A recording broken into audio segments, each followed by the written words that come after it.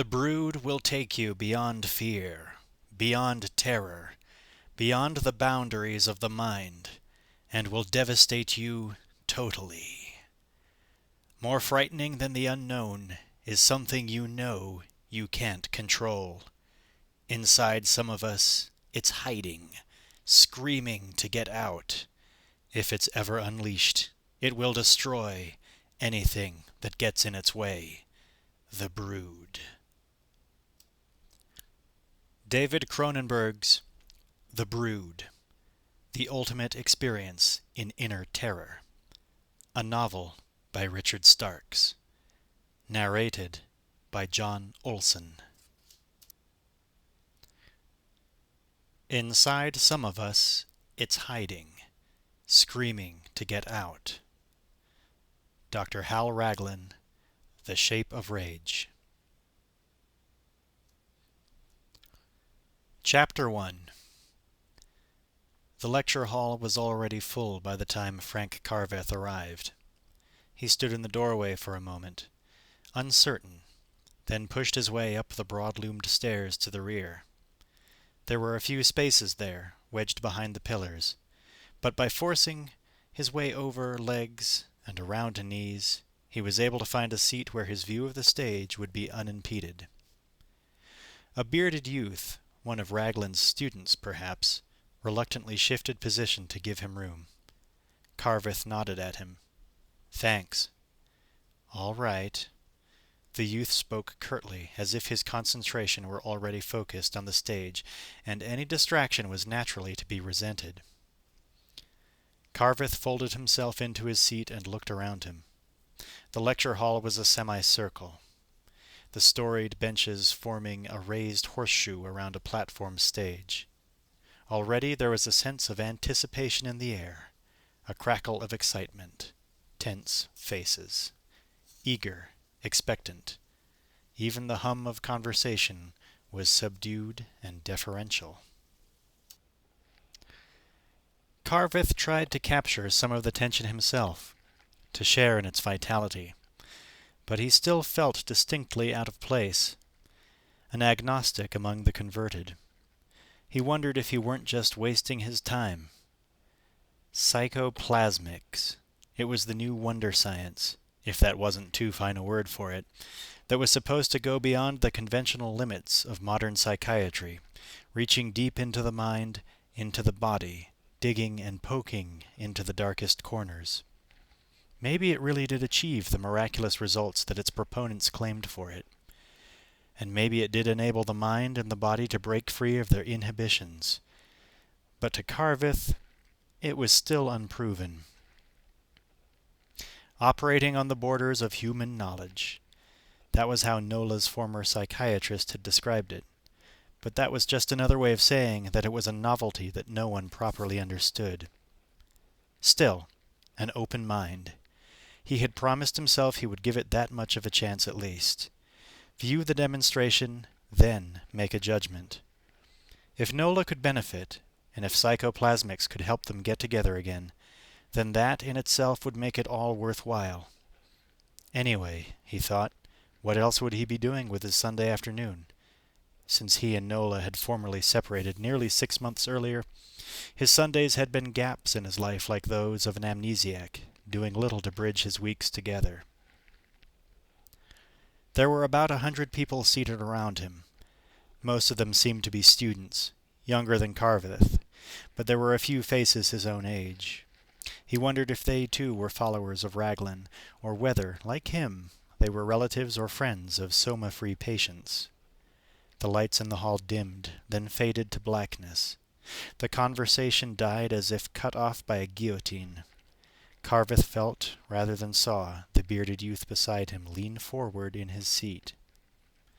Overhead a single spotlight came on, was joined by another, then a third, until the stage below was bathed in a diffuse white light, unnaturally bright. A man strode onto the stage through a door that Carveth couldn't see and took up a position in the center. He turned, facing the audience, then bowed slightly, just an inclination of the head to acknowledge that he wasn't alone. Then he waited. For effect, Carveth couldn't help thinking. "Welcome," the man said finally. "Welcome to Soma Free, Institute of Psychoplasmics." His gaze wandered over the audience as if he were trying to make eye contact with each individual. Whether by accident or design, Carveth couldn't tell, but the position the man had chosen on stage was directly beneath the central spotlight. The light, as a result, gave an unnatural glow to his eyes, as if they had been fired by an inner source of their own. The man took a step forward, and the light shifted across his face, changing its character. The eyes deepened into sockets, and the planes of his face stood out in relief. "My name," he said slowly, "is Dr. Hal Raglin." The voice, easily carrying to the rear of the hall, was strong, like the face, masculine. To Carveth's ears it held a trace of arrogance. It was a redundant self-introduction by someone who well knew he was instantly recognizable. Raglin spread his arms in a theatrical gesture that would have been pretentious in a smaller setting. He was wearing a loose-fitting judo-style tunic, with a knotted cord holding it tight at the waist. "The mind and the body," Raglin said. "Those two entities lie at the root of our existence, and their interrelationship holds the key to our individual and collective well-being. For most of us, they are in harmony, operating in tandem in a kind of symbiotic union. But for some of us, an unfortunate few, they are out of phase, in conflict, fighting, struggling against one another, so that, if left unchecked, they ultimately achieve nothing less than their mutual destruction." Carveth glanced quickly around him. The audience seemed to be held by the forceful presence of the man on stage. And Carveth, sitting alone with his doubts, couldn't help thinking how much Raglin owed his popularity and his following to this physical presence. The strong, tangible aura, the powerful features, the large head, and the hands, too. Photographed on the jacket of his latest bestseller, on the covers of national magazines, and in the pages of newspapers and medical journals alike, the hands were always there, always raised to either side of that large head in a commanding gesture of force. "We are all familiar," Raglin was saying, "with the theory that our bodies respond to our mental state. As doctors, or even as lay observers, we have all been told that the mind, acting under stress, can generate physical symptoms, migraine headaches, muscular spasms, rashes, hives. Symptoms that supposedly disappear as soon as the source, the mental stress, is alleviated. In conventional psychiatry, so we are told, the cure for such ailments is to be found in the mind. Remove the stress and the symptoms will disappear of their own accord." He stared out at his audience. The lights overhead had subtly shifted, throwing a glow behind him, so that his body stood out in near silhouette. "Conventional wisdom?" He shook his head. "Conventional stupidity. It is primitive psychiatry that tells us that the mind is dominant over the body. That when the mind rebels, it does so in response to the mind." He raised his voice and punched the air for emphasis. "But I tell you now that when the body and the mind are in conflict, it is the body that is dominant.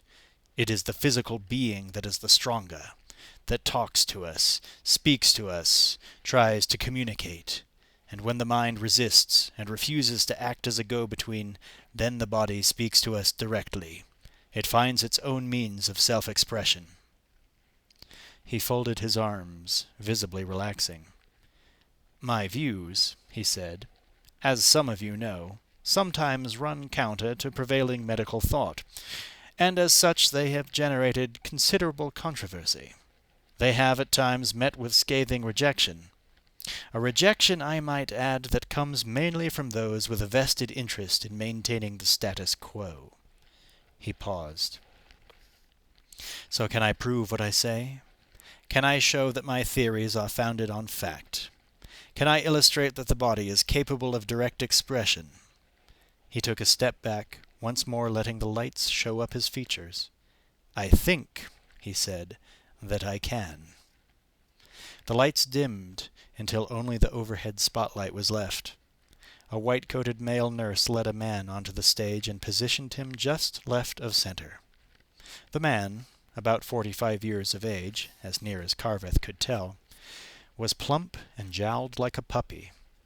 He allowed himself to be guided without protest, and as he came under the light, Carveth could see that he was holding onto the sleeve of the nurse, like a child clutching his parent. The nurse loosened the man's grip, spoke to him quietly, then pushed him gently to the floor. The man sat, pulling his legs under him and gently rocking back and forth. Like Raglin, he was wearing a judo-style tunic tied at the waist. The nurse left, and the man picked up one corner of his tunic, pulling at the hem as if plucking petals from a flower. A slight smile played around his lips. He was, Carveth could see, completely oblivious to his surroundings, and quite unaware that he was the focus of interest. Raglin waited a moment, then moved to the right, to the edge of the circle of light, pulling the attention of the audience with him. "Our patient," he said, "is Michael Trellin.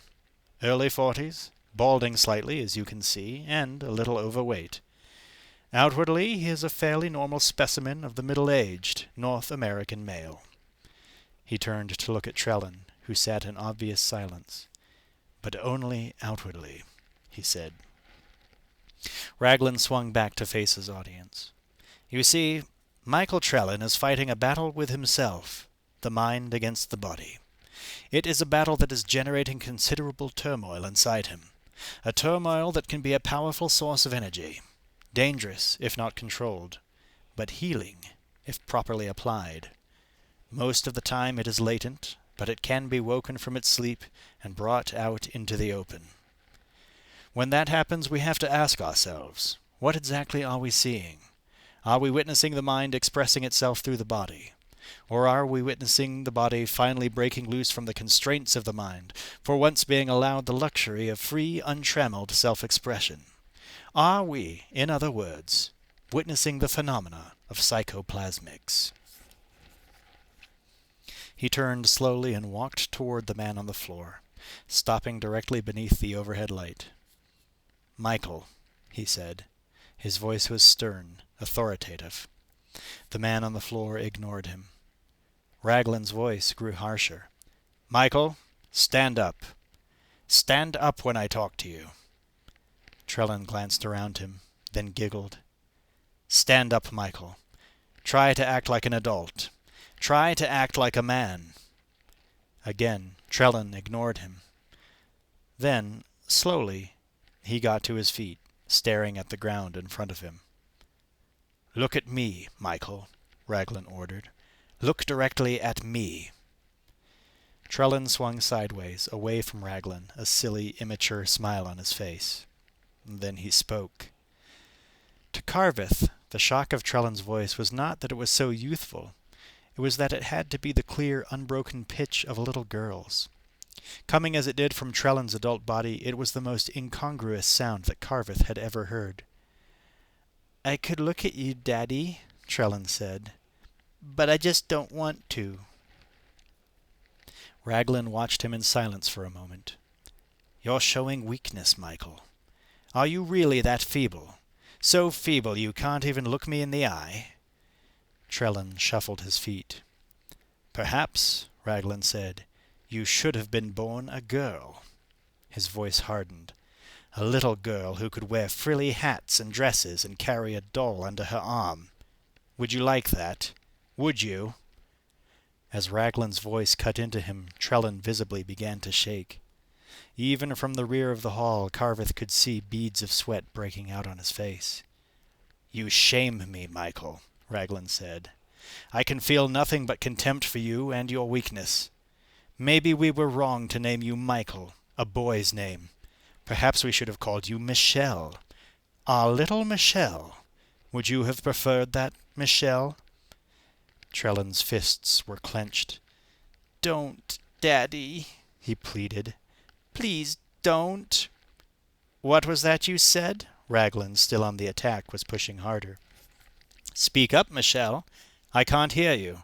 Such a soft little voice, I can hardly hear what you say."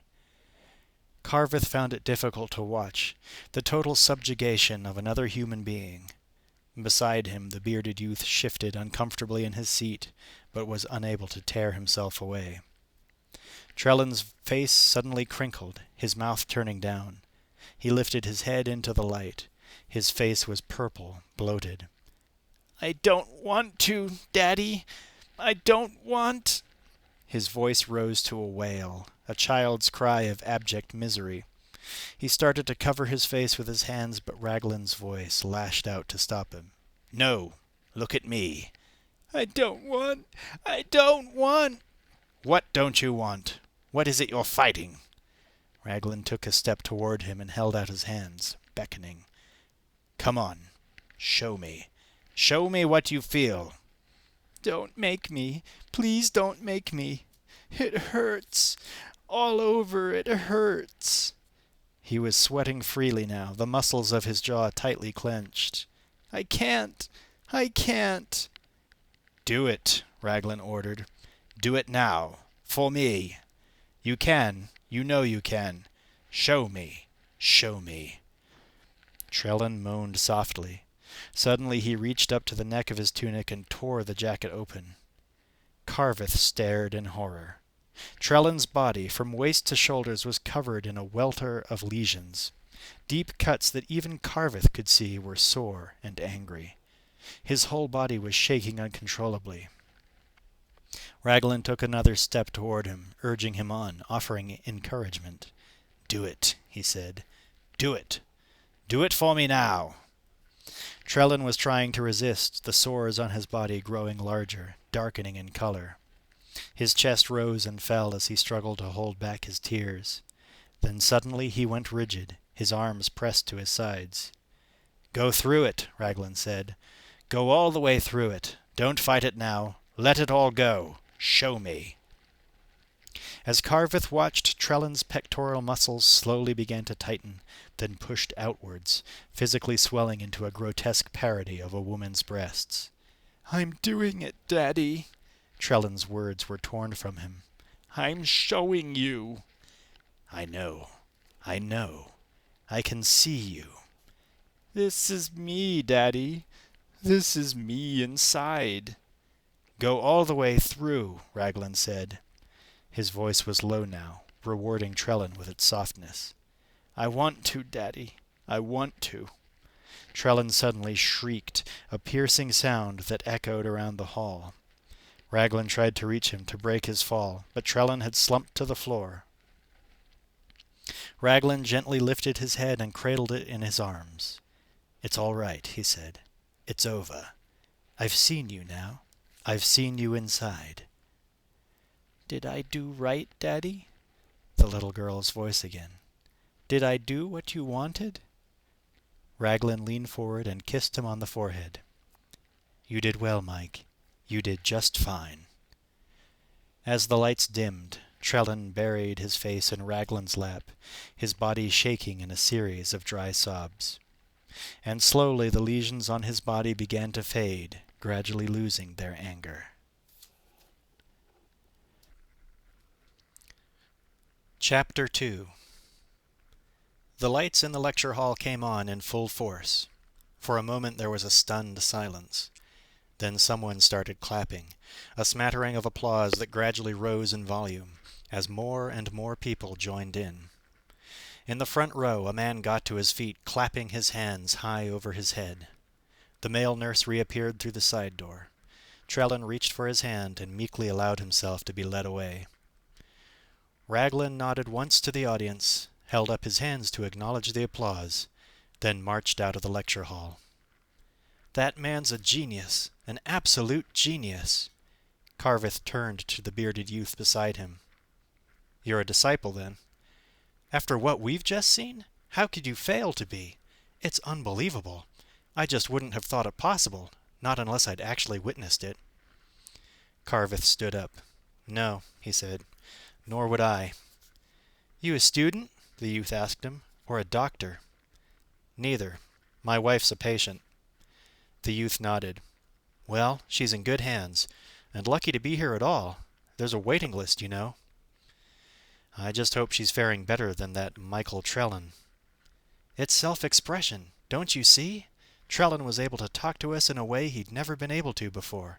The relief that brings, that's his reward. He'll be getting it now. You think so? Haven't you read Dr. Raglin's book? Carveth nodded. But some things are better left unsaid. He pushed his way down the stairs, fighting his way through the crowd. For 3 months his wife Nola had been under Raglin's care, and for 3 months Carveth has not been able to see her. Isolation. That was what Raglin had prescribed. The only person Nola was allowed to see was their daughter. No friends, no other members of her family, just Candy. Of course, that was a part of their separation agreement. Nola had legal access to Candy once a week on Sundays. Raglin could no doubt have put a stop to that too, but he had in fact welcomed the visits, making use of them as an integral part of Nola's therapy. They helped me delve into her past, he had once told Carveth. Helped me reach right back into Nola's childhood, and even beyond. Carveth had wondered, even then, if the treatment Nola was receiving was really doing her any good.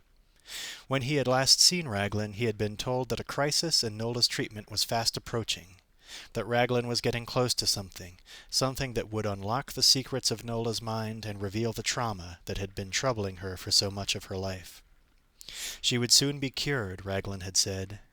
Now, though, Carveth had a suspicion that Raglin had invited him to the demonstration in order to convert him, to get him to agree that the treatment should be continued. Not that it made much difference. Nola had signed herself into Raglin's care, and only she could sign herself out. Well, the sooner the better, Carveth thought.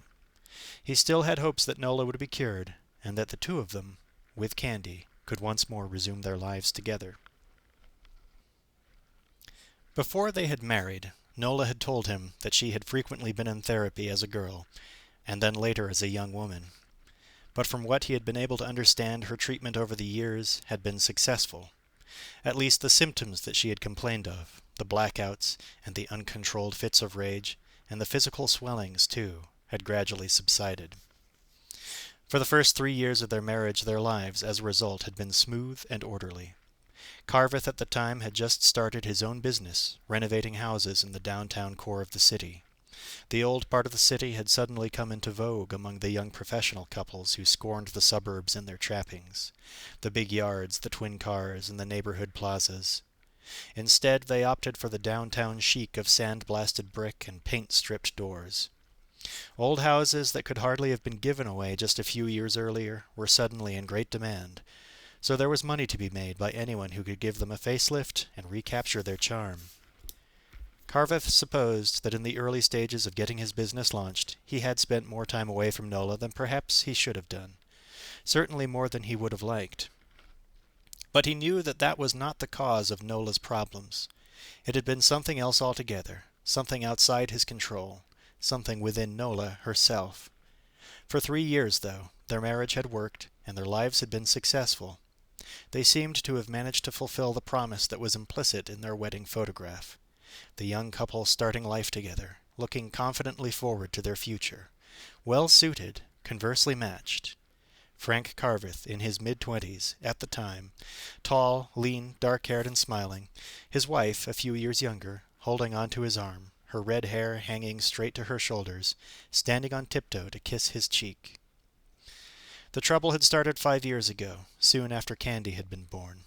At first Nola had simply been withdrawn and introspective, and Carveth had assumed that she was suffering from postnatal depression. But one day he had come home to find that Nola had systematically broken every plate, cup, and saucer of the dinner set her mother had given them as a wedding present, taking them out of the kitchen and dining room cupboards and smashing them on the floor.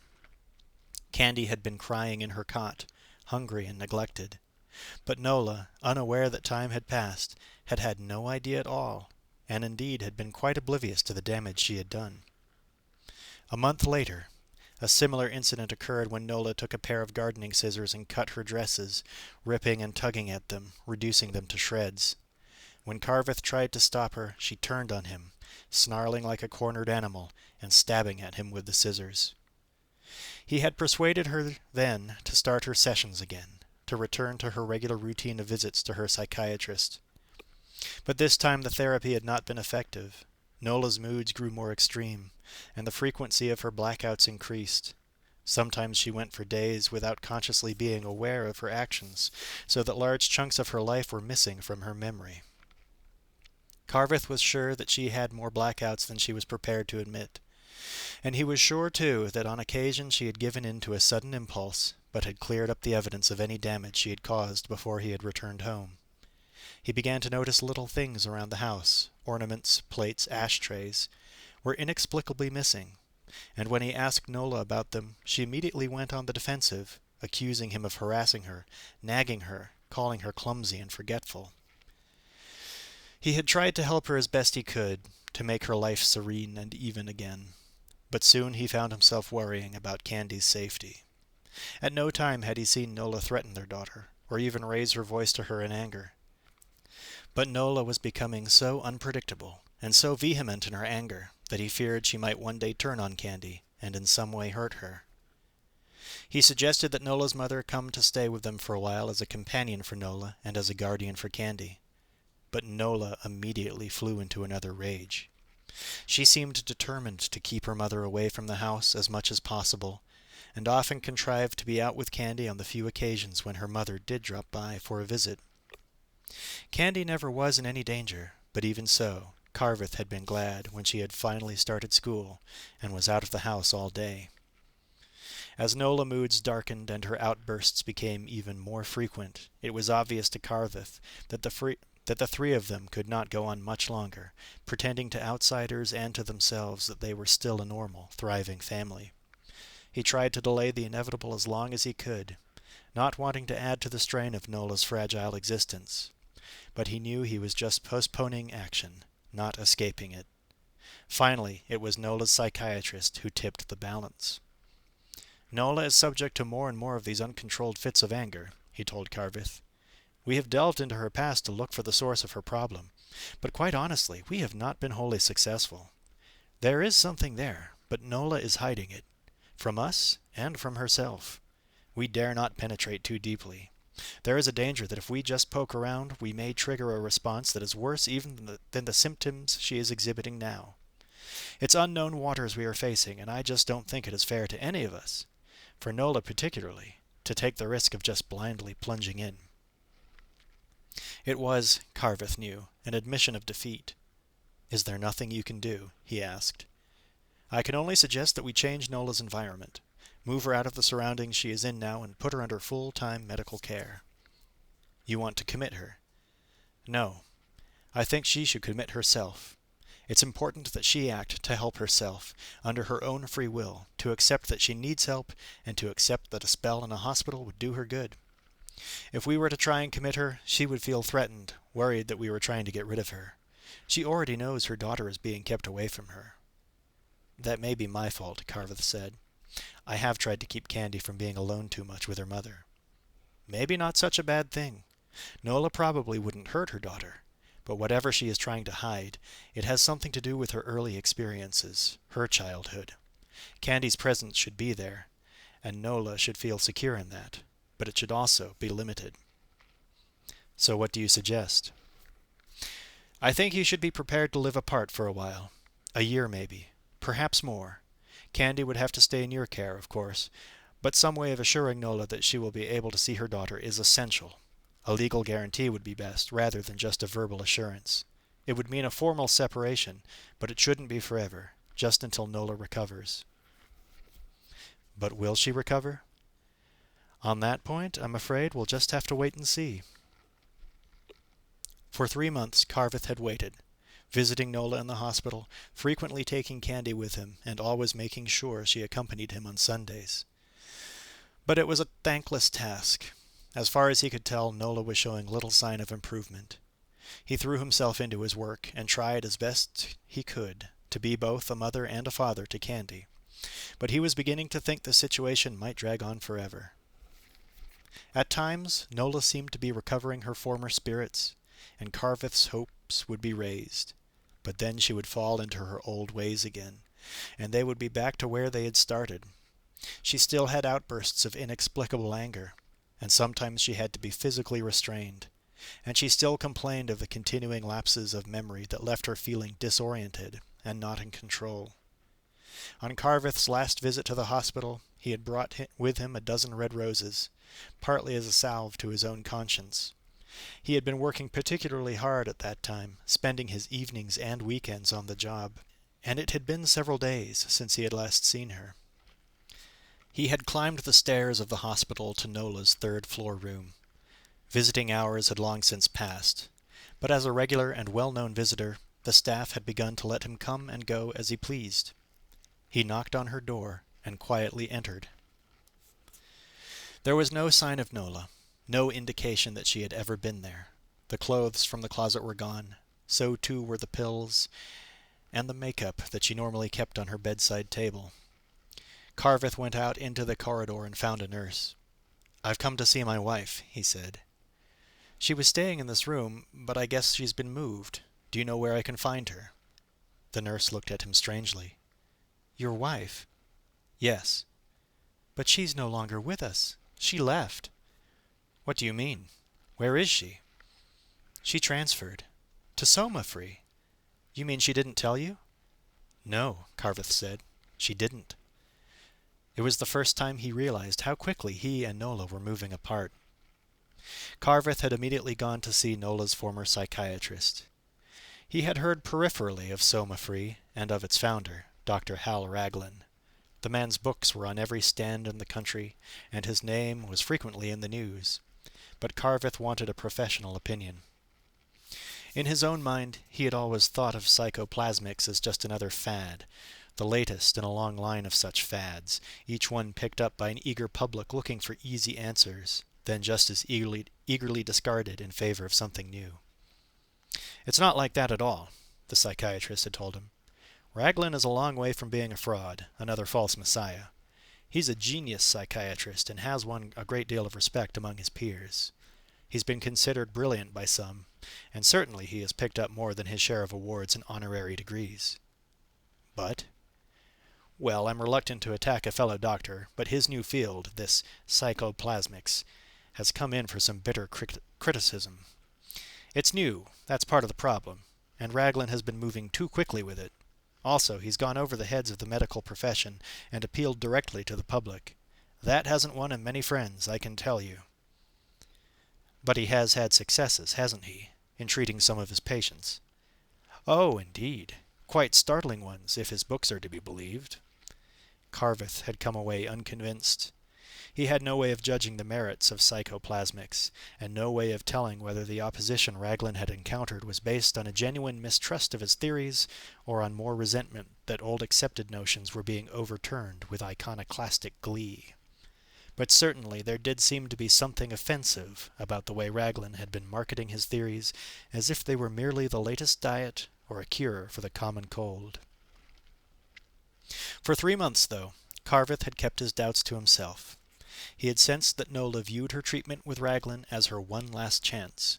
If so, he hoped it would be successful. But now, as he left the demonstration, he couldn't help thinking that his early suspicions had been correct. Maybe the relief that Trellin was supposedly feeling after his evident suffering was more than enough reward. But Carveth couldn't really believe it. He hoped Nola was not going through the same degree of pain. She just wouldn't be able to stand it. Not if the source of her trauma was buried as deeply as it seemed, and not if she was deliberately trying to keep that source from being uncovered. Carveth kept his distance from the crowd streaming out of the lecture hall, as he followed it round the edge of the lake which formed the heart of the Somafree grounds. Looking around him, he had to admit that, no matter what he might think of Raglin's theories, the man had certainly had considerable success in raising financial support and backing. Somafree had been built in the folds of a rolling valley about 10 miles north of the city, and it was evident that considerable care had been taken to ensure that its relaxed, rural atmosphere had been retained. The grounds had been landscaped, but the deciduous woods now changing to amber and gold had been left intact whenever possible. The focus of the grounds, of course, was the lake itself, a broad expanse of crystal water that washed against a natural-looking shoreline. But as Carveth skirted it, he could see that the lake, like the waterfall which fed it, had been artificially constructed. The overall impression was calculated, but nonetheless effective. Here there was calm and serenity, a haven, and Carveth, with his renovator's eye, couldn't help also admiring the reconstructed boathouse across the lake. Its old timbers and stone foundation added just the right amount of authenticity.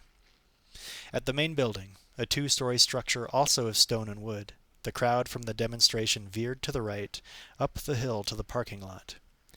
Carveth headed left, to the main building itself. He glanced at the eastern wing, where he knew that most of the patients were boarded, and he wondered if Nola was in there, able to see him. When he brought Candy to Somafree on her Sunday visits, he always took her to the northern wing, to one of the daycare rooms that had been set aside for visiting families, and he had never been allowed into the other section of the building. It was a restriction he had not fought against, although he had rebelled at the authoritative way in which he had sometimes been shuffled from one room to another to ensure that he and Nola never came into contact. She was, after all, still his wife. He was frowning as he entered the lobby and made his way to the northern wing, but his expression brightened when he saw the nurse on duty there. In the past 3 months he had grown to like and to trust her. She seemed more friendly than the other staff members he'd met, although he had learned a long time ago that it was futile to inquire, even from her, into the state of Nola's health. All Somafree employees were under strict instructions not to discuss the patients, and all of them seemed to adhere to the rules. The nurse looked up as he approached. "Hi there, Mr. Carveth. You come for Candy?" "Right. Has she been behaving herself?" "As good as ever. You know that. She's been with her mother all day." Carveth nodded noncommittally. "The usual room?" "G5, down the hall." The nurse smiled. "And if you don't take her home soon, I'm sure one of the staff will. Candy may be only 5, but she's already got half the people here eating out of her hand. She's going to be quite something when she grows up." Carveth grinned. "She will be, won't she? Though I confess I may be a little biased." It was true, though, he thought, as he walked down the corridor to Candy's room. His daughter was something special. She had a knack for making people warm to her. Partly it was her looks, the sandy-colored hair and the well-shaped face that already was almost adult in its subtle lines and planes. But also, Carveth knew, it was Candy's own personality. He reached room G5. There was a sign taped to the door, written in a child's hand. Candace Carveth, private. Carveth smiled to himself and knocked on the door, then looked inside when no one answered. "Is it okay if I come in?" he asked. Candy was on the floor, her back toward him, drawing strong crayon lines across the page of a coloring book. She didn't look around. "It's private," she said. "Even for me." "Okay." She turned then, and Carveth was shocked to see tear stains on her cheeks. "Hey, what's the matter? What have you been crying for?" Candy got up and ran quickly towards him. She held on to his leg. He reached down and scooped her into his arms, hugging her tightly. "Are you all right, Candy?" She nodded quickly, her face pressed into his neck. "You sure now?" "Daddy?" "Yes. Come on, you can tell me." "Nothing. Can we go home now?" "Sure." Carveth tried to lift her free, but she wouldn't let go of him. He carried her outside, and it was only when he'd put her into the car that she agreed to release him. He had noticed in recent weeks that Candy was sometimes subdued and introspective after her Sunday visits to Somafree. But now she seemed unusually withdrawn. In the car, though, she sat close to him, leaning over in the front seat so that she could touch him or hold on to his sleeve. When he stopped at a corner store for some supplies he needed, she insisted on coming in with him, staying close to his side. She followed him round the aisles. "How was Mommy?" he asked her. "All right." "You spend all day with her?" "Yes." "You know she still loves you, don't you? Even though she is only able to see you once a week. Things will be different when Mommy is cured and she's able to come home to us again." Candy didn't answer, and Carveth didn't try to press her. "Here," he said. "How about an ice cream to take home with you? You can eat it in the car." She shook her head. "No?" "Daddy, I want to go home. Okay, then. We'll get you something to eat there, then put you to bed. Carveth fixed a simple meal, which they ate in the kitchen. Afterwards, as he cleared the table, he said, I'll make a deal with you. I'll wash up these dishes if you go upstairs and run yourself a bath. If you're in the bath before I get up there, I'll read you a story, okay? He expected Candy to go scurrying up the stairs, but she sat for a moment, then only reluctantly agreed. He heard water running, and deliberately took his time, waiting until Candy was splashing around in the bath. When he went upstairs, he found her sitting up to her waist in warm, soapy water. She had a sailboat in front of her, and floating at the other end of the bath was her wind-up plastic dolphin. So you won, Carveth said. Finished before I did, so you get to hear a story. Anyone you like. Candy was silent. You like the one about the trains, don't you? It's okay. He knelt beside the bath and began washing her legs and feet. What do you mean, okay? You used to keep me up for hours reading that story to you. Sometimes I think you know it by heart, and you just want to see if I can really read. He wound up the dolphin and pushed it towards her. There's nothing you're not telling me about, is there? He asked. Because if there is, you'd probably feel a whole lot better if you did tell me. That's what daddies are for, you know. She looked up at him. Do I have to go see Mommy again? Don't you want to? I don't know. Carveth splashed water over her legs to wash off the soap. Well, we don't have to decide that now. Let's see how you feel next Sunday, shall we? Candy suddenly picked up the dolphin and threw it to the other end of the bath.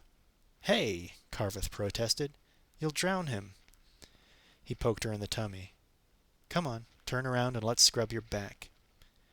Candy looked away, avoiding his eyes. Then slowly she turned, kneeling in the bottom of the bath. Carveth stared at her. Oh my God. Candy's back was covered with bruises and scratches. Someone had beaten her.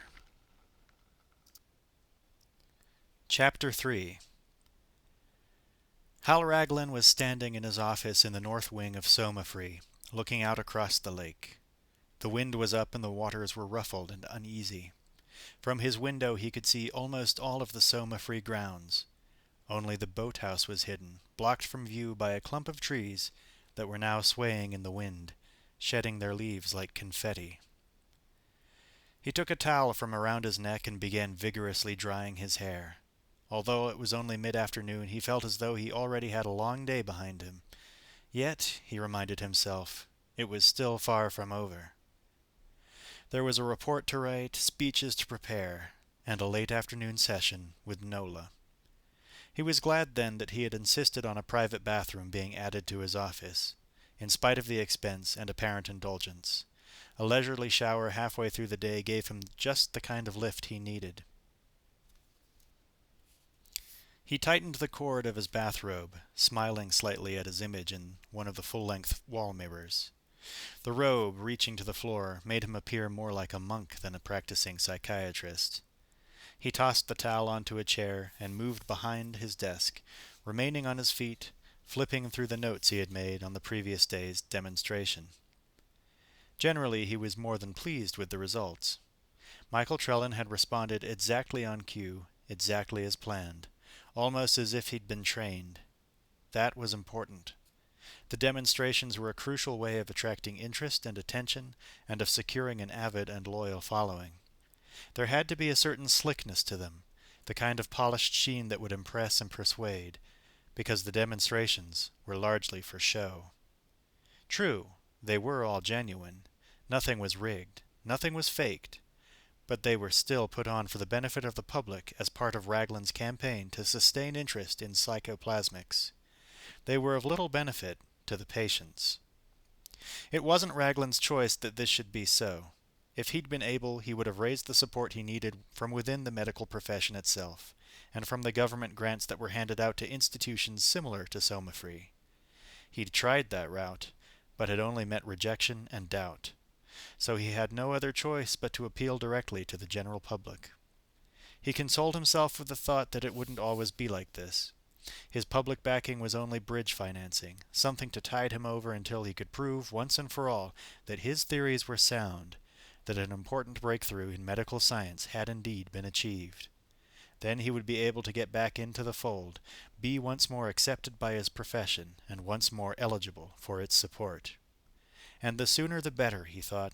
The quicker he could shed the need for public backing, the quicker he could devote all of his time to the really important point of his efforts, the further advancement of psychoplasmics. He looked up suddenly. A commotion in his secretary's office next door. Raised voices, an angry exchange. The door burst open, and Frank Carveth pushed his way into the office. Behind him, Raglin could see his secretary futilely waving her hands. She jostled for position and got in front of Carveth.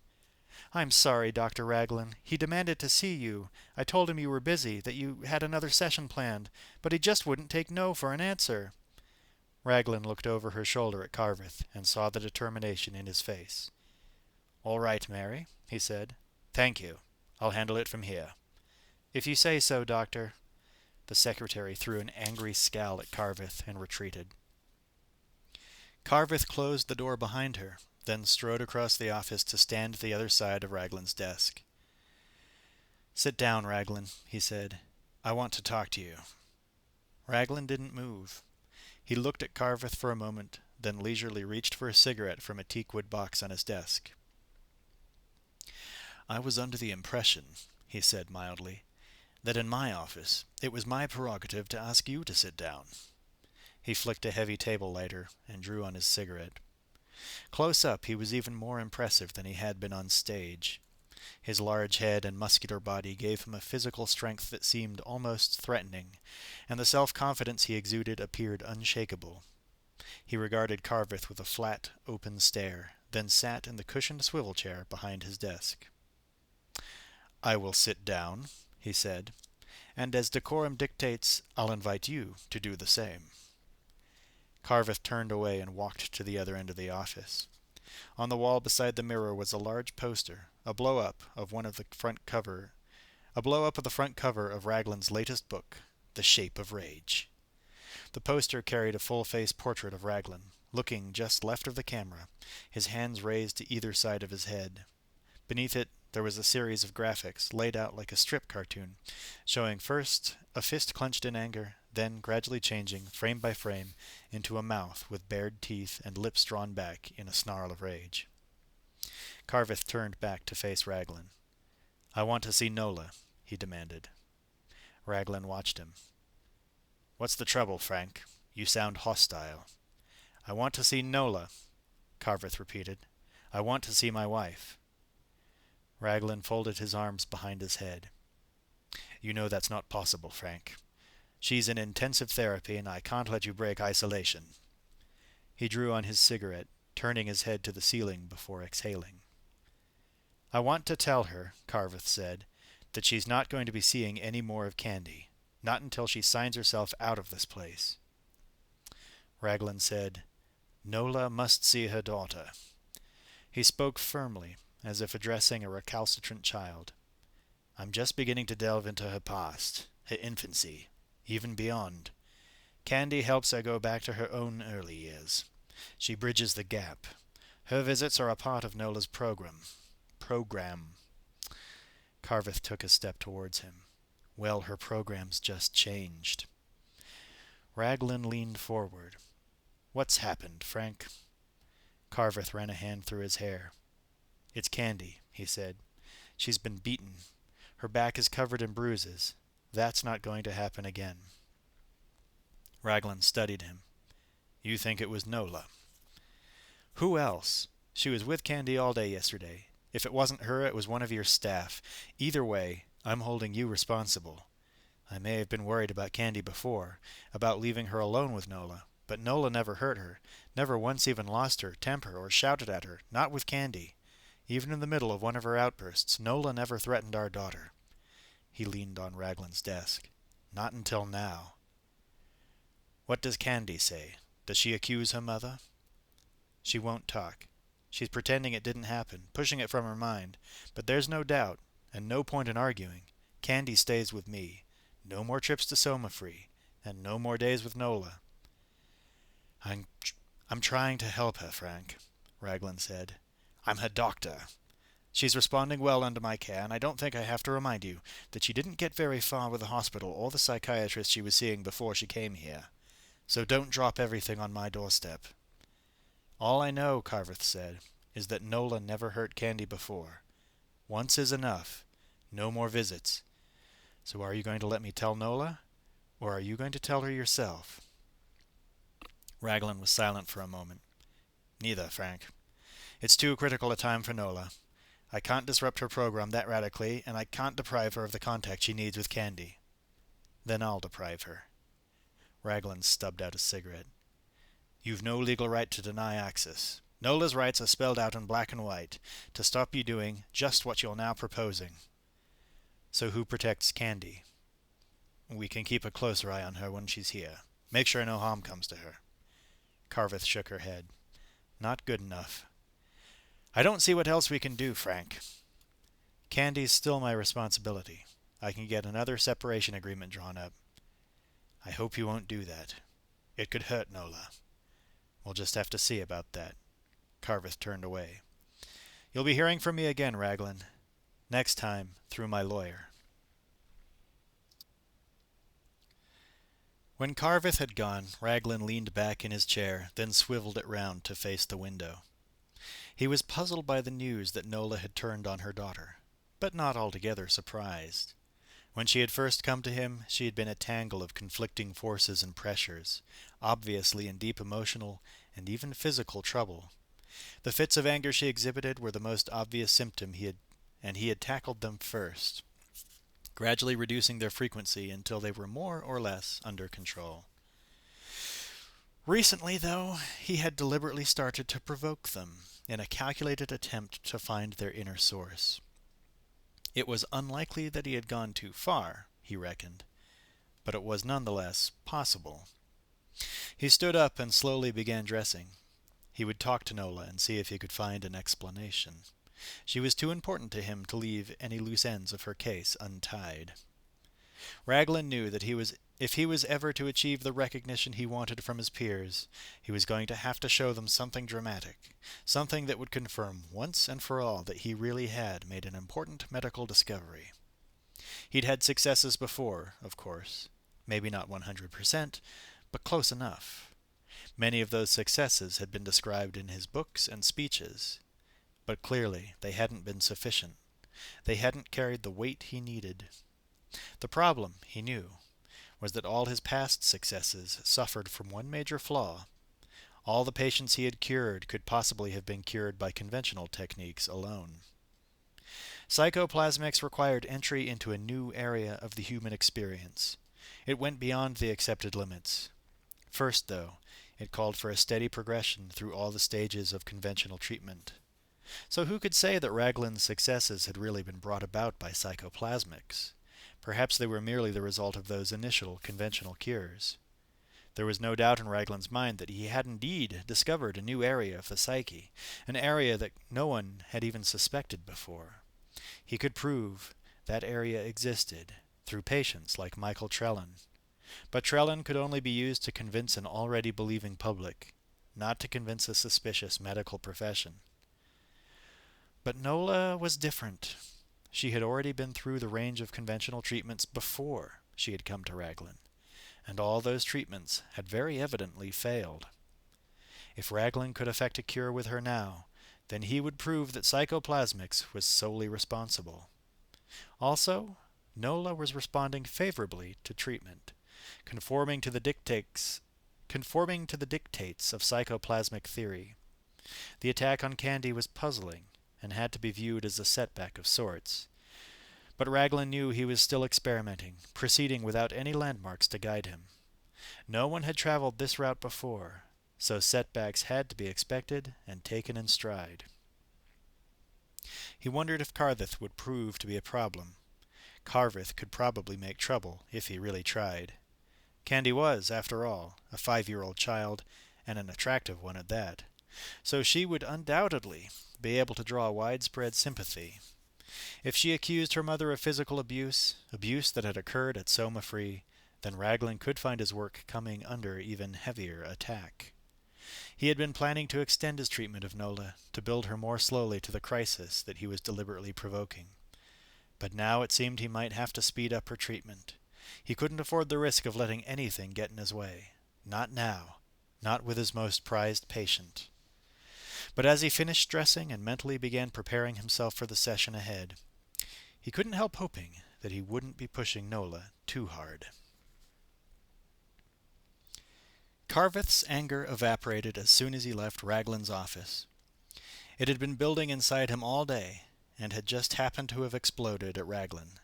That had been unfortunate, but it was partly Raglin's secretary who was to blame, trying to brush him off with trite and easy excuses. He supposed that there had been little point in going to see Raglin in the first place. Raglin, on medical grounds, could perhaps have denied Nola her access to candy, but Carveth hadn't really expected him to. He'd made an issue before of how important it was that Nola should continue seeing her daughter.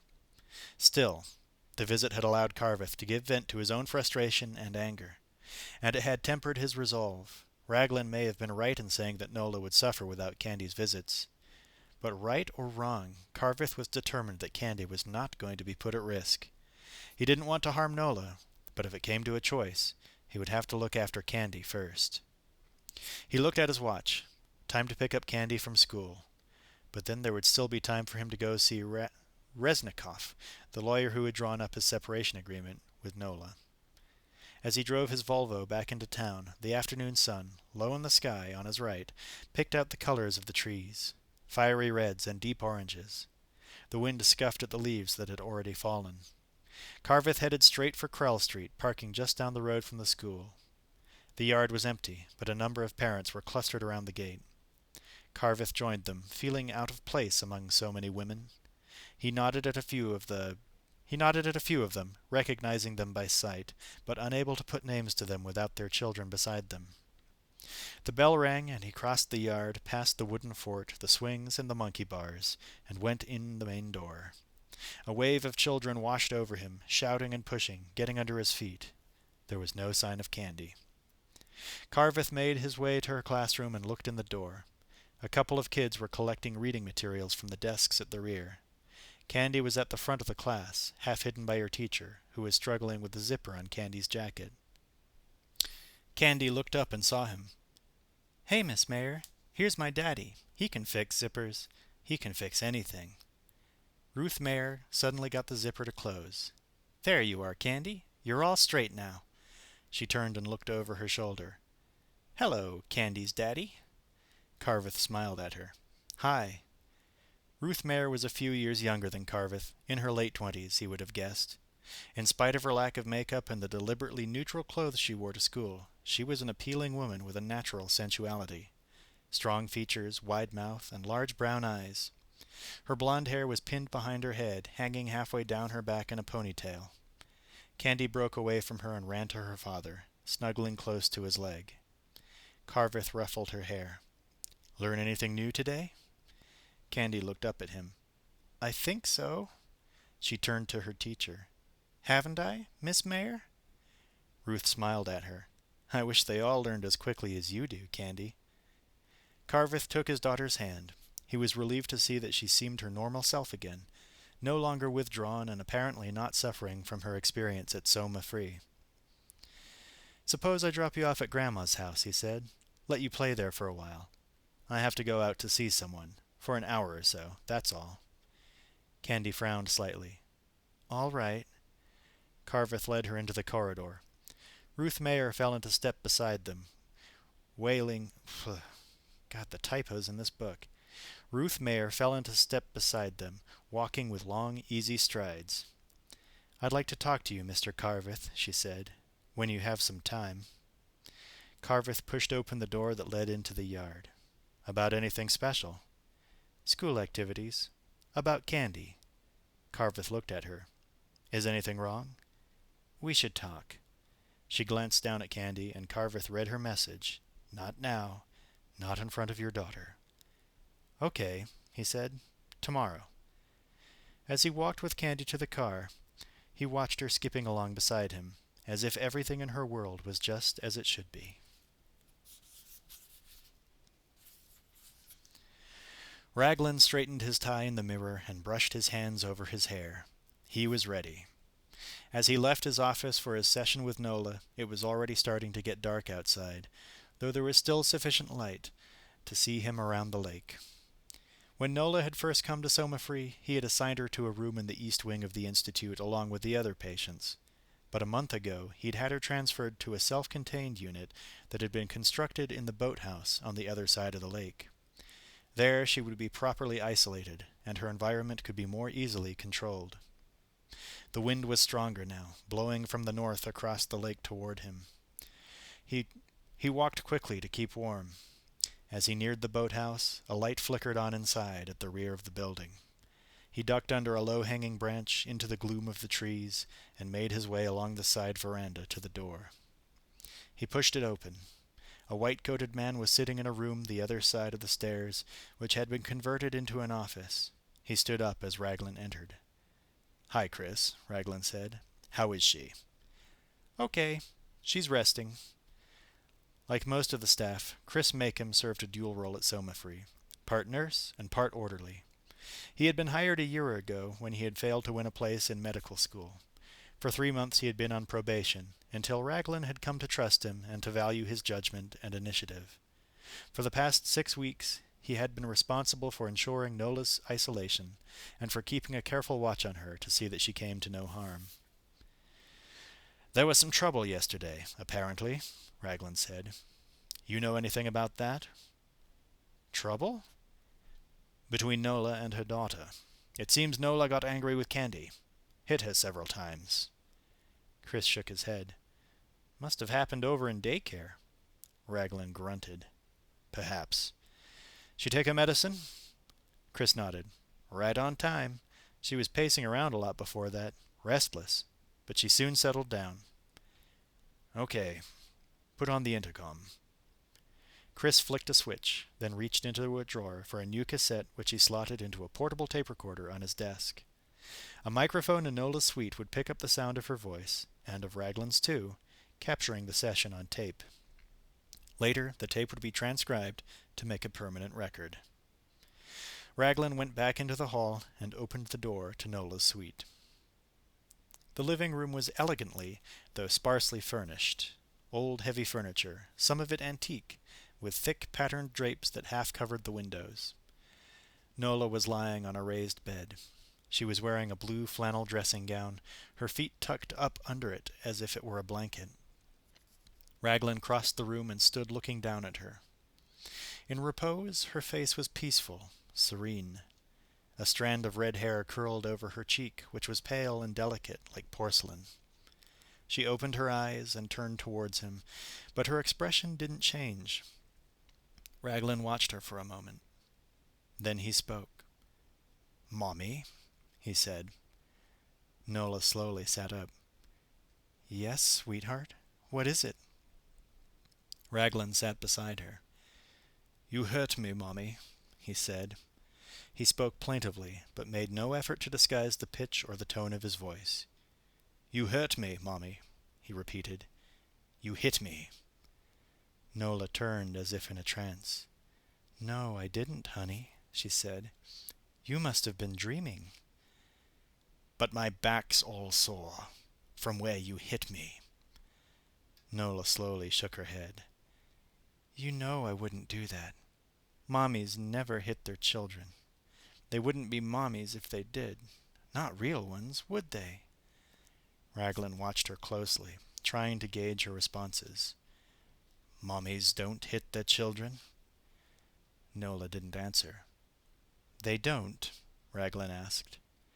Nola's face clouded slightly. She looked away but made no reply. Raglin persisted. "They never hurt their children? You mean never? Never at all?" When Nola spoke again, her voice seemed to come from far away, as if from another room. "Sometimes, perhaps. Sometimes." Her voice trailed off. Then suddenly her face twisted, her lips pulled back from her teeth.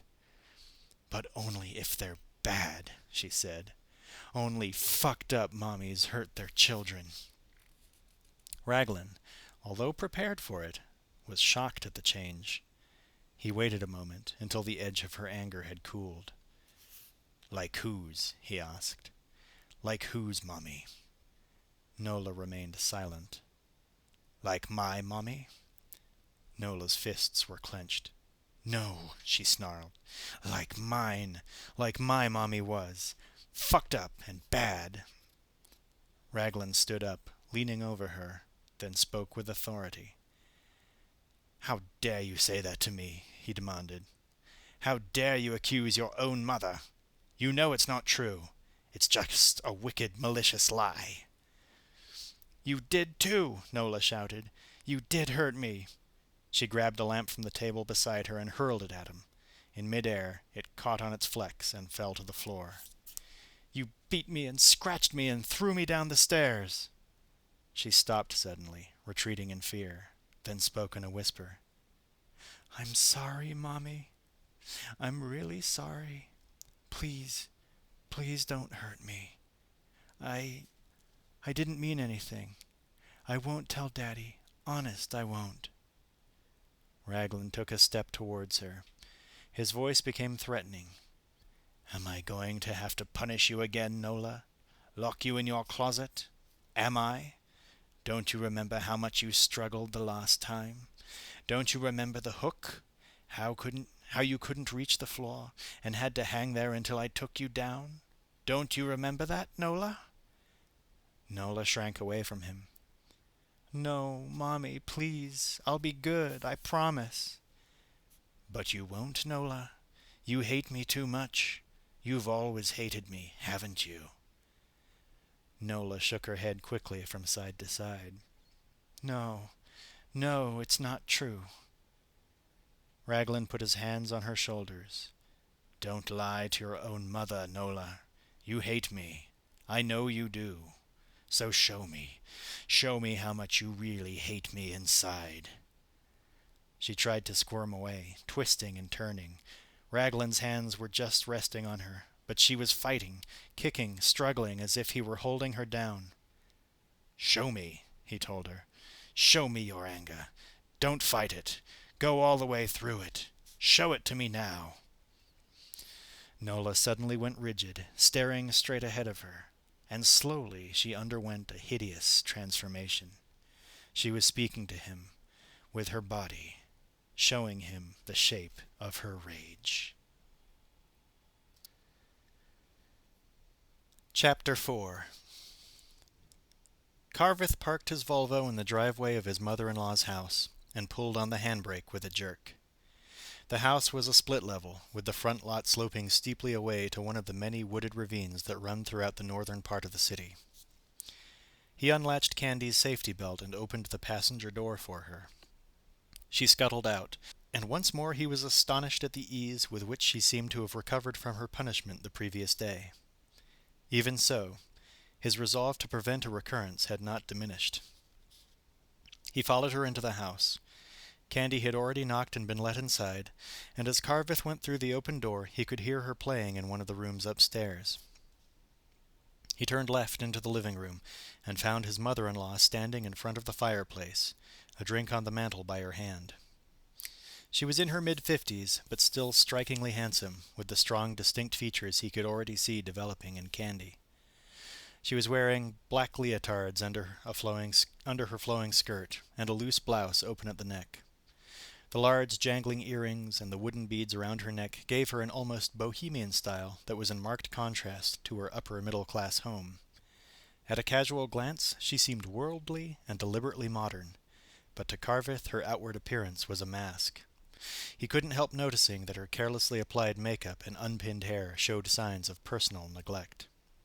He smiled at her. "Hi, Juliana." She leaned forward, and he dutifully planted a kiss on her cheek. "Do you mind if I leave Candy here for an hour or so? She won't be any trouble." Juliana lit a cigarette and slipped it into a long, thin holder. "You know I don't see enough of my granddaughter. Nola won't let me near her, and you've been keeping her pretty much to yourself these past few months." She nodded. "Of course you can leave her." She spoke with a smile on her face, but Carveth could tell that her hurt was genuine. "I know," he said. Candy should see you more often. It's just that I've been worried about her. She seems so, I don't know, so changeable. Happy one minute, then suddenly she's despondent and withdrawn." Juliana took a sip of her drink and waved her glass at him. "You got time for one of these?" Carveth shook his head. "When I get back." "It's my first of the day," she told him. "No one's counting," he said. "No? Well, perhaps they should be." She chinked the ice in her glass.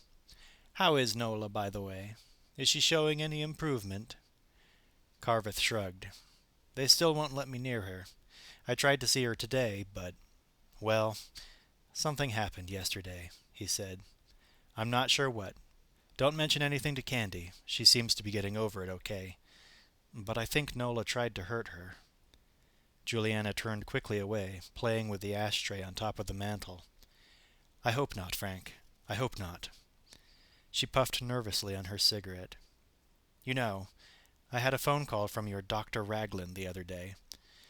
Apparently Nola has been doing me in her therapy, whatever that means. Acting things out, going back into her past and reliving her childhood. She's been telling Raglin that I did some pretty terrible things to her when she was a child.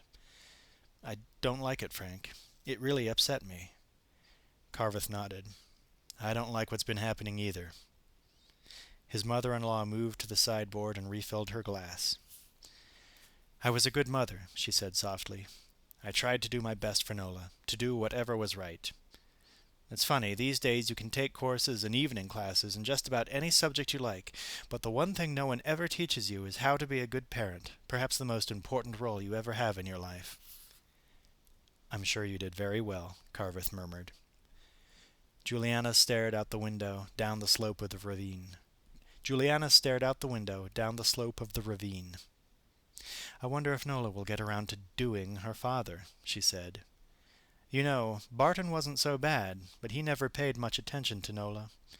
I think she resented him for that, for the neglect.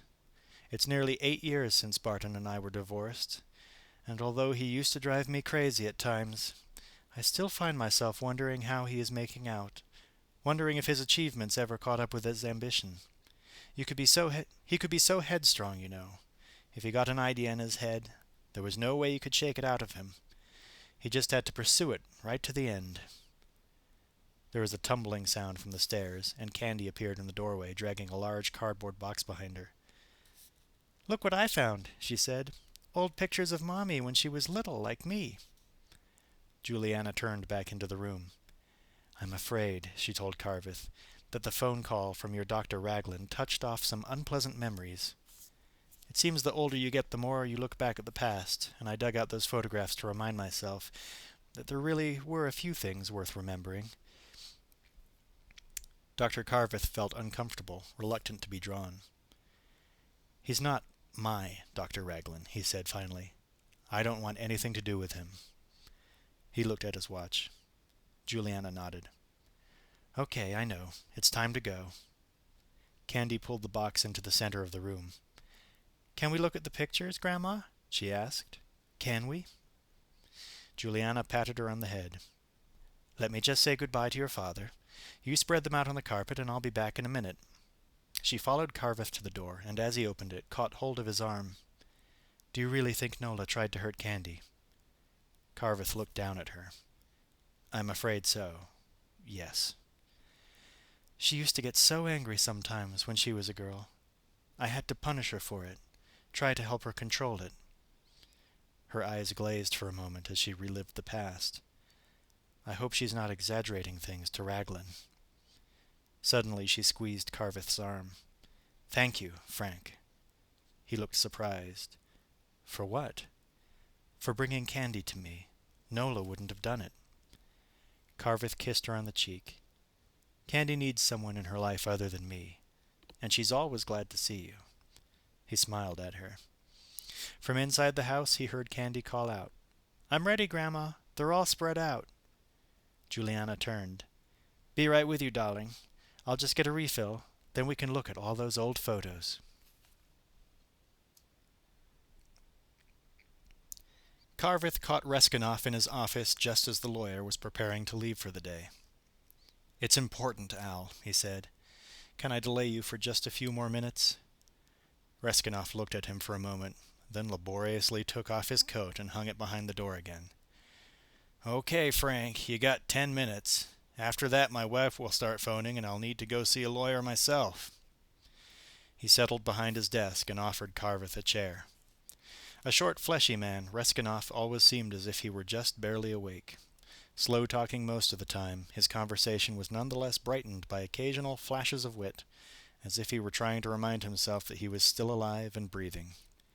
He resented any form of unnecessary movement, and made a point of boasting that his most strenuous exercise was riding the elevator up to his 10th floor office. "It's about Nola," Carveth said.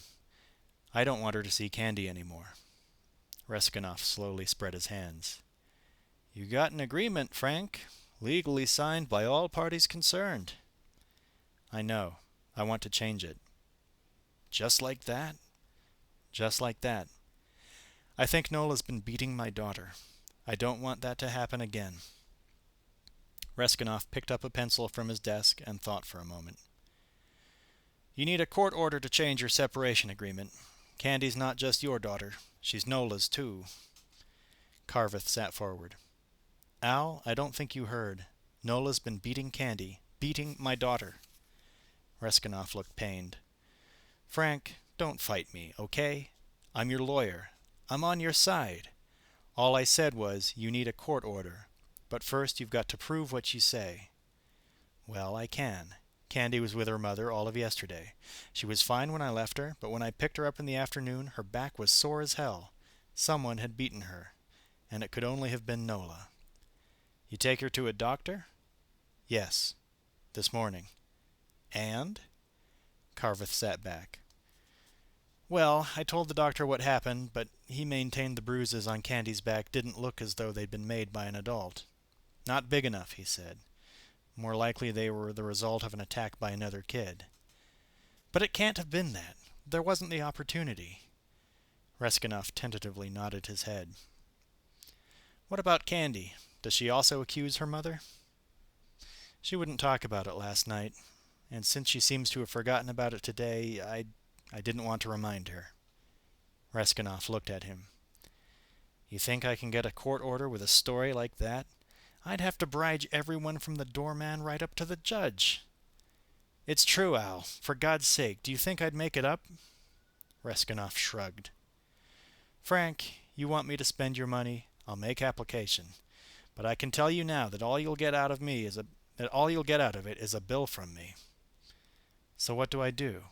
I can't let Candy go back to Somafree." "You've got to, Frank. You got no choice." "But the place is dangerous." "Okay, I didn't mind Candy going to see Nola before, but it's different now. I haven't seen Nola for 3 months. I don't know what kind of treatment she's getting, but I've seen a demonstration of the kind of treatment that other patients are getting. And if Nola's is anything like that, it'll just make her worse. You know, I think it could really make her crazy. She has to be crazy after what she did to Candy." With an effort, Reskinoff leaned forward in his chair. "You think she's crazy?" he said. "And just who are you? A self-employed contractor. Are you suddenly qualified to say if people are crazy or not? Spare me, Frank. Suppose we put you in court and let you make a fool of yourself, telling your story.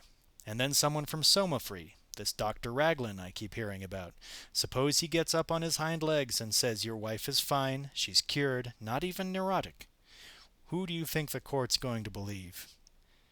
"Al, this Raglin is all just show business. I've seen him in action." "I don't care if he's a circus clown. He's still an MD, isn't he? He's still got letters after his name, and he's still a practicing psychiatrist." "So are you saying I should sit back and do nothing? Look, I'm convinced the psychoplasmics doesn't work. It does more harm than good." Reskinoff threw his pencil onto the desk. "Frank, get it through your head that what you think doesn't matter a damn. Nola has a right to see her daughter, and until you come up with some good reasons why not, and I do mean good reasons, then that right still stands. You take Candy up to Somafree, otherwise you'll be in court all right, but you'll be defending a charge instead of making one. You're just the father. Nola's the mother.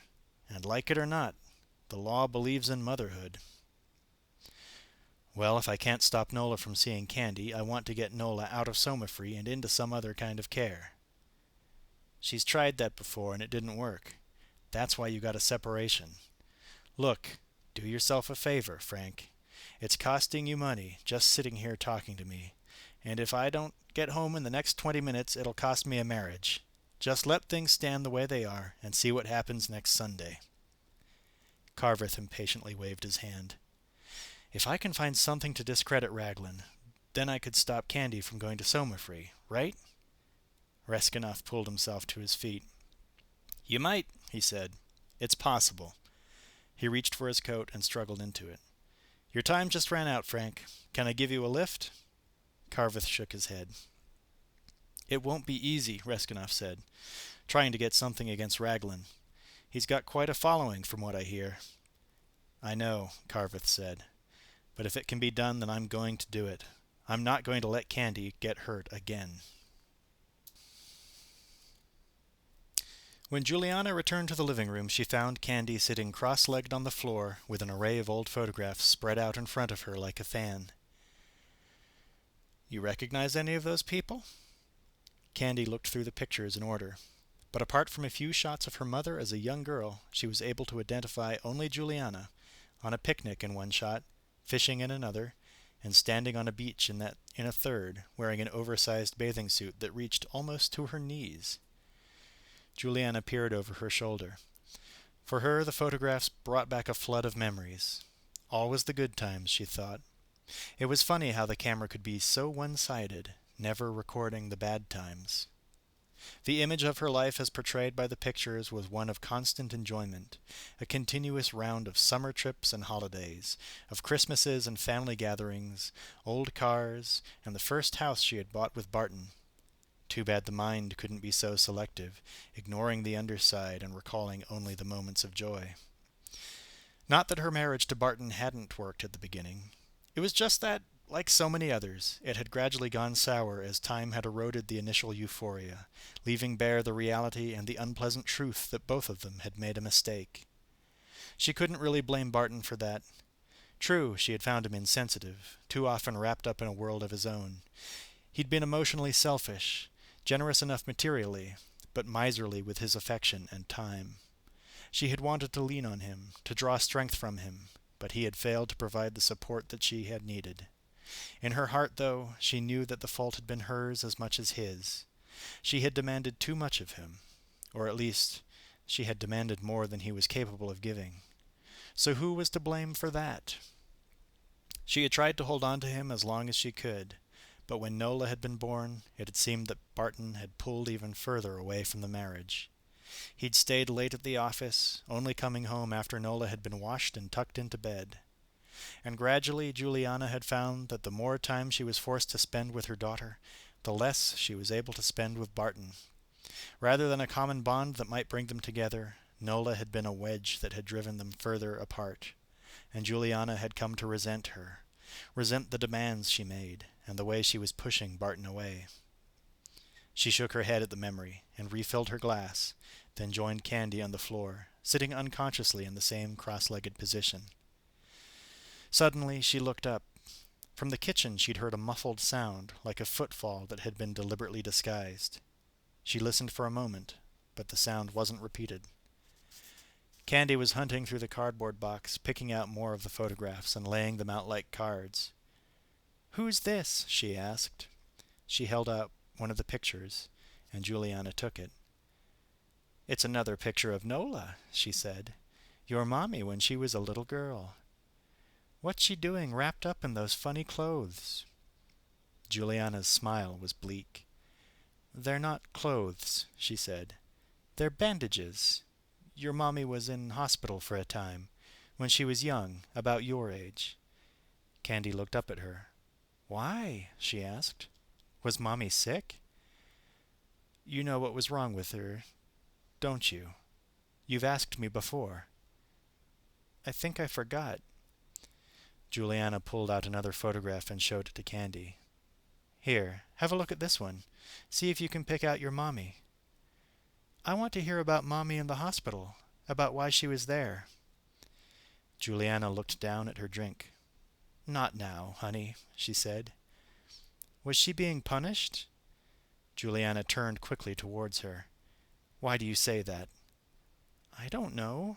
I thought maybe she'd been naughty and had to go to the hospital. People don't go to the hospital to be punished. They go there if they're sick, to get well. Will I have to go?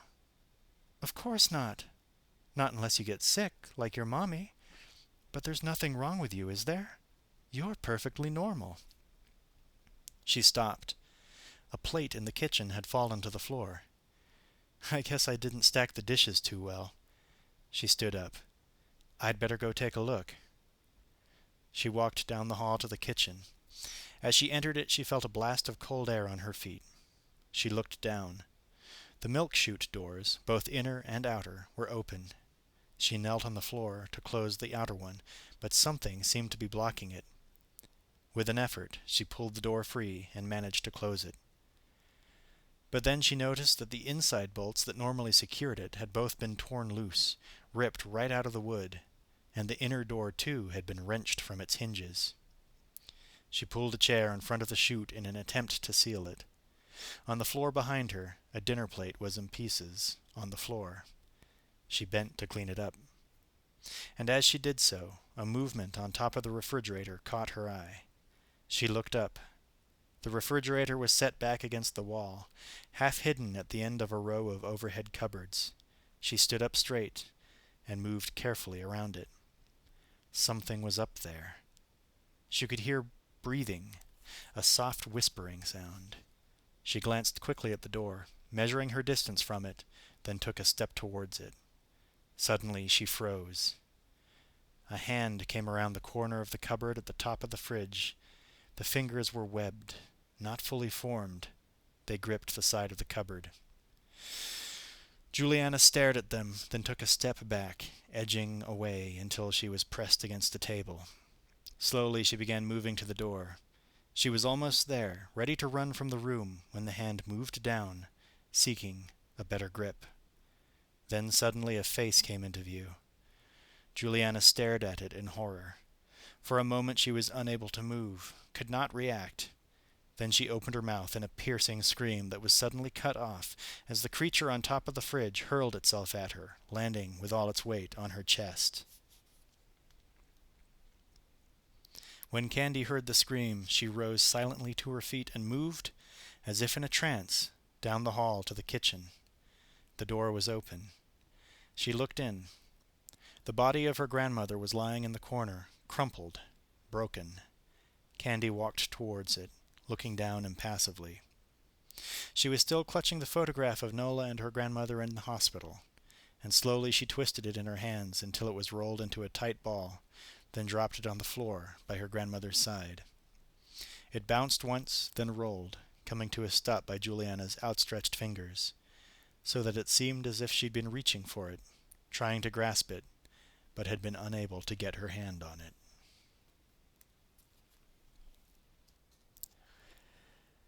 Chapter 5. When Carveth returned to his mother-in-law's house, he was surprised to find it a blaze of lights. A strange car was parked in the driveway, and a couple of doors down the street a police car was pulled onto the curb, its red roof light flashing. Carveth parked and hurried to the house. The front door was open, and he went inside. "Juliana?" There was no answer. He felt a surge of panic. "Candy!" A man appeared from the kitchen, blocking the hallway. "Who are you?" Carveth demanded. "What's been happening?" The man reached into his wallet and showed Carveth his identification. "Bruno Markel," he said, "Inspector of Police." He stepped to one side and ushered Carveth into the living room. "Are you a friend of the owner?" he asked. Carveth nodded. "My mother-in-law. Why? And where's Candy?" "Your daughter?" "Yes. She's safe, I can assure you. Quite safe." Markel gestured to a chair. "Would you please sit down, sir?" "What's been going on?" "It's your mother-in-law," Markel said. "She was attacked earlier this evening. She's dead, I'm afraid." Carveth stared. Dead? Juliana's dead? Yes, sir. I'm sorry to say she has been murdered. We don't know what happened yet. We only arrived a few minutes before you did, but we would like to start working on this one right away, because of the nature of the attack. But she was all right when I left her. Markle waited a moment. I'd like to ask you a few questions, if you're up to it. He looked at Carveth. Sir? Carveth shook his head as if trying to clear it. Are you sure my daughter's all right? Quite sure. She was found asleep in one of the rooms upstairs. We've taken her downtown. He took out a small notebook. Could I have your name, please? Carveth. Frank Carveth. And you say your mother-in-law lived here? Carveth nodded dumbly. Yes, Juliana. Juliana Kelly. I just can't believe it. So the two of them were alone. The two of them? Markle said patiently. Your daughter and your mother-in-law. Yes, Juliana was babysitting. You were here earlier, were you? Carveth nodded. They were looking through some old photographs. He pointed to the box on the floor. Those ones, in there. Markle pulled some of the pictures from the box, selected one, and showed it to Carveth. Is this your mother-in-law? That's Juliana. And when did you leave her? Leave her with your daughter? About an hour ago, Carveth said. I went to see my lawyer. Markle made a note in his book. A uniformed policeman came into the room. He glanced at Carveth, then spoke softly to Markle. I called in, he said. We'll have a unit here in about 5 minutes. Markle nodded. Prints, photographs, the works, he said. I want the full job on this one. Carveth said, Can I see her? I don't think that would be wise, Mr. Carveth. Not yet. You can identify her formally downtown. I want to, Carveth said. I want to see her. Markle looked at him for a moment. If you wish. He led the way into the kitchen. Just don't touch anything. Juliana's body lay in the far corner, as if it had been thrown there by someone who no longer had use for it. The top part was twisted at a sharp angle from the bottom, and her legs were bent under her. One arm had been forced behind her back, obviously broken. The other was stretched out from her side. Carveth stared down at her. Why have you covered her face like that? It's just until the unit gets here. That's not what I asked. Markle shrugged. I've already had to send one officer back to his car to recover, he said. The unit's here, sir. Markle turned to find the uniformed constable standing beside him, his unfocused gaze avoiding the body. Okay, he said. Bring them in. He took Carveth's arm and steered him toward the door. Perhaps we could go downtown, he said.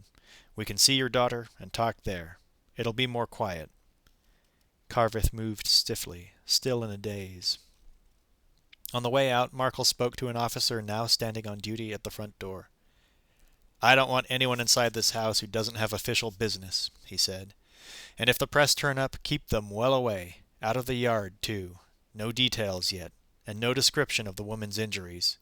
We're treating this as a routine murder as far as the press are concerned. Markle drove, struggling slightly with the unfamiliar gears of Carveth's Volvo. Carveth sat beside him, hunched in his seat, staring bleakly out of the window. As they turned the corner of the street, a blue and white ambulance passed them going the other way. No hurry, he thought. No one could help Juliana now. Markle parked in a space reserved in his name and led the way to his office. Seated behind his desk, he asked Carveth, Did your mother-in-law keep the doors of the house locked? Carveth nodded. Always. She just had the one lock on the front door, an old one. I suggested she get it replaced. She never did, but she always kept it locked. She live alone? For 8 years now. Markle loosened the button of his jacket. He was wearing a smart, tailored suit, expensively cut. He could have been dressed for a night on the town, elegant, groomed, almost foppish. But there was also a toughness about him, showing most in his eyes, which reflected the hard cynicism of his profession. What happened to the husband? Divorced. Amicably? As much as is possible. Markle picked up the phone. Coffee? He asked. Carveth shook his head. Markle ordered a large one, black, no sugar, then turned back to Carveth. Would her husband still have a key? He might. But if you're thinking of Barton, you're off in the wrong direction. He lives and works out of town. Markle looked at him. Do you have any idea, he asked, why someone would want to hurt her? Carveth shook his head. Juliana was an attractive woman. She had lovers, no doubt, some serious, some less so, but none that were really permanent, none that meant anything. He rubbed a hand over his face. I really can't help you, Inspector. Not now. I'd like to see Candy. Markle's coffee arrived, and he took a sip of it. Sure. She's here. With Dr. Birkin, the police psychologist. Psychologist? You said she was all right. Oh, she is. She's fine. He hesitated. Perhaps a little too fine, if you know what I mean. She's very cool about the whole thing. That's why I wanted Dr. Birkin to look at her. Have you questioned her? Not really. I asked her if she'd seen anything. She indicated she hadn't. You don't believe her? Does your daughter normally tell the truth, Mr. Carveth? I've taught her to do that, yes. Well, she may have missed the whole thing, Markle said. It's hard to tell. Can I see her? Markle picked up the phone and called Dr. Birkin. He'll be along, he told Carveth. He was silent for a moment. Mr. Carveth, he said finally, I don't want to add to your suffering. But this is no ordinary murder. Your mother-in-law was beaten about the face, and her neck's been snapped like a stick. Whoever did that to her must have been blind with hate.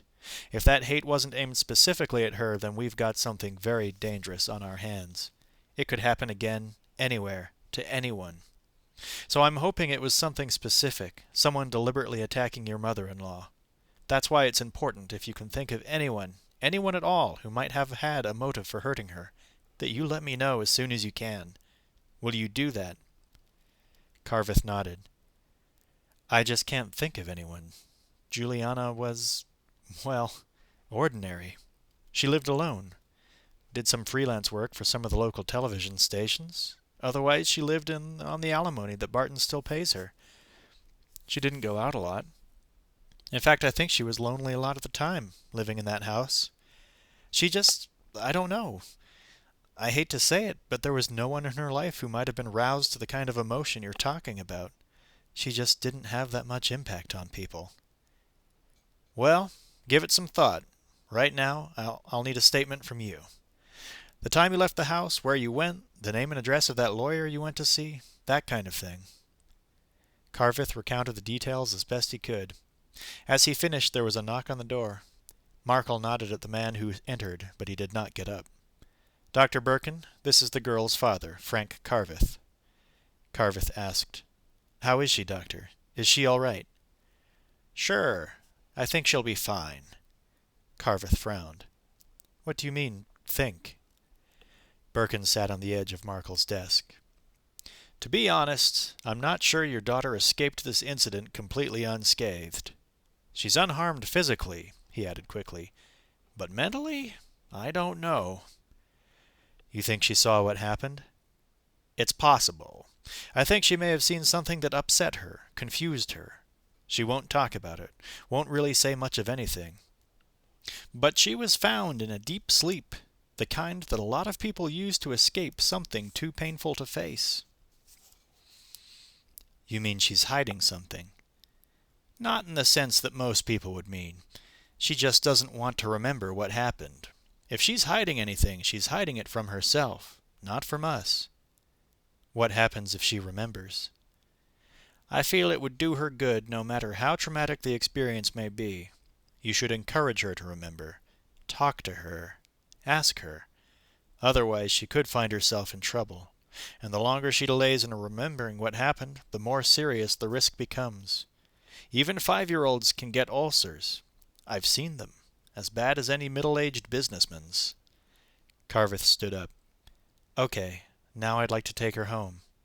It's all right by me." Markle nodded in agreement. "But remember what I said, Mr. Carveth. If you can think of anything that might help, give me a call, no matter how insignificant you think it is. There's someone on the loose out there, and the sooner we get him, the better." Candy was silent on the drive back home. Carveth wasn't in any mood to talk either, but he tried to draw a response from her, first obliquely, then, when that proved a failure, with some direct and penetrating questions. But Candy remained distant, pulled back into a world that Carveth was unable to enter. When he parked outside his home, Candy wouldn't get out of the car. He spoke to her, shook her gently, then lifted her out and carried her, leaning against his shoulder, up to her room. He helped her undress, then brought her a glass of milk from the kitchen. She sat up in bed and sipped at it for a moment, then held it out in front of her until he took it away. "Are you sure you don't want to tell me anything?" he asked. "About what happened at Grandma's? I'm sure you'd feel better, honey, if you did." Candy didn't answer. Carveth looked at her for a moment, then tucked the sheets up under her chin. "Shall I leave the light on?" he asked. She nodded, then turned over on her side to face the wall, her back toward him. Dr. Hal Raglin was working late that night in his Soma-free office. Earlier he had addressed yet another fundraising dinner, and he still wore his dinner jacket and black tie. The speech he had given had been simple enough, little more than an edited version of a chapter of one of his books, a routine speech that he could have delivered by heart. The case study he was writing up now, however, was far more dramatic and much more stimulating. He wrote slowly in longhand, stopping occasionally to play back his tape to make sure he was transcribing it faithfully. Ordinarily, his secretary would have handled the transcription, but in this particular case, Raglin wanted to keep the content of his notes strictly private. Although the hour was late and Raglin had already put in a hard day's work, he was easily sustained by a feeling of inner excitement. Nola Carveth was turning out to be an even better patient than he had dreamed possible. And he knew that if there had ever been doubts about his theories before, those doubts would soon be swept away. Nola's case would make a book by itself, and it would certainly win him the respect that he sought from the medical profession. He could still hardly believe his luck. In a new science, a new field, he could have stumbled around all his working life and never found anything like this. Nola was perfect, an ideal patient, and an ideal subject on which to test and ultimately prove his theories. He'd long since known that she was something special. But during that afternoon session, when she had talked about her early childhood, he had discovered something new, something that Nola had previously kept hidden. At first, the pattern of the session had been as expected. He'd explored the hurt she'd experienced and the punishment she had received at the hands of her mother. And Raglin, in the role of her mother, had been able to draw out the hate and the anger that she still kept locked up inside her. It was ground he had covered before, but he had nonetheless been pleased with the results. The fact that he was able to retrace his steps was in itself an indication that he wasn't just groping around in the dark. As he had pushed and probed, urging her to express her innermost feelings, she had shown him the physical shape of her rage. But then suddenly she had gone limp, her body relaxing, the tension flowing out of her. He had attempted to rekindle the fire, but no matter how much he tried, he could not get a response. The anger she had aimed at her mother no longer seemed to be there. The shouting, kicking, and the snarling backbiting had gone, replaced by a new serenity. She had started then to talk about her childhood in a different way altogether, lyrically, peacefully, as if no harm had ever been done to her, and no harm could ever have been done. And she no longer acknowledged Raglin in the role of her mother. He could assume any other character he wanted, and she would appropriately respond. But when he tried to continue the role of her mother, he was confronted by this new sense of peace. Raglin had been about to call the session to a halt when Nola had casually mentioned the hospital. At first he had paid no attention, thinking she was referring to the hospital she had been in before coming to Soma Free. But when Nola persisted, he began to question. The hospital? Why were you in a hospital? I was always so sick. Oh? Why? Had you been punished by your mother? Hurt so much that you had to get medical care? Nola laughed. Don't be silly. People don't go to hospital because they've been punished. They go there to get well, if they've been sick. So what was wrong with you, Nola? It was then that Raglin had made his discovery. From a very early age, Nola had told him she had suffered through a disease or infection that had never properly been diagnosed. In a childlike voice, the voice that would have been hers as a 5 or a 6-year-old, she had described it to him, described the symptoms. Her arms, she said, had often been covered with sores when she had been a little girl. Bumps, she had called them, small translucent buds that had pushed up from her skin, pushing aside the delicate blonde hairs. They had started when she'd been 5, and then they had continued until her early teens, when they had disappeared of their own accord. Their appearance initially had been sporadic, coinciding for the most part with her bouts of anger. No tangible reason for their existence had ever been established, and although the hospital doctors had treated her and occasionally operated, the sores had remained a mystery. Her doctors had never seen anything like them before. But Raglin had. He'd seen the sores on her arms and on her body. They were a manifestation of her inner emotion, a function of her psychoplasmic treatment. But from Nola's description, the sores she had suffered as a child exactly matched those that she exhibited now. That meant that, right from an early age, Nola had developed an ability to express her feelings in a physical shape. It was little wonder that she was proving to be such an excellent patient. She had, unknowingly, been practicing psychoplasmics for most of her life. She hadn't had to learn how to use psychoplasmic techniques. She'd already known.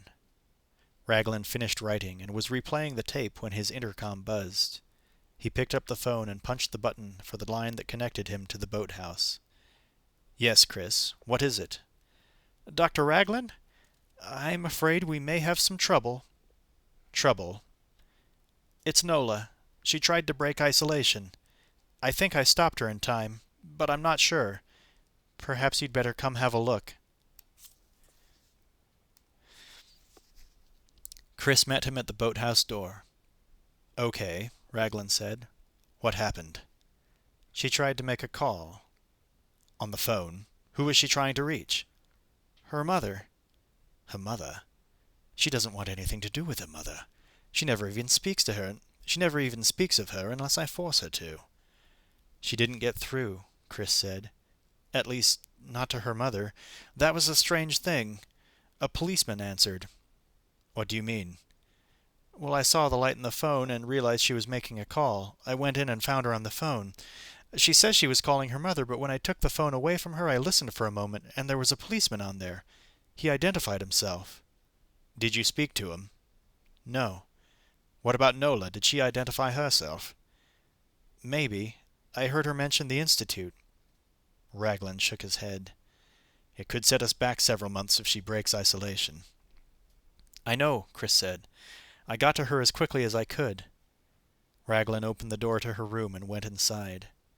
Nola was resting on her couch, looking as serene as when he had left her that afternoon. Hello, Nola. He approached her slowly. You're supposed to be in isolation. No calls. We agreed, remember? It's for your own good.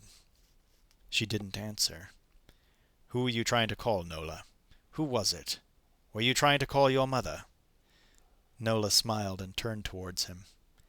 Yes, she said dreamily. I was trying to call my mommy. Her face suddenly clouded. I was worried about her. I thought something bad had happened to her. I wanted to make sure she's all right. And Candy, too, she said. I was worried about her. It's okay, Raglin said soothingly. Nothing bad has happened. And Candy is fine. You saw her yourself just yesterday. And anyway, he added, Frank will be with her. He'll protect her. Nola laughed bitterly. You think so? Like my daddy protected me? She leaned against the back of the couch, closing her eyes. Raglin watched her for a moment. She seemed rested, at peace with herself, but Raglin couldn't be sure. As he prepared her a sedative, she suddenly spoke. "Daddy? Daddy, is that you?" Raglin looked at her. He could see her restlessness now. It's too soon, he thought. Too soon after her last session to start another one now. But Nola wouldn't be stopped. She reached out a hand. "Daddy, are you there?" Her voice was pleading. Raglin yielded. "Yes, sweetheart. It's Daddy." "You've come to protect me?" "Of course. To keep you from harm. You know that. You can trust me." Nola opened her eyes and glared at him, and Raglin was taken aback by the baleful intensity of her gaze, the hate that showed in her eyes. "You never protected me," she said. "You never helped me. You let Mommy do whatever she wanted. You never stopped her, locking me up, using the hook. You were always out. You only came home after I'd been put to bed. I used to lie awake and hope you'd come in to see me. But you never did. And you never came to see me in the hospital, not even when I was really sick. You never came once." "Nola, what do you mean? Of course I came to see you." Nola opened her mouth and screamed. "No, you didn't. Not once. But you should have done. You should have been there when I needed you. I wanted you to help me, to love me, but you were never there." Her voice hardened, then dropped to a whisper. "I hate you for it, Daddy. I hate you because you just let her hurt me." She paused, then spoke in a childlike voice. "Didn't you love me?" she said plaintively. "Didn't anyone love me?" Chapter 6. Barton Kelly's flight had already arrived by the time Carveth reached the airport. Carveth parked in a no-waiting zone and ran across the street into the terminal. It had been more than 7 years since he had last seen Kelly. In the brief time they had known each other, they had established a common bond that was stronger than just a mutual attachment to Nola. Under different circumstances, Carveth had always felt, he and Kelly would have grown close. As it was, their friendship had been prematurely cut short. Now their only contact was a few sporadic letters and token greetings at Christmas. Even so, Carveth had no difficulty recognizing his father-in-law. Though not a tall man, Barton Kelly was well-built, and his handsome, rugged features stood out in any crowd. Carveth found him pacing restlessly up and down outside the first-class lounge. Always impatient and conscious of time, Kelly was not one who liked to be kept waiting. Carveth pushed through the crowd towards him. "Hello, Barton. Sorry I'm late." Kelly shook his hand. "It's okay. The flight was on time for once." He stood back. "It's good to see you, Frank. You haven't changed it much in, 7, 8 years?" "Something like that." Carveth picked up Kelly's suitcase. "I'm sorry we had to meet again like this. It was a hell of a shock, I can tell you." Kelly nodded. "I know. How's Nola?" he asked. "No better." Carveth led the way out to the car and lifted the suitcase into the trunk. "Where are you staying? Downtown?"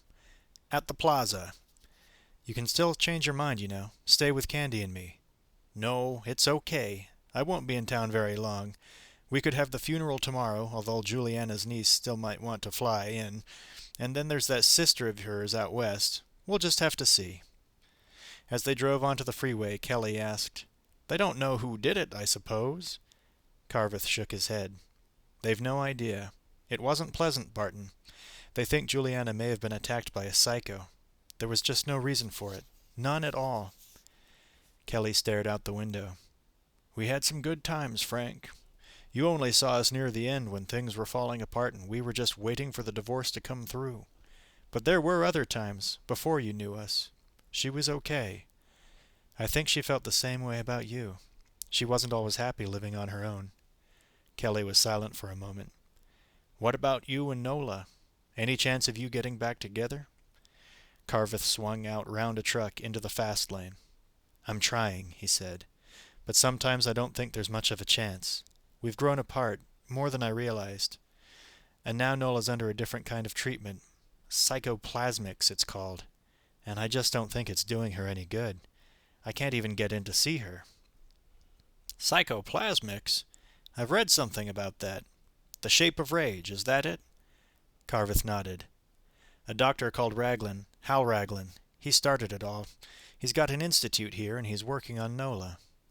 You don't sound too keen. I'm not, Carveth said. He turned off the freeway and drove to the Plaza Hotel. Kelly got out of the car and brushed down his coat. I've got to go see the funeral home, he said, then contact the rest of the family. Suppose I give you a call tonight. We can talk then. Carveth nodded. Any time after 6. And Barton, he said. I'm really sorry about Juliana. It's a hell of a thing to have happen. Yeah, Kelly said. Yeah, I know. Carveth drove straight to the Krell Street School, arriving just as the bell was ringing for lunch. He fought his way upstream against the rush of kids that tumbled out of the school and into the yard, and made his way to Ruth Mayer's classroom. He found her scrubbing the alphabet and the numbers 1 to 10 from the classroom board. Mr. Carveth, she said, turning around. I'm glad you could come. I hope I'm not breaking into your workday. It's okay, Carveth said. I've taken some time off. Well, something came up. Ruth Mayer nodded. I just thought we should have a talk, she said, about candy. She brushed chalk from her hand and opened a drawer in her desk. Carveth pulled up a chair, then realized it had been built for a child. He turned it around and leaned against the back of it. We could have talked at the next PTA meeting, Ruth said, but I felt you should see these pictures before then. Candy drew them, all of them, and quite honestly, they disturbed me. I didn't think we could afford to wait. She took a number of pictures from the drawer, selected one, and slid it across the desk. This is one of Candy's older drawings, the kind of thing she used to do. Carveth looked at it. The drawing was in bright crayon colors. Trees, flowers, circular sun with a smiling face, and a man waving from the doorstep of a house. It's pretty much what you'd expect, Ruth said. It's cheerful, happy, it's normal. It shows a well-adjusted child. All Candy's pictures were like that. It didn't matter what she was drawing. They were all much the same. She handed Carveth 3 more pictures. These are fairly representative of what Candy was doing. You'll see that the people are all smiling. Whether they're waving, or standing, or walking along the street, they're all essentially happy. Carveth put the pictures back on the desk. So what's the problem? It's these, Ruth said. She passed across the rest of the pictures. Carveth studied them, shocked by the difference. These drawings were scenes from a nightmare. The bright colors had gone, replaced by heavy blacks and dark shades of brown, and the familiar, comfortable landscapes had changed to abstract images of desolation and torment. The figures were no longer smiling. Instead, their faces were demon-shaped with sharp, twisted features. The last drawing, at the bottom of the pile, was almost totally black. Even the white spaces had been crisscrossed with dark lines. She did that one this morning, Ruth said. Carveth shuffled the pictures, looking at each of them again. These are terrifying, he said. I know. Ruth leaned across the desk. Look here, at these first ones I showed you. All the scenes are familiar to Candy's experience. They show things that she has actually seen with her own eyes. They're the kind of thing you would find in any ordinary neighborhood, and a few of them show scenes from the countryside, hills, trees, mountains, lakes. And look again at the people, she said. They're stick-shaped, just simple representations. But you'll notice that nearly all of them are shown with their arms up high or away from their sides, and their legs point out from their bodies. They're expansive, open, welcoming. But now look at these other pictures.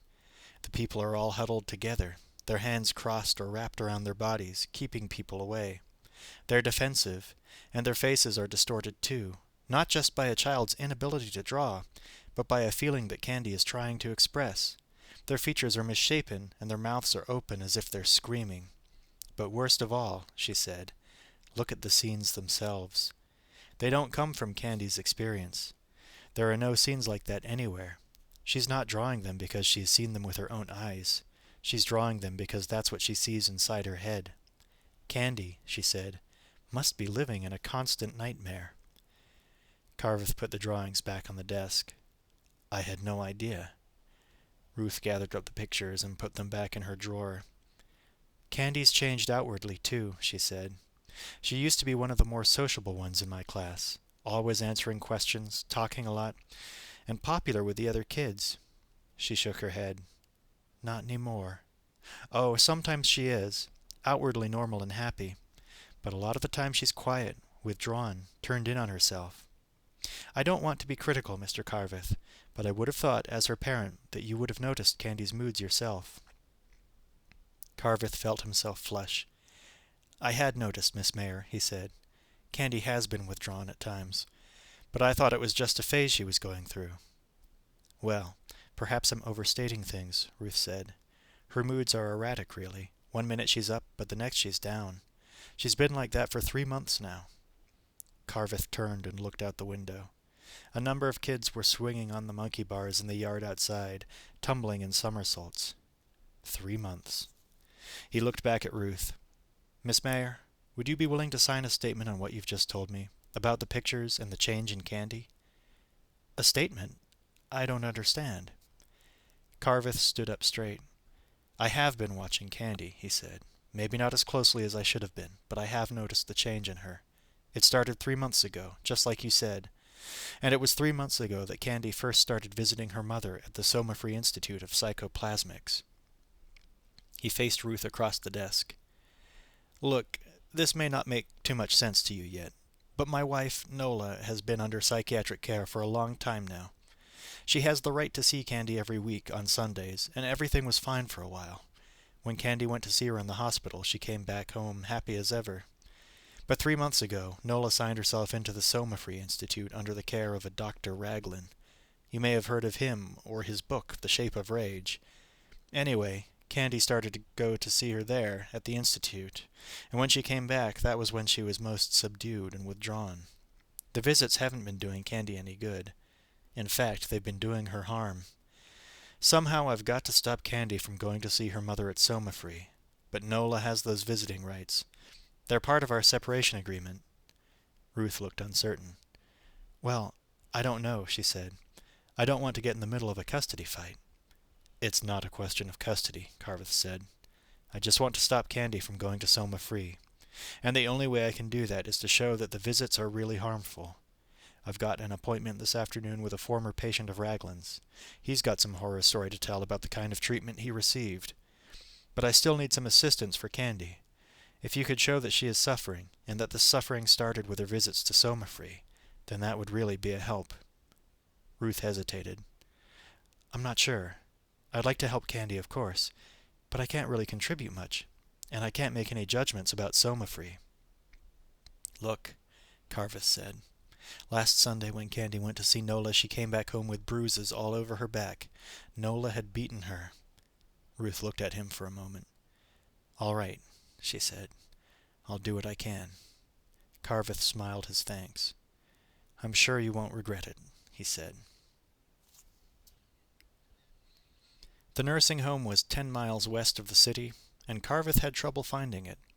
There was no signposts to guide him, and the sketchy directions he had been given were not providing much help.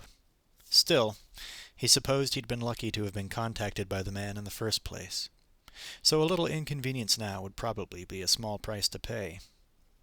When Carveth had first discovered that Candy had been beaten, he had resolved to devote as much of his week as possible to preventing another visit to Soma-Free.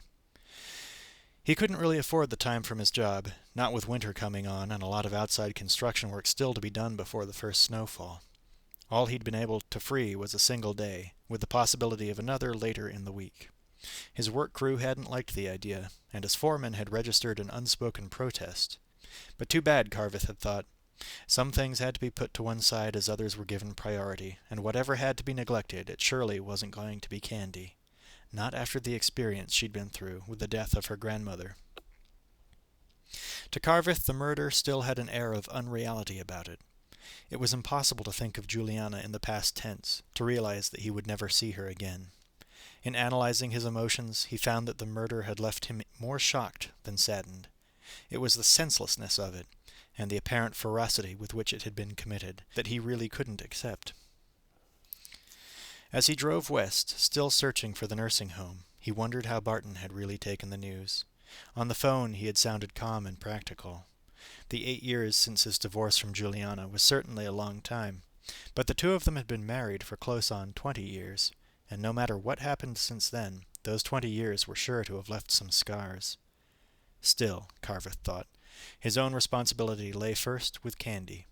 Maybe it was callous, but he had to protect the living rather than mourn the dead. There would be time for sorrow later. He finally found the nursing home by stopping at a gas station and asking for directions.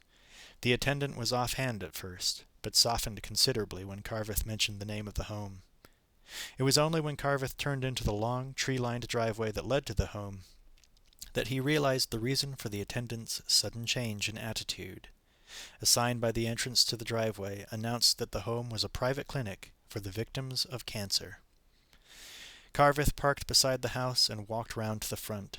The nursing home was a large Victorian mansion, previously the country retreat of a wealthy industrialist. Carveth climbed the steps to a wooden veranda and pushed open the front door. He crossed the hallway to a receptionist's desk that had been set up at the foot of the stairs. "I'm here to see Mr. Hartog," he said. "Mr. Jan Hartog." The receptionist, a male nurse in a white uniform, looked up from the book he was reading. "Name?" "Frank Carveth." "One moment." He punched a button on the intercom by his side and spoke quietly into a phone. Carveth turned away. Through the open front door he could see the sweep of the driveway and the grove of trees he had just passed through. There was a sense of tranquility in the view, and a relaxed atmosphere in the house itself. But the knowledge of the purpose of the home, and the fact that here there were patients who were no doubt terminally ill, made him feel uncomfortable and in a hurry to leave. The receptionist called to him. "You can go right up, Mr. Carveth. Mr. Hartog's getting ready for his bath, but he'll see you first. You'll find him in the 3rd room on the left, top floor." Carveth climbed the curved wooden staircase and counted the doors on his left. He knocked, received no answer, then tried the door. It opened, and he looked in. The room was an incongruous blend of old Victorian furniture, handed down from the original owner of the home, no doubt, and relatively new hospital equipment. A metal frame bed in the center and an antique wardrobe and a desk along one wall. The high ceiling gave the room a strong sense of space, but the small attic windows and darkened wallpaper were oppressive and cold. Carveth could see no one. He was about to leave, thinking he had the wrong room, when a voice called out to him. Come in, don't just stand there." Carveth stepped around the bed and found a man, about 40 years old, rolling from side to side on a small mat on the floor. The man was overweight, with short, thinning hair. He was sweating profusely inside a heavy 2-piece tracksuit. Sit down," the man grunted with effort as he rolled his legs up to his chest and began cycling in the air. "Yes, you there. Take a seat." Carveth looked around, found a canvas and frame chair, and pulled it forward. The man on the floor was lying on his side now, raising and lowering his knees, curling into a fetal position, then stretching out to his full length again. An alarm suddenly went off by the side of the bed, and the man rose painfully to his feet. He had a thick towel wrapped around his neck, and he used the end of it to wipe the sweat from his face. 10 minutes, twice a day, he said, shutting off the alarm. Got to keep the heart working. Heart? The second one. The first heart, this one here. He patted his chest just left of center. That's the one that pumps the blood around, right? But what makes the lymphatic fluid circulate, eh? What makes that go around, do you know? Carveth shook his head. Movement, the man said. Walking, running, jumping, anything at all, as long as it's movement. You've got this whole other system inside your body, the lymphatic system it's called, but most people don't even know it's there. He waved one hand in the air. Anyway, the hell with it. You didn't come here to talk about that, did you? You're Frank Carveth. How did you get my name? Through my lawyer, Carveth said. Al Reskinoff. He heard you were preparing a case. Against Raglin, right? Carveth nodded. And his institute. Hartog sat on the edge of the bed. You too? Maybe, Carveth said. I'm trying to get something started, but different from your case. Yeah? Hartog rubbed his hands on his towel. Sorry about all the sweat, he said. How different? My wife's a patient of Raglin's. I'm not. And as far as I know, she is suffering psychologically, not physiologically. So you're coming to me for the physiological damage, is that it? Carveth nodded uncomfortably. Don't worry about it, Hartog said. Give Raglin a little more time with your wife, and you'll be able to go to her for physiological damage, too. That man uses the body any way he can, and he doesn't care what harm he does along the way. Carveth asked, How long was Raglin treating you? On and off, only about 6 months, but he still did his damage. Hartog reached up to his neck and unwound the towel. Here, he said, have a look at this. People's Exhibit number 1. Carveth, in spite of himself, couldn't help wincing at the sight. Hartog's neck was a swollen mass of discolored flesh. It's called lymphosarcoma, Hartog said. A form of cancer of the lymphatic system. That's Raglin for you. That's psychoplasmics. You can really blame Raglin for that? Sure, he did it. He encouraged my body to revolt against me. He taught it how. I've been like this for a couple of months now, and it's spreading. The doctors, the real ones, that is, they tell me they can slow it with drugs and radiation, but they can't stop it. It's killing me, literally. I can feel it. Carveth looked away. I'm sorry. It's all right, Hartog told him. What the hell? Don't waste your sympathy on me. You don't even know me. Save it for your wife. He stood up stiffly. You know why I first went to Raglin? He asked. Do you? Well, I'll tell you. I couldn't stand the thought of getting old. Couldn't stand the idea that I was living inside a body that was decaying, gradually breaking down with nothing whatever that I could do about it. Oh, sure. I'd exercised all my life, watched my diet, never smoked, and only had an occasional drink by way of reward. I wasn't always as fat as this. But you know, all time I had a horror of getting old and infirm. It became an obsession with me. So I go to see this Raglin, and I tell him my troubles, and he gives me his treatments. And I start to get really angry with myself, angry at my own body. Raglin's teaching me all this, telling me how to express my anger through my body, through the source. But look what happens. My body starts to rebel. It shows its anger, and you know the result? My body begins to decay even faster than before. Hear that? Faster than before. It's ironic, isn't it? Enough to make you open your mouth and laugh out loud. Except you don't hear me laughing very often. Hartog wound his towel back round his neck and went into the next room. Carveth heard water running. When Hartog reappeared, he was wearing a bathrobe. So what do you want to hear from me? He asked. I want to know if your lawyer thinks he really has a case, if he thinks he can prove that Raglin is responsible for what's happened to you. Hartog smiled. You kidding me? We haven't got a hope in hell. I mean, how can we prove that I wouldn't have developed this cancer without Raglin's interference? No one can prove it. It just can't be done. Carveth shook his head. I don't understand. What's the point? Revenge. Pure and simple. Win or lose, it doesn't matter a damn to me. It's too late to help me now. All I want is some publicity to get my charges on the record so they can be reported. When people read that Raglin's been accused of causing cancer, then maybe they won't trust him so much. All they'll remember is that psychoplasmics and cancer go hand in hand. That gets around, then it's goodbye soma-free. Is that going to help you any? Maybe. Carveth stood up. I'm not sure yet. Right now I'm just trying to get as much on Raglin as I can. Well, I'm not alone, you know. I'm in touch with a lot of people who've been through psychoplasmics and aren't any too happy about it. You need any more witnesses, you get back to me, hear? Carveth nodded. Just don't take too long, Hartog said. Next time you call, I might not be around to greet you. Barton Kelly was sitting in his rented car in the Soma-Free parking lot, and already he was on his 3rd cigarette. Hunched low in the driver's seat, he stared out the windshield, feeling his impatience slowly turning to anger. He wasn't accustomed to being kept waiting, and he wasn't used to being rudely rebuffed. Earlier that day he had completed the arrangements for Juliana's funeral, setting the date for the following Thursday. That would give the rest of the family time to assemble for what promised to be their first reunion in more than a decade. Everything was set and ready to go, except for Nola. Kelly had called the Soma Free Institute that afternoon and been told he could not talk to his daughter by phone. Nola, he'd been informed, was still in isolation and could not be disturbed.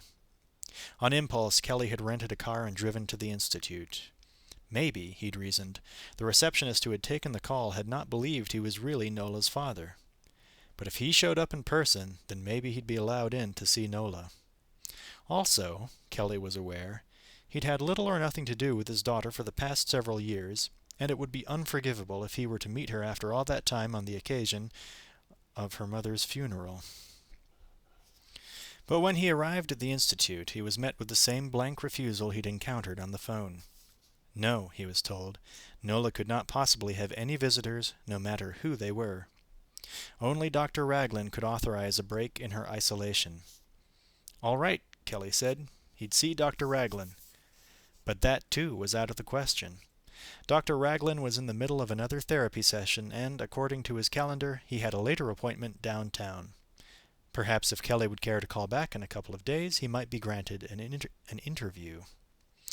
Kelly had argued and cajoled, but eventually had been forced to leave, though not before he had picked up a copy of Raglin's book, The Shape of Rage, that he'd seen lying on a reception area table. The cover of the book had shown a series of graphics, the images of rage blending into one another, as well as a full-face portrait of the author. It was a face with which Kelly was already familiar, from the numerous articles on psychoplasmics that had been published across the country. And, after an hour's wait in his rented Chevrolet, it was a face that he recognized on the man now approaching the white Mercedes that was parked beside him. Kelly stubbed out his cigarette and climbed from his car. "Dr. Raglin? I'm Barton Kelly, Nola Carveth's father." Raglin turned and studied him for a moment. Kelly said, "I came here to see my daughter, but your receptionist wouldn't let me in." "No, she wouldn't. You see, Nola—" "I know," Kelly said. "She's in isolation."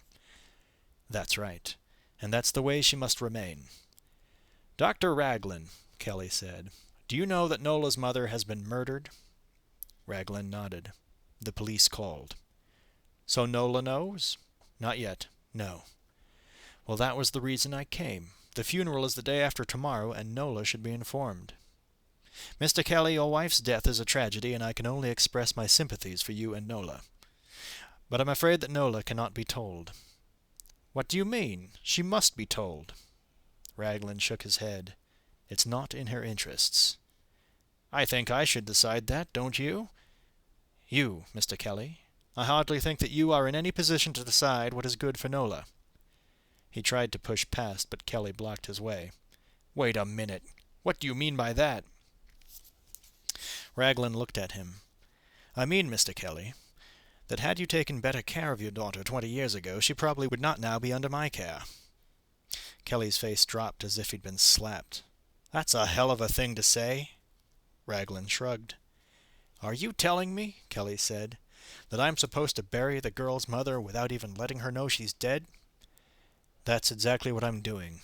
Nola is going through a critical phase of her therapy. She just couldn't handle the news of her mother's death.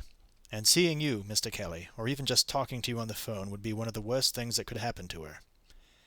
"But I'm her father, for God's sake." "And I'm her doctor. And right now she needs me a lot more than she needs you." "But you don't know anything about me." Raglin, about to get into his car, turned. "You'd be surprised, Mr. Kelly. I'm working through her relationship with you, analyzing it, finding out what it was really like. About the neglect, the indifference you showed towards her. She resents you, you know. Strongly." "She's never said anything like that to me." "Perhaps not. But she's reliving her early bitterness, and quite frankly, you are a long way from being her favorite person. She has a lot of anger inside her, and right now it's directed at you." "If I could just see her," Raglin cut in. "I'm afraid you don't understand, Mr. Kelly. It's the father you were in the past that she despises. Not the father you are now, or the father you may become in the future. It's the same with Nola's mother. Nola relates to her as she did when she was a child. As far as she is concerned, your wife is still very much alive. I can't disturb that now." He opened the door of his car and climbed in. As Kelly took a step forward, Raglin put his Mercedes into drive and pulled out of the parking lot. Chapter 7. Carveth put The Shape of Rage on the couch beside him and rubbed his eyes, kneading the corners with his knuckles. He still couldn't shake from his mind the image of Hartog and the physiological damage the man had suffered. Carveth had witnessed the kind of physical transformation that psychoplasmics could generate.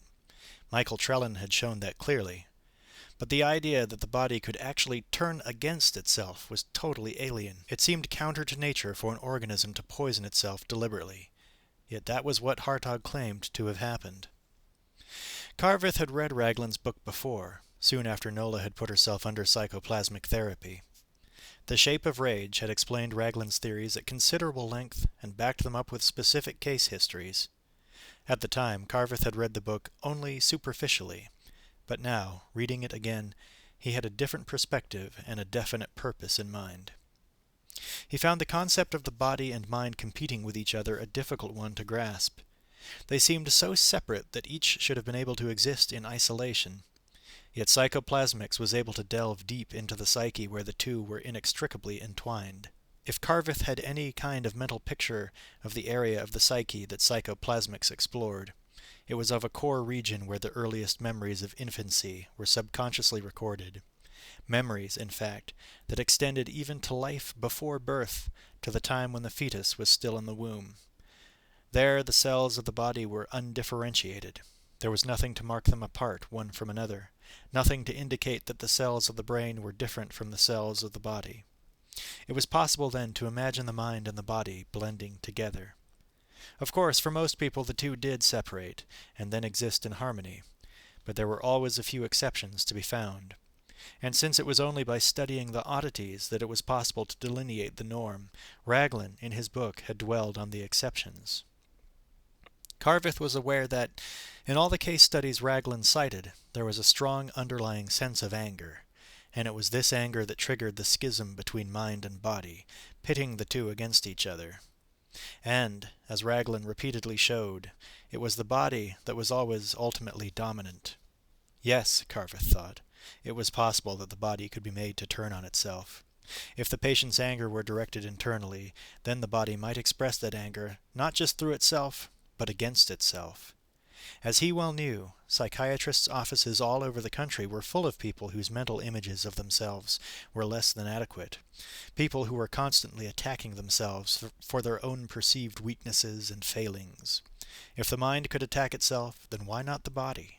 And if the body really were the dominant force, then surely it was not hard to accept that when the body expressed anger, then the effects would be that much more dramatic.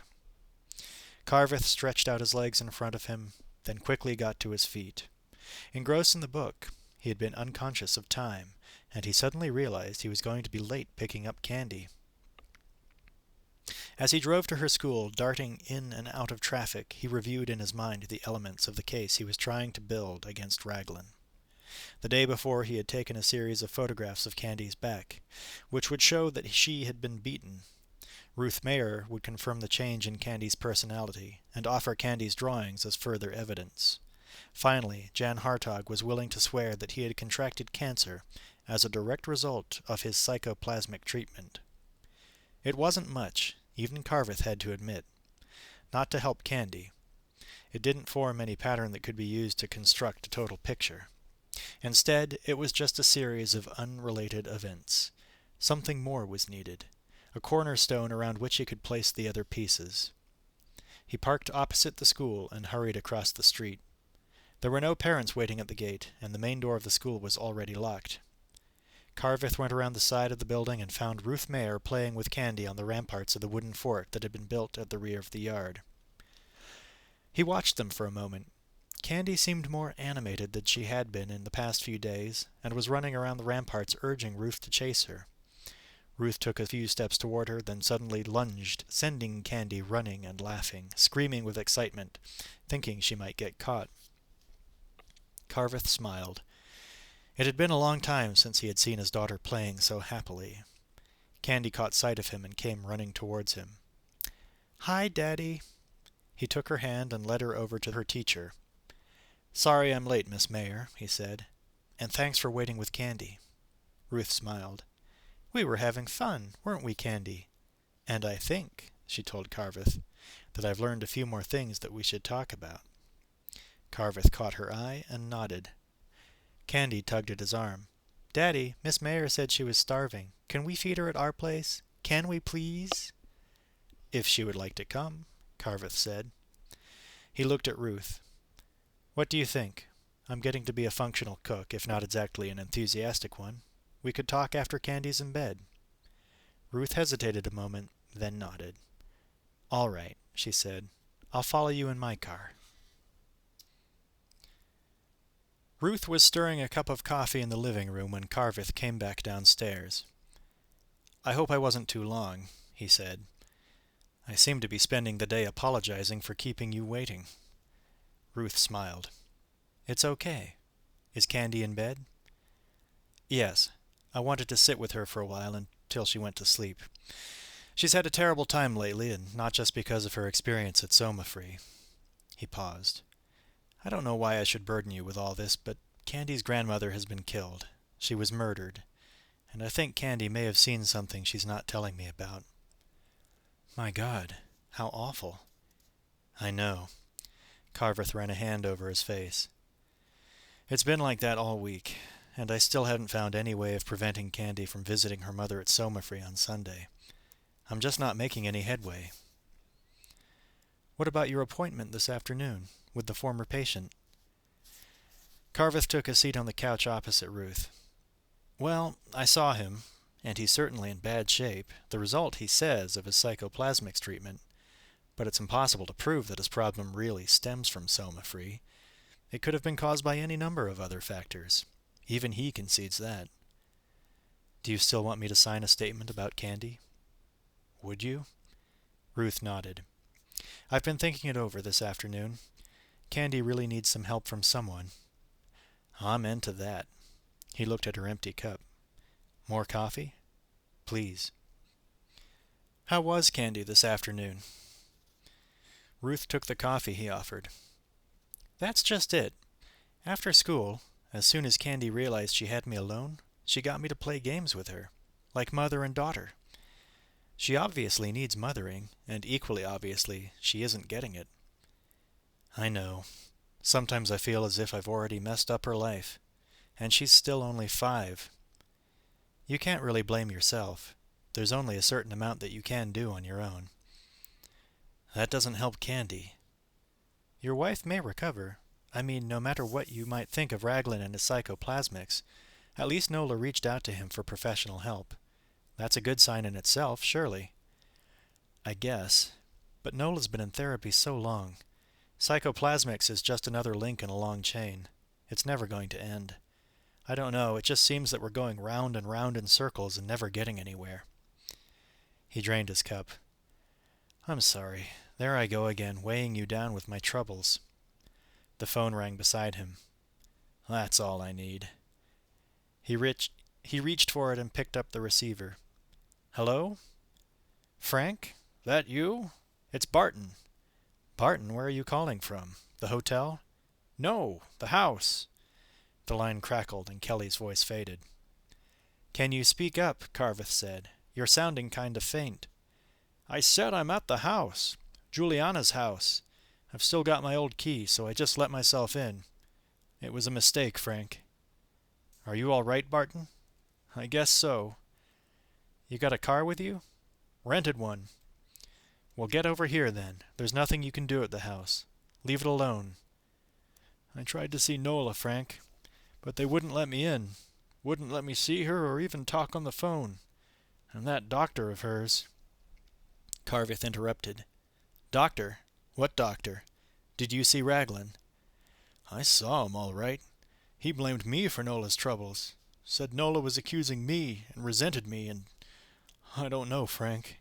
Some of the things he said." "Barton, have you been drinking?" "Some. But Christ, it's all coming back to me now. Memories I thought were long since faded. All I wanted was to see Nola. That's why I went out there." "I know, but it can wait. Wait until the morning." Kelly didn't answer. "Barton, are you still there?" "Yeah, still here. I'm going back up there, Frank, to Somafree. They might expect me to come back, but they won't expect me to come back tonight. I want to see Nola, see if I can't straighten a few things out. Maybe I wasn't such a hot-shot father as I could have been, but I did what I did. I did my best. Now wait a minute, Barton. I've waited too long as it is, Frank. Nola's mother's being buried on Thursday, and Nola doesn't even know she's dead. Barton, listen to me. You don't know what you're doing. There are things about Nola that you don't understand. It won't do any good if you go up there now and make some kind of scene. You'll just make things worse. Everyone keeps telling me I don't understand my own daughter. I'm going, Frank. I just called to see if you wanted to come along. If you don't, fine. I'll go by myself. Barton, don't do this.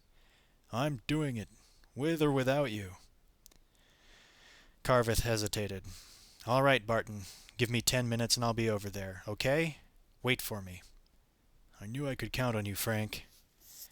Carveth hung up and turned to face Ruth. "You heard?" She nodded. "That was Nola's father. He's in town for the funeral. Now he's threatening to drive up to Somafree to see Nola. I have to go over there and stop him." "I get the feeling," Ruth said, "that I'm being recruited as a babysitter. It's my final imposition on you, I promise. Candy's asleep now. Ordinarily I might be able to leave her for 20 minutes or so, but after this week and what she's been through, I'd hate to have her wake up and find nobody here. 20 minutes. No more. All right. Thanks, Ruth. I really appreciate it. There's more coffee in the kitchen, so help yourself." He waved his hand around the room. "Television, magazines, make yourself at home. I'll be back even before you know it." Barton Kelly refilled his glass from the bottle of scotch on the living room sideboard. It had been, as he'd told Carveth, a mistake to come to the house. His marriage to Juliana had ended nearly a decade ago, but even so, there were memories in this house, old ghosts that had never been laid to rest, minor things he thought he'd forgotten, but which now triggered a recollection of some of the good times he and Juliana had shared. As he replaced the bottle, he felt a twinge of guilt. Stealing from the dead, he thought. But Juliana wouldn't be drinking the scotch now, and if he left it alone it would only disappear into storage, or maybe even turn up at a policeman's ball somewhere. Someone, he knew, would have to come to the house and list the contents, the furnishings, the ornaments, the countless number of odds and ends that had been collected over the years, as well as the few valuables. He looked around the room. Jesus, it wasn't much to show for a lifetime. Nothing permanent, nothing that would live on after death. "I'm sorry, Juliana," he said out loud. "I'm really sorry." He had been a good provider, though. He couldn't be faulted for that. Working hard at his job, evenings and weekends too, he had steadily advanced his career, and always brought home the money he'd earned. He'd kidded himself that he'd worked so hard for the sake of his family that it had been his wife and daughter he'd been struggling for. But had it really? Even after the divorce, he'd continued to work the same long hours, putting in the time when others went home, still seeking, still striving for success, trying to attain that level where his ambition would be satisfied. Well, he'd done it now. Head of a division and first in line for a shot at the top job. But there'd been a price, and Juliana, and Nola too, had been the ones who had been forced to pay it. He really had neglected them, and at a time when they'd both needed him. As he swallowed his drink, he realized why Raglin's words had cut him so deeply. Because they were true. If you'd taken better care of your daughter, then she probably wouldn't now be under my care. If he could just talk to Nola, make her see things from his point of view, maybe she could still be made to understand. He finished his scotch and placed the glass on the sideboard. Even after 8 years, everything in the house was still familiar. With the scotch warming inside him, many of his recollections may have been lost or confused, but he knew he could find his way around the house blindfolded, if he really put his mind to it. As he looked around, he was struck by a disturbing sense of déjà vu. He knew where things were, yet didn't. When he opened doors and cupboards, he didn't know what to expect. yet somehow he was never surprised. He was staggering slightly as he went into the hall and had to lean on the door jamb for support. When he had arrived at the house that evening, he had gone straight to the living room. Now he turned and walked down the hall to the kitchen. A rope had been slung across the entrance, tied to a chair and a drawer in the counter. He looked into the room and saw the white tapes on the floor, showing where Juliana had fallen after she'd been killed. An unrecognizable shape, not one of a human being, just a formless outline, pathetically small. Suddenly he grabbed the rope and pulled it, yanking the drawer from the counter and sending it crashing to the floor. He stepped forward and kicked it out of his way. Kelly was swaying slightly, staring down at the tapes. Then he knelt beside them. His eyes were filled with tears. Carveth drove as quickly as he could. He really shouldn't have left Barton on his own, he thought. Instead, he should have insisted he stay with him and Candy. At least that way he could have kept Barton out of trouble and put an end to his plan to go see Nola even before it had properly formed. He drew level with a streetcar and accelerated rapidly, trying to get in front of it, then swore softly as the lights ahead changed to red, forcing him to stop. Kelly climbed the stairs to the second floor, stopping now and then to rest his weight on the banisters. He'd once carried Juliana up these stairs, he remembered, after they'd been away on what was supposed to have been a second honeymoon. It was all so long ago, in a past that seemed to belong to someone else. He went into the master bedroom and stood by the side of the bed, on his side, near the door. Juliana had always insisted she sleep away from the door, concerned that someone might break in during the night and come up to the room. It wasn't a particularly rational fear. If someone were to break in, they'd probably avoid the bedroom altogether. But Juliana had always insisted, "You sleep near the door, Barton. That way you can protect me." She had always been hearing noises, too, then asking him to go down to the basement to check that it was empty, or to look into closets and behind the furniture to make sure no one was there. But the noises had just been the old house creaking, or the sigh of the trees moving, He sat on the bed, blinking back tears as he relived the memories the house still retained. His life here hadn't been perfect, but there had been moments of joy, of contentment, when he, Juliana, and Nola had been a united family. He sank back against the pillow and wiped his cheeks with the back of his hands. It must be the Scotch, he thought, making him yearn for a past he'd hoped he'd forgotten. He closed his eyes. If only he could just see Nola, get inside the Soma-Free Institute and tell her why he'd been away from home so often, why he'd not been the father she needed. If only he could have a chance to explain. He rolled over. It was no good, he thought. Nothing would change. Not now. As he turned and buried his face in the pillow, 2 hands appeared from under the bed. Small, ill-defined, the fingers not properly formed. For a moment they were still, but then they flattened onto the carpet, and a creature, the size of a child, pulled itself onto the rug by the bed. It rolled over, then rose to its feet, its back arched, knees slightly bent. It watched Kelly with a cold, unblinking stare. Carveth turned the last corner and saw the lights of Juliana's house at the end of the street. For a horrible moment he was reminded of his last visit to the house, when he had found the police already investigating her murder. At least, he thought, there was no sign of them now. He parked in the driveway behind Kelly's rented car. The front door of the house was unlocked, the bolt drawn back so that it could not connect with its socket in the door jamb. Carveth pushed it open and went inside. Kelly lay still, his face pressed into the pillow. Beside him, the child creature looked around and saw a matched pair of glass spheres on the dresser by the bed, the kind that, when shaken, snow on the miniature landscapes locked inside. It reached out and grabbed them, one in each hand, then climbed onto the bed. Kelly felt its weight beside him and turned, his mind still fogged with memories, his eyes blinded with tears. He held out one hand. "Nola?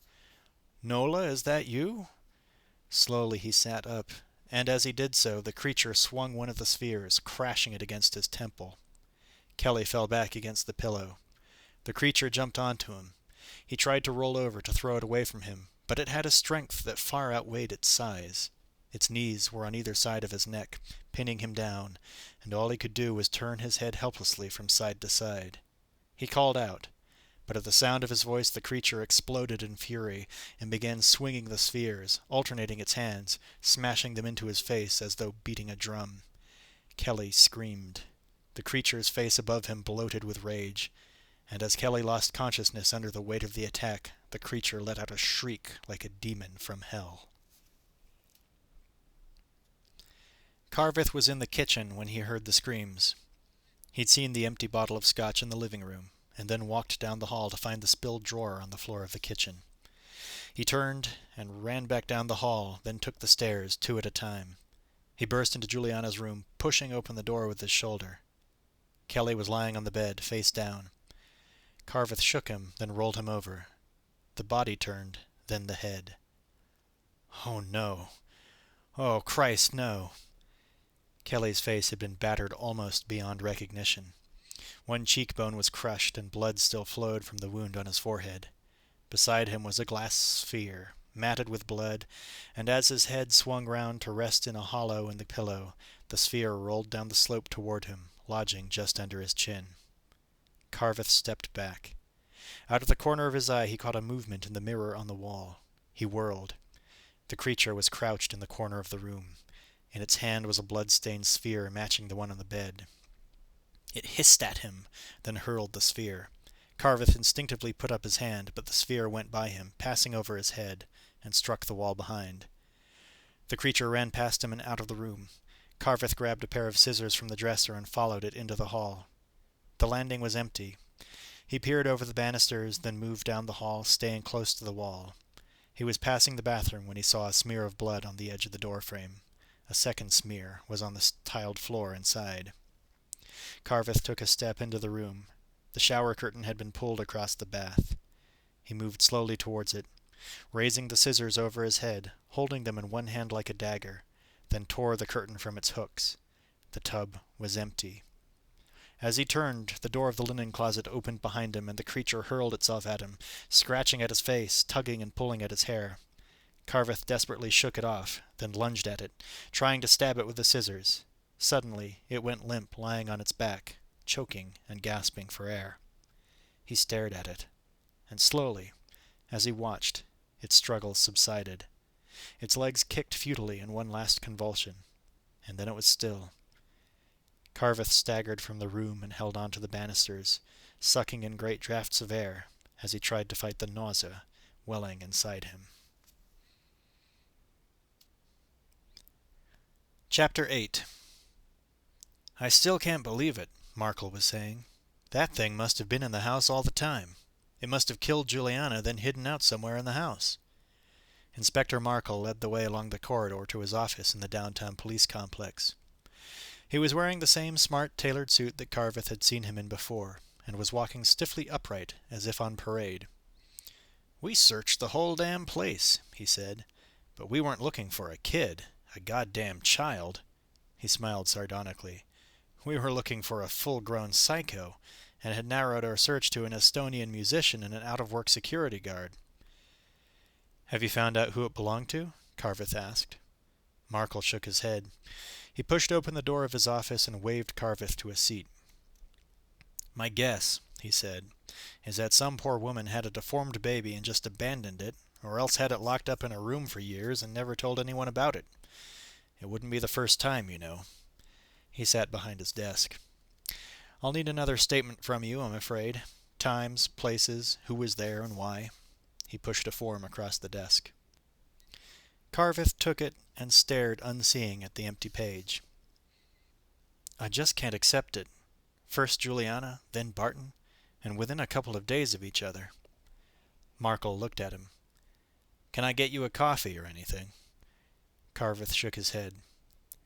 "At least Candy didn't see this one." "That's another thing," Markle said. "I need to know if your daughter really did see anything before, when your mother-in-law was killed. Just to make sure, you know? To confirm that it really was that kid who killed them both." He lit a cigarette, sucking in smoke. Carveth nodded silently. "It just lay there," he said. "It jumped me, then before I could do anything, it kind of fell over and just died." Well, it was pretty badly deformed. God knows what was wrong with it. I've got the pathologist checking it out, so we'll soon find out. He reached across the desk and took back the form. Here. You tell me what happened, I'll write it. You sign it. Then you can get back home to your daughter.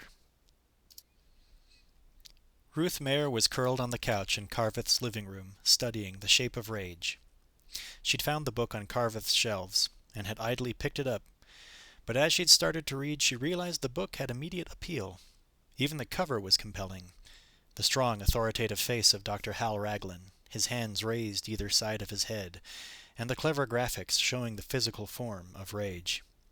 She turned the book sideways and flipped through the illustrations. The faces that stared out at her were twisted, and the bodies, too, were angry, sometimes marred by cuts and abrasions, at other times swollen and distended to unnatural dimensions. These were the patients that Raglin claimed to have helped, but looking at their pictures, it was hard for Ruth to believe that the treatment they had received had really been beneficial. She glanced at her watch. 20 minutes, Carveth had said. Already he'd been gone for more than an hour. She turned the page to the last illustration, and was horrified by the intensity of the rage she saw there. The face of the patient was distorted into a mask that was almost inhuman. Ruth felt a shudder run through her, and got up to put on the lamp in the corner of the room. As she did so, the phone suddenly rang, making her jump. She ran to it, hoping to hear Carveth's voice. Yes? Hello? No one spoke on the other end of the line, but Ruth could hear breathing. Who's there? She demanded. Who is that? When the voice spoke, it was like a hiss, soft as a whisper. Is that Frank Carveth's house? Yes, Ruth said. He's not here at the moment. Could I take a message? Who are you? The voice asked. What are you doing there? Ruth hesitated. Who are you? The voice insisted. Ruth Mayer. Do you want to leave a message? Ruth Mayer? From Krell Street School? The voice hardened. Are you and my husband having your own private PTA meeting, Miss Mayer? Mrs. Carveth? Is that you? You thought I was safely out of the way, did you? Don't be ridiculous, Mrs. Carveth. You know better than that. Do I, Miss Mayer? Do I know better? The voice became menacing. Is Frank doing a little homework with you, Miss Mayer? Catching up on his studies? Ruth cut in. I won't even bother answering that question. The voice at the other end of the line was a scream. You bitch! You're killing my family! You bitch, bitch, bitch! Ruth slammed down the phone, and as it started ringing again, she lifted the receiver and buried it under the sofa cushion. Her hands were shaking as she lit a cigarette. Markle finished writing and passed the form across the desk to Carveth. Okay, read that, he said. If you agree with everything in it, sign at the bottom. I'll witness it. As Carveth read through the statement he had dictated, he could still not believe that the events he had described had really taken place. It was a nightmare, a harsh dream from which he must soon surely awake. The phone rang on Markle's desk. Markle answered it, listening for a moment, then said, Okay, I'll be over. Give me 5 minutes. Carveth took the pen Markle offered and signed his name to the statement. If you think of anything else, let me know, Markle told him. He leaned back in his chair and studied Carveth for a moment. Can you take one more shock? He asked. Carveth looked up. No. What is it? I want you to see the body of the kid. I've seen all I want to see, and it's not something I'm going to forget. Maybe not. Markle nodded at the phone. That was Terry Desborough, the pathologist. Says there's something funny about the kid. Something odd. So? So I'm still worried about Juliana. I want to make sure that she really was the victim of our murderer. And the only person who can tell me that is your daughter, Candy. If she saw this kid, we've got an autopsy. She'd remember, even if she won't talk about it yet. I don't want to bring her down here to look at the body. Christ, it would scare a grown man. But if you had a good idea of what the kid was really like, maybe you could get Candy to describe what she saw, see if it matches the one we've got here, and confirm for us that this kid really did do away with your mother-in-law, too. Carveth sighed. All right. First, though, I have to call home. I'm more than an hour overdue as it is." Markle waved at the phone. "Dial 9 to get an outside line." As Carveth phoned, Markle read through the statement once more, then signed his name as a witness. He looked up as Carveth hung up the phone. "What's the matter?" "The line's engaged. I'll have to try again later." Markle stood up. "Okay. Shall we go?" Carveth nodded. "If we have to." Markle held open the door of the autopsy room and let Carveth precede him inside. In the center of the room a broad table had been swung out from one wall. It was molded on top into what was, in effect, a large stainless steel tray with low sides, grooved over much of its surface so that any spilled liquid could flow into the side gutters where it could later be drained away to a sink. Carveth hesitated a moment, overcome by the sharp, stinging smell of formaldehyde. Markle took his arm and gently steered him to the table. Standing to one side was the pathologist, his sleeves rolled up to his elbows, his hands encased in a pair of rubber surgical gloves. In front of him on the table was a small bundle wrapped in a black vinyl sheet. "Dr. Desborough," Markle said, "this is Frank Carveth. I wanted him to have a look at the body." He turned to Carveth. "It won't take long, okay?" "You won't mind if I don't shake hands," Desborough said. "I've been doing a little preliminary exploration." He looked at Markle. "You're not going to like this, Bruno. It'll make nonsense out of your case." "That's what you people are for, isn't it?" Desborough smiled. He took a pair of forceps from a side table and rolled back the vinyl sheet, revealing the body underneath. The corpse, naked and lying flat on its back, was half floating in a shallow bath of preservative. As Desborough exposed it, he nudged the table slightly, and the preservative swirled round the bath, making the arms move with a gentle swimming motion, as if the body were still alive. The stench was overpowering. Carveth paled and took a step back, trying to breathe as shallowly as possible. "There's a water cooler in the corner," Markle told him. Carveth shook his head. "I'm all right." Desborough glanced at him. "If you're going to be sick, use the sink on the left," he said. "The other one's in use." Markle said, "Just get on with it, Terry." "As you wish." Carveth forced himself to look at the body. Its skin was translucent, clearly showing a network of thin blue veins. The limbs seemed rubbery, and the feet, he noticed, were slightly webbed, just like the hands. "All right," Desborough said. "Let's take it from the top. You'll notice," he said, "that almost all the features of the face are deformed or ill-defined in some way. The eyes are wide apart, unnaturally so, and there are no lids or lashes. The ears are not properly formed, just small protuberances that indicate where they might have been had they been allowed to develop. The nose, the chin, they're both formless, no real substance to them. And as a matter of fact, there is no real bone in them, just cartilage. I suspect," he said, "that when I get inside, I'll find the rest of the body is much the same. No bone, just cartilage." His forceps hovered around the mouth. "Here," he said, "there's a cleft in the upper lip, a modified hair lip. Very rare indeed. The palate, too, is cleft, although you can't see that at present." He reached into the mouth of the forceps and gently pulled at the tongue until it was sticking out in a rude, defiant gesture. Again, with the open, unlidden eyes staring up at him, Carveth had the unpleasant sensation that the body was still very much alive. "The tongue," Desborough was saying. "It's actually too thick and too inflexible for proper speech. Our friend was definitely inarticulate, even if he had been mentally capable of speech, which I doubt. I'm fairly certain that when I cut him open I'm going to find an abnormally small brain, if one at all." His voice trailed off. "You see, gentlemen, I have a theory." He hesitated. "But we'll get to that in a minute. I don't know whether you've noticed," he continued, "but you can see that the head is higher than you might expect for a normal body lying on its back." He looked at Carveth, then at Markle. "You see that?" Markle nodded. "No. The reason for that," Desborough said, "is that the back is humped. But it's not the hump you would expect to find in a hunchback." He shook his head. "No, a hunchback has a hump that is basically a spinal deformity. Not our friend here. His hump is soft, pulpy, much like the yolk sac you see in certain fishes.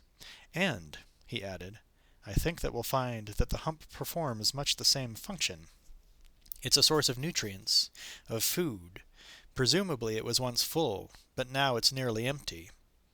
I think our friend started life with a certain store of nutrients which he kept in his hump.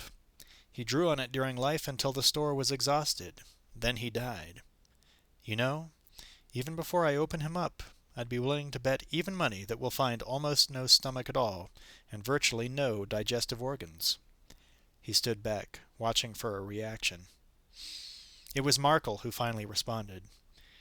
Are you saying this thing never ate? That's right. Desborough sounded smug.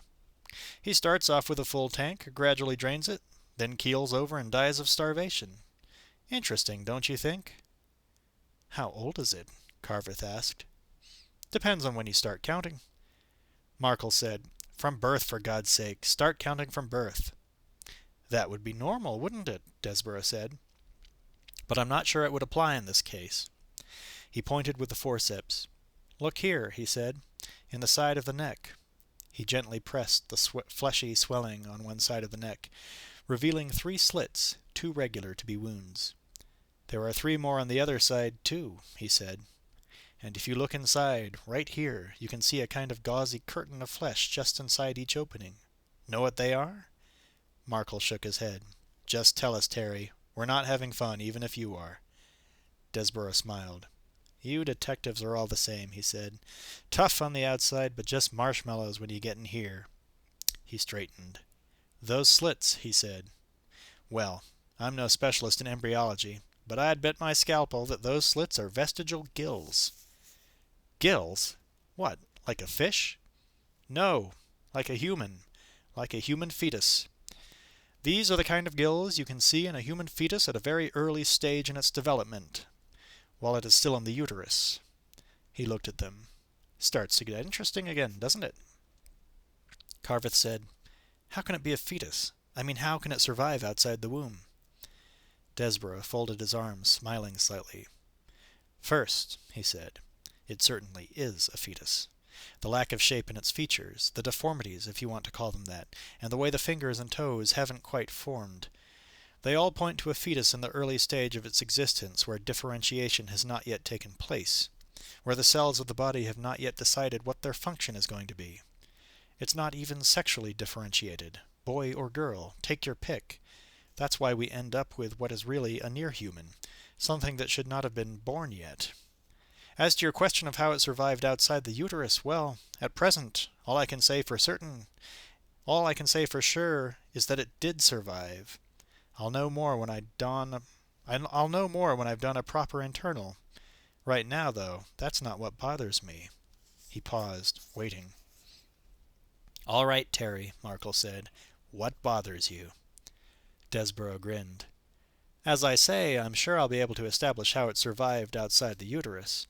What I can't establish is how it survived inside the uterus, or more precisely, whether in fact this creature ever did survive inside a uterus. What the hell are you talking about? Desborough wouldn't be hurried. There is one other deformity, he said. A small one in itself, but highly significant nonetheless. I wonder if either of you noticed it. He looked from one to the other. In the stomach area. Terry, what is this, 20 questions? Carveth spoke quietly. I noticed it. Yes, Desborough said. No navel. Exactly, Desborough said. This thing has no belly button. And with no belly button, that means no umbilical cord.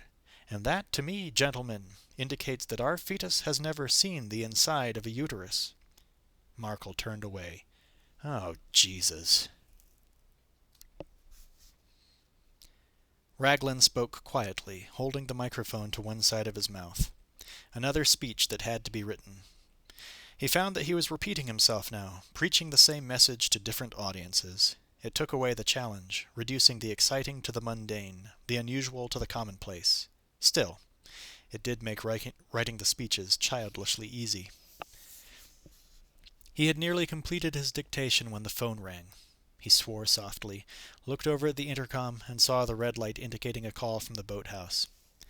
He punched a button and picked up the phone. Yes, Chris, what is it? Hal? A woman's voice. Raglin sat forward. "Nola, is that you?" "Hal, I don't know. I feel there's something terribly wrong." "Where's Chris, Nola? Is he there with you?" Her voice faded away. "Nola, listen to me." "I think I'm losing control, Hal. I don't know what's happening anymore. I feel it's all slipping away from me." Nola's voice was far away, as if she had trouble raising the strength to speak. Raglin gripped the phone. "Nola," he said, "I want you to listen to me. Pay close attention. Will you do that?" He spoke with deliberate authority. "Nola, stay there, right where you are. I'm coming over. You hear? Just stay where you are." Raglin put down the phone and hurried to the boathouse. Chris was working at his desk. He looked up as Raglin entered. "Nola just called me," Raglin said. "She sounds as if she's in trouble." He went into her suite and found Nola slumped against the couch, her head resting in her arms. Raglin reached under her shoulders and slowly raised her to her feet. "I wanted to call Frank," she said, "to see if Candy was all right." She frowned suddenly, as if trying to recall a memory that had long since faded. "I thought maybe I was dreaming. But I thought Candy had been hurt. Her back. I thought she had hurt her back." Raglin tried to hide the urgency in his voice. "You called Frank. Did you speak to him?" Nola closed her eyes and was still. "I hope Candy's all right," she said. "I miss her when she's not here." Raglin took her hand in his. "Candy's fine," he said. "She's just fine. You'll be seeing her on Sunday just as you always do." Nola's face clouded. "Will I? Will I still be able to see her? They're trying to take her away from me, you know. I can feel it." Her eyes opened, and Raglin could see her inner panic. He patted her hand. "You'll see her, I promise. Candy's okay, and she'll be here on Sunday." He watched her closely. "Did you speak to Frank, Nola? Did you get through to him?" "Frank?" "Yes. Did you speak to him?" Nola shook her head. "But I spoke to her. I spoke to that bitch." "What do you mean? Who did you speak to?" Nola's lip curled. "Ruth Mayer, Candy's teacher. She was at home. With Frank. She said Frank wasn't there, but he was. He must have been. The two of them with Candy." She pulled away. "She was there, trying to take him away from me, to break up my family." Raglin reached out to her, to calm her fears, but she drew further away from him. "Don't you touch me. Don't you even come close."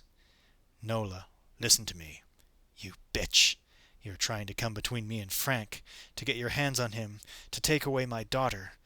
We'd be all right, the three of us, a family, if only you'd stop poisoning his mind, turning him against me. I know you're kind. You think he's a single father, so you want to steal him away from me." Raglin grabbed her shoulders. "Nola, not now. It's too soon." "You bitch. I hate you. You hear?" Nola turned to face him, pounding her fists against his chest. "I hate you! I hate you!" When Ruth heard Carveth's car pull into the driveway, she put aside the magazine she'd been reading and struggled into her coat. 20 minutes, he had promised her. Well, that had turned out to be more than 2 hours. She opened the door just as Carveth was coming up the steps. "Hey, listen," he said. "I'm really sorry. I didn't mean to keep you hanging around like this, but—" Ruth cut him off. "Candy's been quiet all the time you've been gone. I came around to help her, but not to spend the whole evening sitting on my own. I do have my own life, you know." She pushed past him. Carveth reached out to stop her. "I called," he said, "several times, but the line was engaged." Ruth turned. "And it still is. There was no way I was going to answer that phone again, not after the way your wife spoke to me." "Nola called? What did she say?" Ruth's voice softened slightly. "Look, I'm sorry too," she said. "The dinner was good and I enjoyed it. But I didn't like hanging around, and I didn't like being insulted by your wife. Your life's just a little too complicated for me, Mr. Carveth. I hope you can work it out. But until you do, I'll just have to try and do my best for Candy some other way.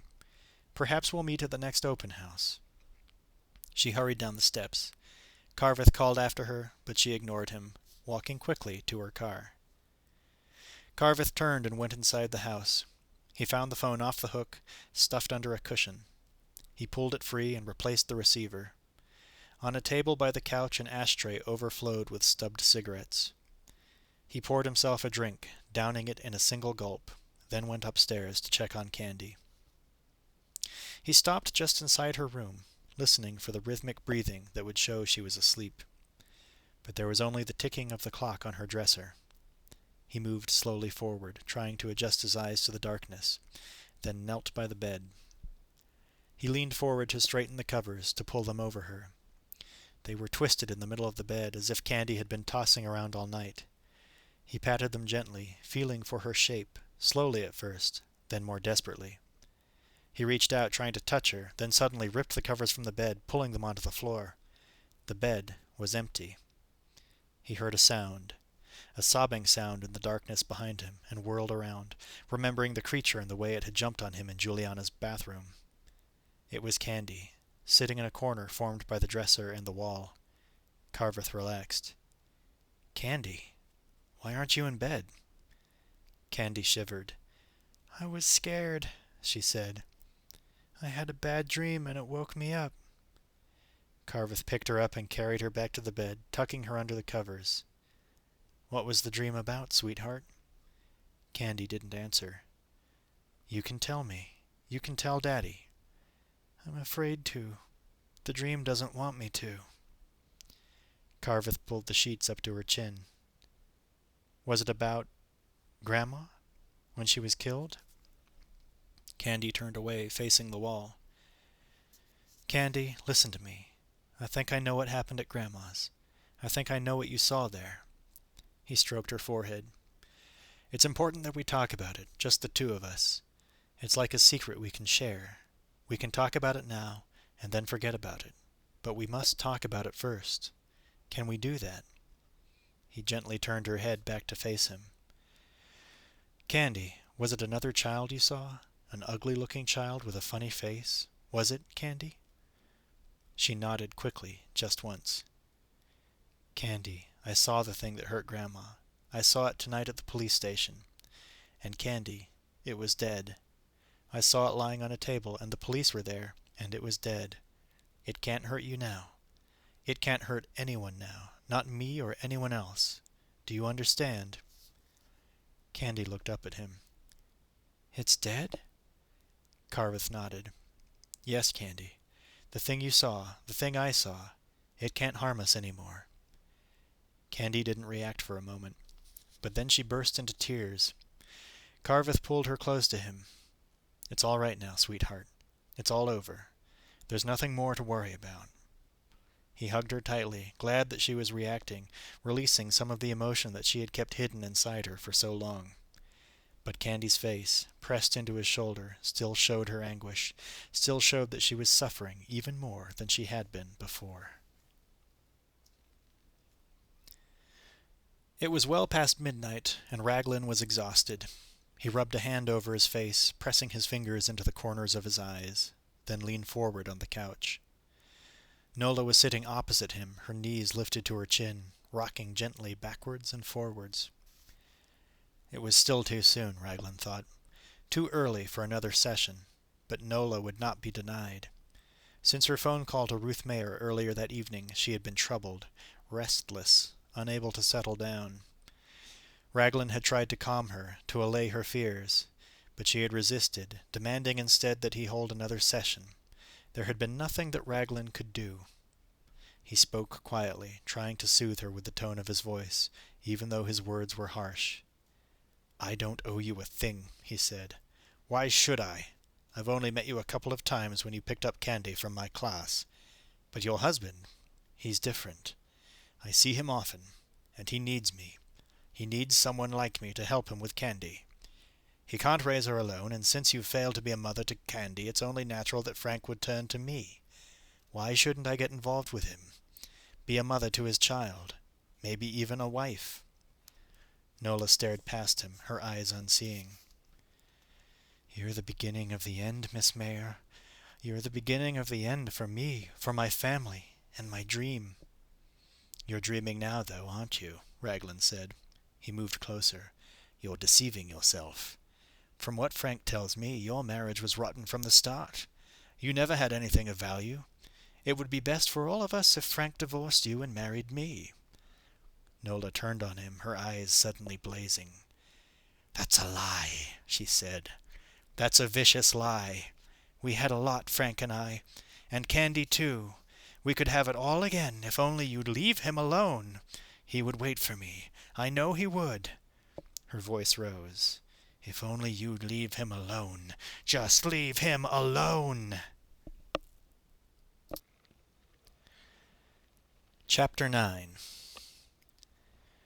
Raglin was in his office, eating a light breakfast at his desk. The late-night session with Nola had gone on much longer than it should have, and he'd only been able to bring it to an end by forcing Nola to take a sedative. When he had left her, she'd been asleep, seemingly at peace with herself. But Raglin was sure that when the sedative wore off, she would be as troubled as ever. The door of his office burst open and Chris came in. "Dr. Raglin." Raglin wiped crumbs from his mouth with a paper serviette. "Yes, Chris," he said wearily. "What is it?" "Have you seen the morning paper?" Raglin shook his head. "I think you should," Chris said. "What's the matter, Chris? You sound worried." "A lot more than that," Chris said. "Look." He held out a copy of the paper. Raglin took it and folded it flat on his desk, staring at the headline. "Second Kelly Murder." "Businessman Barton Kelly," he read aloud, "was brutally murdered last night, just 2 days after his estranged wife was bludgeoned to death under similar circumstances." Raglin scanned the text, glancing at the photographs, the head and shoulders shots of the victims. But it wasn't the text nor the head and shoulders portraits that held his attention.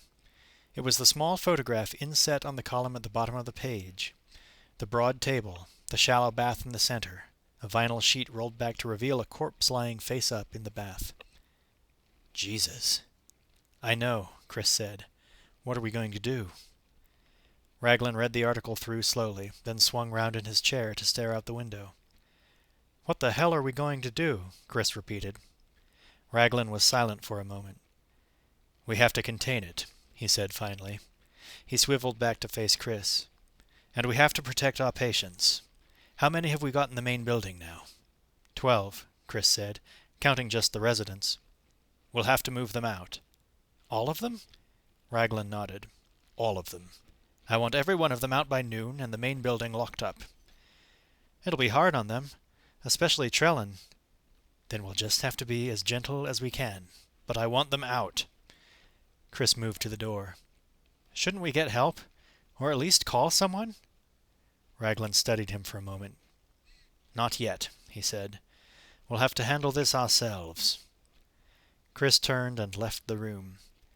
Raglin opened a drawer in his desk and took out a revolver, a .38 police special. He got up, put on his overcoat, and put the gun in his pocket. Carveth was in the living room of the townhouse his company was renovating when the phone call came through that afternoon. For the past few days he had felt like a juggler trying to balance too many plates in the air at once. His business still needed his constant attention. He had 2 renovation projects underway, scheduled to be completed by the end of the month, and unless he kept a close eye on them, both would be late. Already he had fallen nearly 2 weeks behind on one job, the result of a delay in City Hall approval of a plumbing permit he needed, and it looked as if he was going to be held up on the other by the sudden illness of one of his carpenters. He stood watching as a workman installed insulation in the walls on both sides of an exposed brick fireplace. If it had been just the work that was bothering him, he probably would have been able to cope, but he still hadn't managed to put together a case against Raglin, which might have prevented Candy from visiting Somafree the following Sunday. And as things were now going, it seemed that he never would, especially since there were now only 3 more days until her next scheduled visit. A workman came down the stairs behind him. "Mr. Carveth, there's a phone call for you." Carveth turned. "Okay," he said. "Thanks." He climbed the rail-less stairs and made his way down a broad, dusty hallway, treading carefully around the joists and the cuts in the floorboards. The phone was in a room at the back. He picked up the receiver. "Yes?"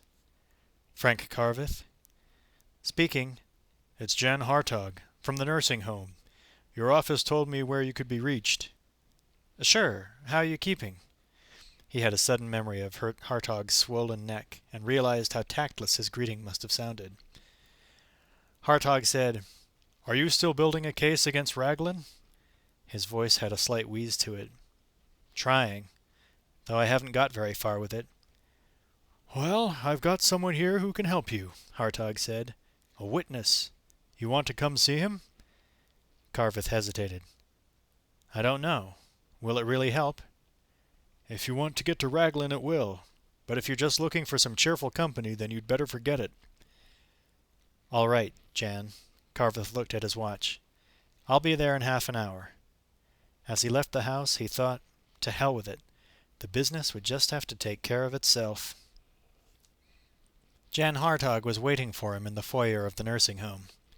As Carveth entered, Hartog rose painfully from the couch on which he'd been sitting, and hobbled towards him, leaning heavily on an oak cane. In spite of his apparent pain, he seemed to have an air of excitement about him. "Frank, glad you could come. Excuse the cane, but I'm having an off day." He smiled bleakly. Carveth nodded. "I've got him upstairs," Hartog said. "Our witness. He's in bad shape, so he has to be treated gently. Raglin must have really worked him over. He's scared of his own shadow. I left him alone with a bottle of rye to cheer him up. Then I called you." Hartog moved to the stairs, leaning on Carveth's arms. "How did you find him?" Carveth asked. "I didn't. He found me. Remember I told you I was in touch with some of Raglin's patients? Well, this afternoon, just after lunch, I'm told I have a visitor. Now, I don't get many visitors, do I? So I'm wondering who it can be, and I'm hobbling down the stairs to find out when this man grabs me, clutches onto me as if I'm some kind of rock he can cling to. He's one of Raglin's all right. You can tell just by looking at him." Hartog opened the door of his room and ushered Carveth in. A man was sitting on the far side of the bed, his arms wrapped tightly round him. He was rocking backwards and forwards, moaning softly to himself. A bottle of rye, half empty, stood on a table beside him. The man's clothes were dirty and disheveled. As Hartog closed the door behind him, the man on the bed turned and seemed to shrink further inside himself. His face held an expression of fear, as if he were facing a situation that was far beyond his control. Carveth studied him. The man looked older than when Carveth had first seen him, older and evidently under considerable strain. But there was no mistaking him. It was Michael Trellan, the man Carveth had seen at the Somafree demonstration. Hartog approached him carefully, as if trying to coax out a timid animal. "Mike," he said gently, "this is Frank Carveth, the man I told you about. He's come to see you, Mike." Trellan's eyes flicked from one to the other. He seemed to be gauging the distance to the door, measuring his chances for escape. He lit a cigarette from the stub of the one he'd been smoking, his hands shaking so that ash tumbled down the front of his shirt. He made no effort to brush it away.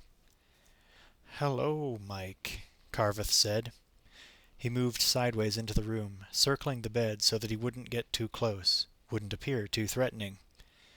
Trellan watched him.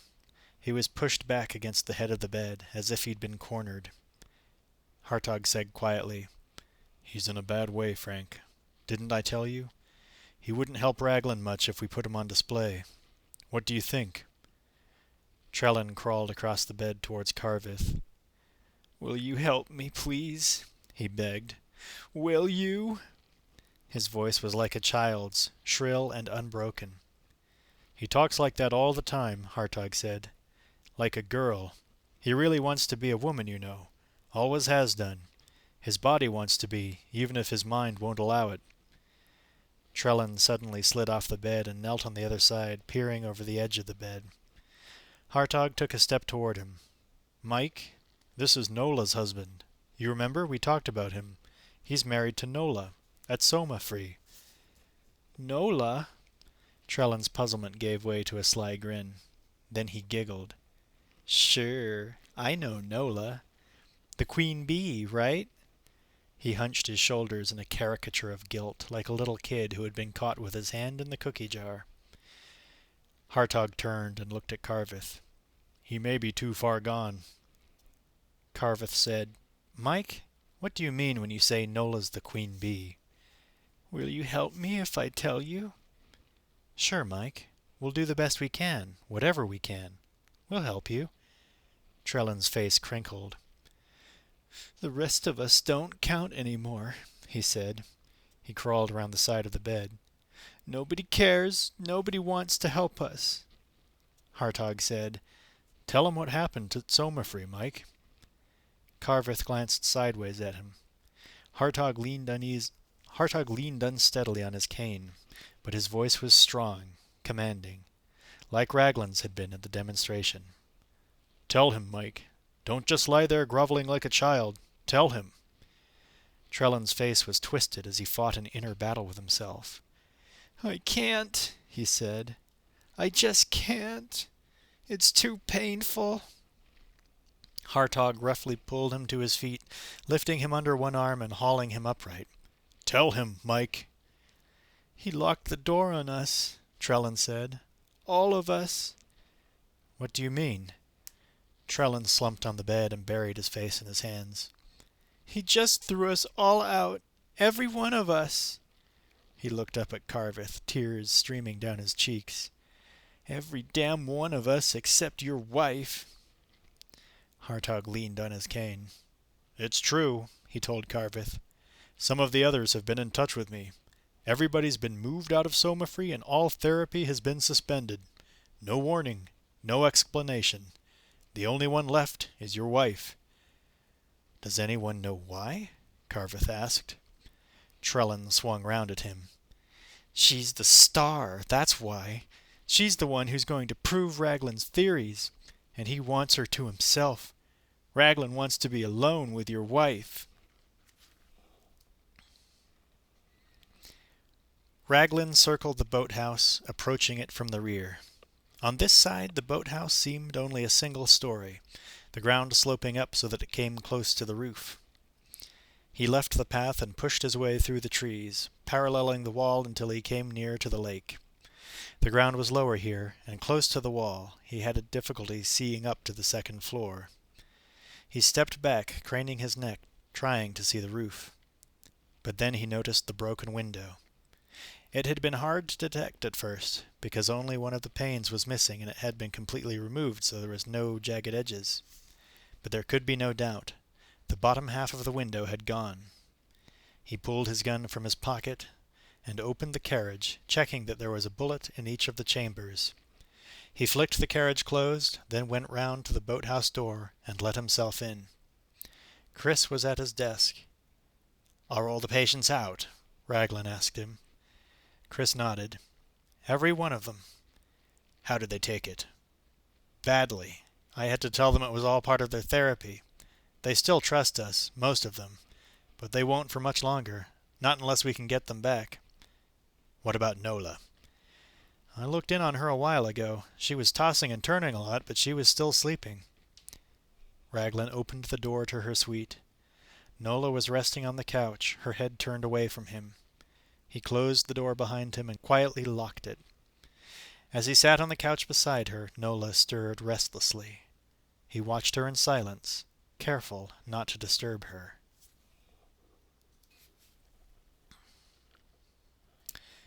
Chapter 10. The Corral Street schoolyard was empty when Carveth arrived, but through the glass front doors he could see a group of children in the hallway, pushing and shoving, taking their coats off the pegs that lined each wall. Carveth watched them, envying their innocence and narrow perspectives, in which there was only today, the moment in which they were living, never a tomorrow and never a past. It was a carefree time of life, only appreciated after it had gone. He caught sight of Candy's blonde hair at the back of the throng and waved, but she was immediately lost in the crowd around the coat pegs. He was resigned now to the fact that he would not be able to stop her next visit to Somafrey. Trellan's story that the Institute had effectively been closed put a different slant on the situation, but it didn't really change anything.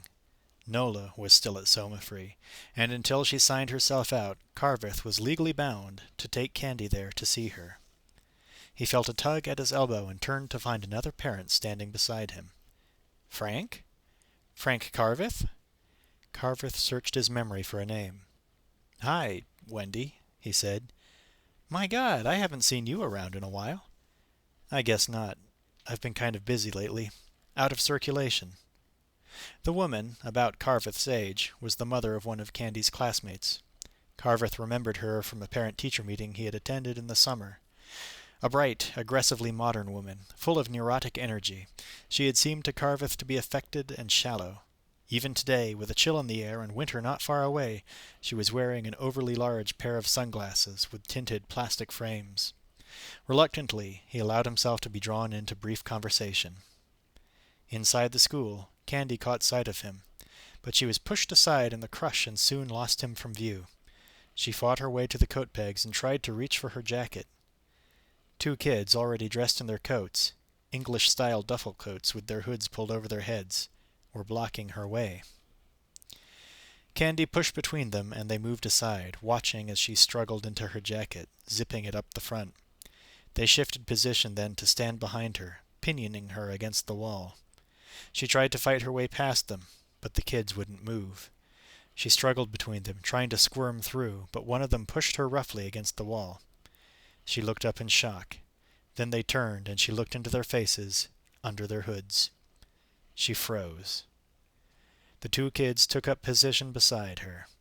Neither of them touched her, but they started to walk away from the coat racks, away from the crush, and Candy walked between them, moving through the throng of other kids who stepped out of their way, falling silent as they stared into their soft, formless faces. The child creatures marched in step, Candy moving between them. They went down the corridor, away from the front entrance of the school, towards the classrooms. The door of Candy's classroom was open. The creatures stopped outside. Through the door, Candy could see Ruth Mayer at the blackboard, writing up the next day's lessons. A number of her classmates were tidying up at the rear of the room, putting crayons into boxes, and washing paint from their hands at a sink in the corner. Candy moved forward, the creatures either side of her. She stopped at the first row of desks, but the child creatures continued to the front of the class, to the blackboard where Ruth was working. From the play area, one of them picked up a wooden hammer used to pound pegs into holes. The other chose a pair of blunt-ended scissors. Candy watched them in silence. Ruth heard a sound behind her and glanced quickly over her shoulder. "Hello, you two. Forget something, did you?" She continued writing, rubbing the board clean ahead of her. When the first of the creatures attacked her, stabbing at her with the blunted scissors, it was surprise that showed first on her face. Surprise at the viciousness of the attack and the strength with which it was delivered. But as she slumped to the floor and the second creature brought the flat of the hammer down on the side of her head, it was pain that clouded her eyes. The children watched, some whimpering, some crying, some too stunned to react. The creatures increased the fury of their attack, beating and stabbing at Ruth as she lay helpless on the floor. Then suddenly the attack was over. The two creatures stood and walked towards Candy. They stopped on either side of her, then moved slowly towards the door. Candy turned and kept pace with them, walking between them. A boy ran from the room, down the corridor, past the group of kids still by the coat racks, and outside into the yard, yelling at the top of his voice, "They've hurt Miss Mayer! They've hurt Miss Mayer!" Carveth grabbed him, holding him by the shoulders. "What's the matter? What's happening in there?" "It's Miss Mayer," the boy said. His eyes were squeezed shut. "The bad kids hurt her. They made her fall down." Carveth pushed his way into the school, sprinted down the corridor and into the classroom. Ruth was lying beside the raised platform at the front of the class, one arm draped over the edge. Carveth tried to turn her over, moving her head gently, but it rolled under its own weight, turning much too easily. He searched for a pulse in her neck. Ruth's eyes stared up at him. He brushed her hair away from her face, then laid her head on the floor. For a moment he was unable to move. Then he turned. The room behind him had filled with parents, kids, teachers who had followed him into the room. "Candy?" He stood up. "Candy!" His voice rose, urgent. One of the teachers knelt beside Ruth, then covered her face with a sheet of paper. Carveth went into the hallway, his eyes searching the faces of the silent children. Candy was gone. Raglin watched as Nola came slowly awake. Under heavy sedation, she had slept until late afternoon. He'd expected her to be anguished again, but instead she seemed rested and calm. She blinked quickly against the light, then turned over on the couch to face him. "Hal, is that you?" Raglin sat beside her. "Where's Chris?" she asked. "He usually wakes me." "Chris had to go into the city." She looked away. "I was dreaming," she said. "A wonderful dream." Raglin took her hand. "It's important that we talk, Nola," he said. "Do you feel strong enough?" She smiled at him and pulled herself upright. There was no fear in her eyes, no tension. "My daughter," she said. "She was coming back to me, in my dream. And I think Frank was, too. Yes," she said. "The three of us. We were going to be together again." Her voice faded away. "Nola, we have to talk." "Talk?" She smiled and gently touched his cheek. "You look tired, Hal."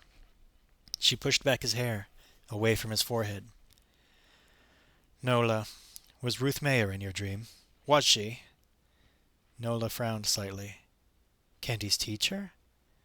"Was she part of your dream?" "I don't know, Hal." She shrugged. "Does it matter?" "Yes, Nola, it matters a lot. When we last spoke to you, you were threatened by her, challenged by her, as if your position as Candy's mother and Frank's wife was in jeopardy. Do you remember? You said you hated her." Nola shook her head. "That must have been before the dream." She leant back against the cushions and closed her eyes. "I feel so rested," she said. "So much at peace." Raglin shook her shoulder. "Nola, we must talk. Listen to me. I'm worried. About Ruth Mayer." "You needn't worry about her, Hal. She's fine." "It's important, Nola." She opened her eyes. "Hal, I really don't feel like talking. I don't need to. I feel strong again. Now, please, I don't want to talk anymore." Carveth sat slumped in a chair, his elbows resting on his knees. For 6 hours he had been scouring the streets around the Krell Street School, knocking on doors, asking strangers, friends, neighbors, anyone at all, if they had seen Candy, or seen anyone who even looked like Candy. He'd called Bruno Markel and insisted that he organize a search for her. "This is no ordinary missing child," he'd told Markel. "No runaway. Christ, she's only 5 and she's never run away before. She's been taken, kidnapped. Those kids came into the school, right into the school, and they killed Ruth Mayer and they took away my daughter." "All right, Frank, all right. We've had men at the school all evening, and we've got the press in on this one, too. Her picture will be in every paper and on the television news. We've got cars all over the city looking for her. They can cover the ground a lot better than you can, and a lot quicker. Just go home and try to relax. We'll call, I promise. The first bit of news we get, you'll know about it right away. It's tough, I know. But the truth is, you're better off at home. Who knows? Candy may get someone to call you, or she may even call you herself. You should be there, just in case." Carveth ran his hands through his hair. The image of Ruth Mayer's face just wouldn't leave his mind. It had shown the same signs of vicious attack that he'd seen with Barton, and now Candy was in similar danger. The bad kids took her. The bad kids who hurt Miss Mayer. The boy who had found Ruth Mayer had also seen Candy being taken away, walking out of the school, out through the back door and across the yard without anyone trying to stop her. The only hope Carveth could find, the only straw at which he could grasp, was the fact that the boy who had seen her leave had said she had been walking, not dragged or carried, so at least she had still been alive and apparently unhurt. The doorbell rang and Carveth quickly looked up. His hope died then, as he remembered that Candy had a key and was quite capable of letting herself in. He looked out the window, but could see no one. He opened the door, and someone lurched towards him. Carveth put up his hands to defend himself, but the man tripped and fell into his arms. It was Michael Trellan, more dirty, more disheveled than when Carveth had seen him at the nursing home that afternoon. "Hey, Frank," he pleaded. "Let me in, okay?" Carveth pushed him away. What the hell are you doing here?" "Got nowhere to go. They wouldn't let me stay with Hartog. Can't go back to Soma free. Please, let me in. I'll be quiet. I promise." "Jesus, Trellin. Not now, all right. Go to a hostel or something, but not here." Trellin's face was shiny with sweat. His eyes glazed like pebbles. "I've tried everywhere, Frank, believe me. I can't stay out all night on my own. This is the first time I've been out of Soma free for months." He moved forward, trying to get around Carveth. "You can't throw me out. Not you as well." Carveth looked at him for a moment. "I'll make one phone call for you, Trellin, but that's all. I don't want the line tied up." He grabbed Trellin's arm and pulled him inside. "Thanks, Frank. I knew I could count on you." Carveth pushed him into a chair. "One phone call, all right? I can't help you more than that." Trellin slumped sideways. "Have you got a drink? Have you, Frank? I feel better with a drink. Like I can function again." "You want me to call a hostel, or do you want me to call Raglin? Take your pick." Trellin laughed harshly. "Raglin? That's a joke. He got me into this state. Now he throws me out. Just when I needed him. I mean, really needed him." "I know all that," Carveth said impatiently. "He threw you out, all except Nola." "Yeah, Nola and the kids. He thinks they're something special, that the rest of us—" Carveth cut in. "Kids? What kids?" Trellin waved a hand in the air. "I don't know. Some disturbed kids he's got up there. The ones your wife is taking care of." Carveth grabbed him, holding his head in his hands. "You telling me Raglin has some kids at Soma Free?" "Hey, Frank, you're hurting me. Frank." "Has Raglin got some kids up there?" "Yeah, some. I don't know." "Where, Trellin? Where?" "In the boathouse, I guess. That's where he's keeping your wife." Chapter 11. Carveth knew he was driving too quickly. On the left-hand bends his wheels skirted the white line, and several times, turning right, he felt the spin of his tires on the loose gravel beside the road, threatening to throw him into a skid. But after the hours of sitting around waiting for news of Candy, the thought of action had been too appealing to resist. It was the release he needed, and as soon as he'd heard Trellin's news about the kids, he had not stopped to consider or to plan. He changed down a gear, then pulled out to pass a diesel truck that was laboring up a hill in front of him. An oncoming car flashed its high beams at him, and he quickly swung back to his own side of the road, cutting tightly in front of the truck. The diesel's air horn blasted in his ear like a trumpet. Carveth forced himself to slow. He would get nowhere like this. The lights of the city had fallen behind him, and for a while he was alone in the night. He was making good time. As he turned into the Soma Free parking lot, he doused his headlights and let the Volvo roll that last few yards with its engine off. There was only one other car in the lot, a white Mercedes. He climbed out of his car and stood beside it for a moment, listening. In the boathouse, Trellin had said. That's where he'd find Nola, and the kids. Carveth looked around him. There were no lights anywhere, not from the main building of the Institute, nor from the lecture hall across the lake. It was just as Trellin had indicated, deserted, apparently abandoned. But the boathouse itself was hidden, blocked from view by a grove of trees that ran down to the north shore of the lake. Carveth crossed the parking lot and vaulted over a waist-high wooden fence and started down the slope towards it. There was little moon, and at first he found the terrain difficult to cover. The ground was in shadow, and he was afraid he would stumble and twist an ankle.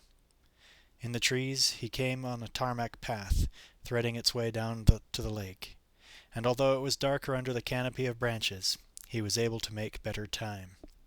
He moved slowly, his footsteps muffled by the bed of leaves underfoot. The path suddenly broke clear of the trees and skirted around the edge of the lake. Carveth broke into a run, moving easily, his eyes focused on the boathouse ahead. He was beginning to wish he had not acted so impulsively, but instead had taken the time to call Markle, or at least let someone know where he was going. The approach he had followed brought him round to the rear of the boathouse, where the ground sloped up towards the roof. He circled round to the other side. There was a light inside. He could see a pale glimmer from one of the windows. He pressed himself against the wall and edged forward.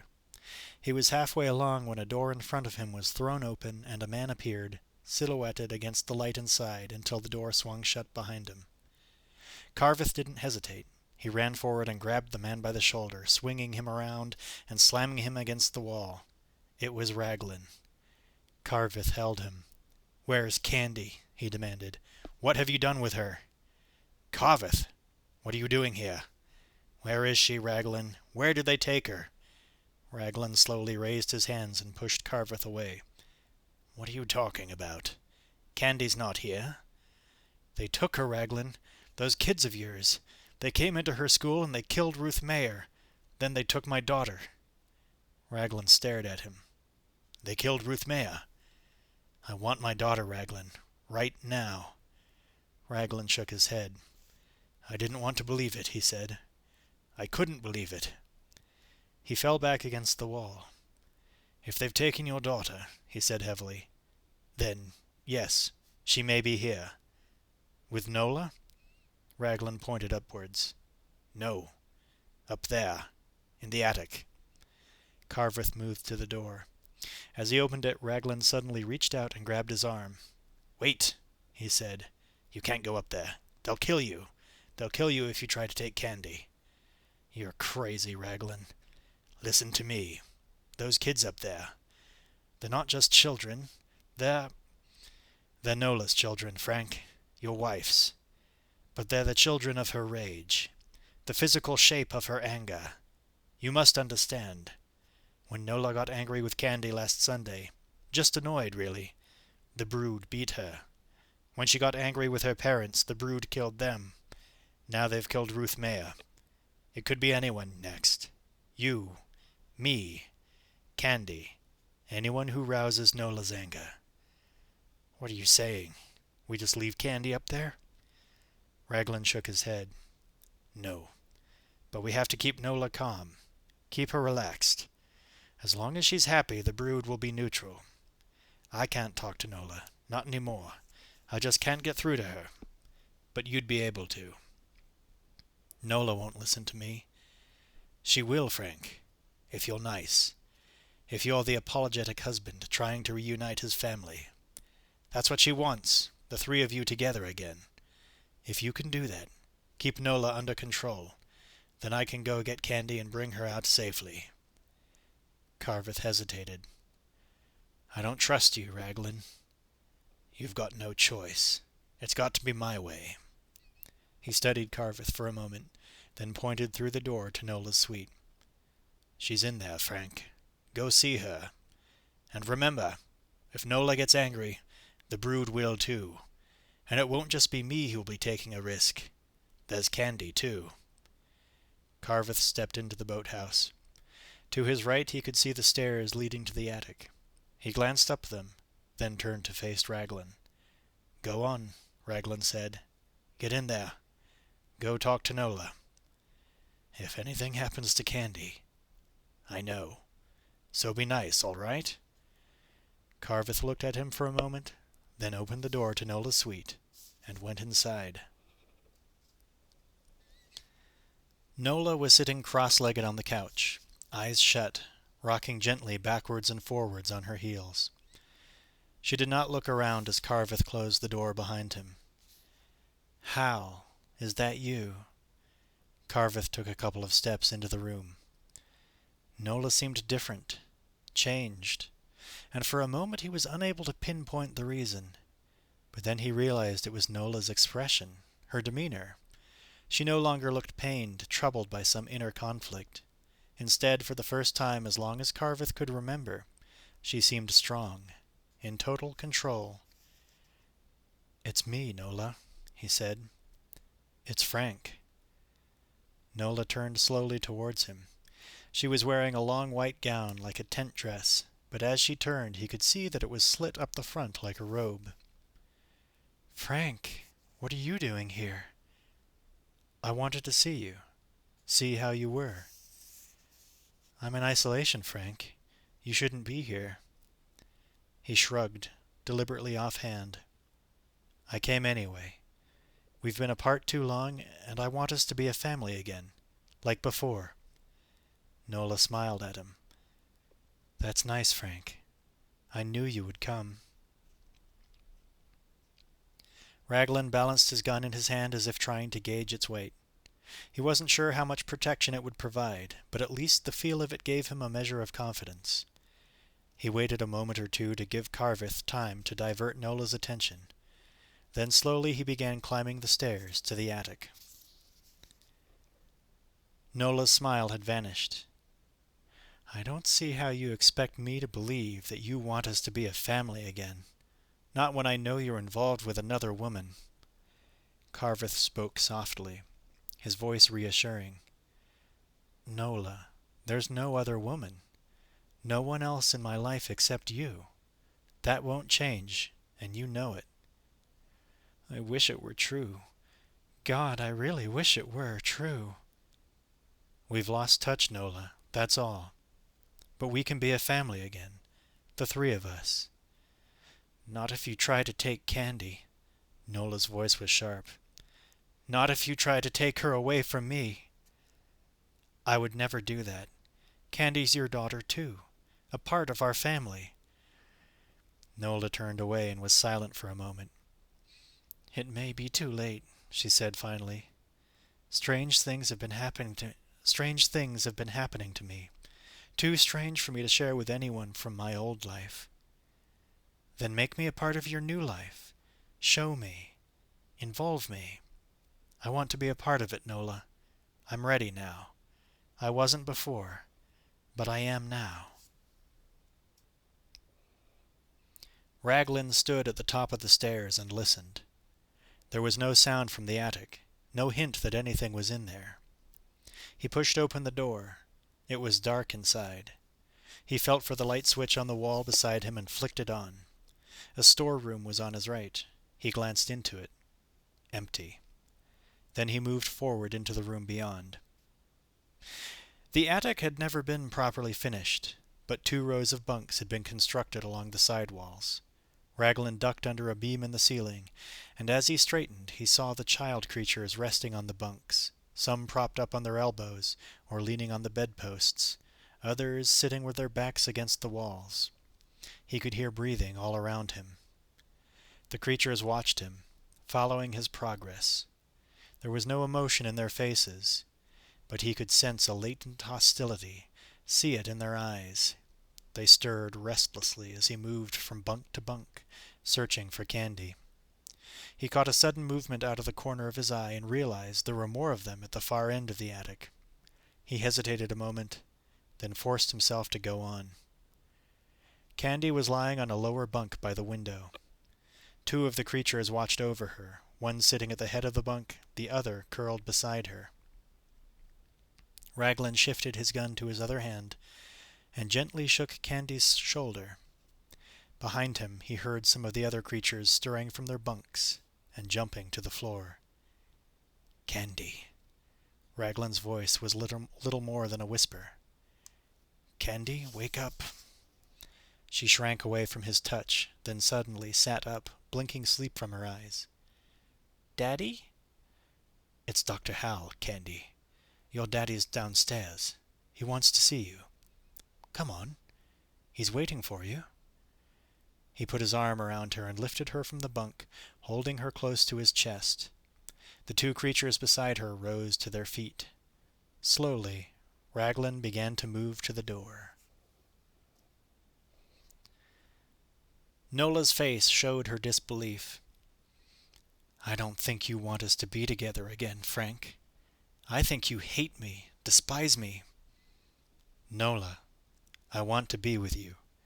Wherever your new life takes you, I want to be there too. Do you, Frank? Do you?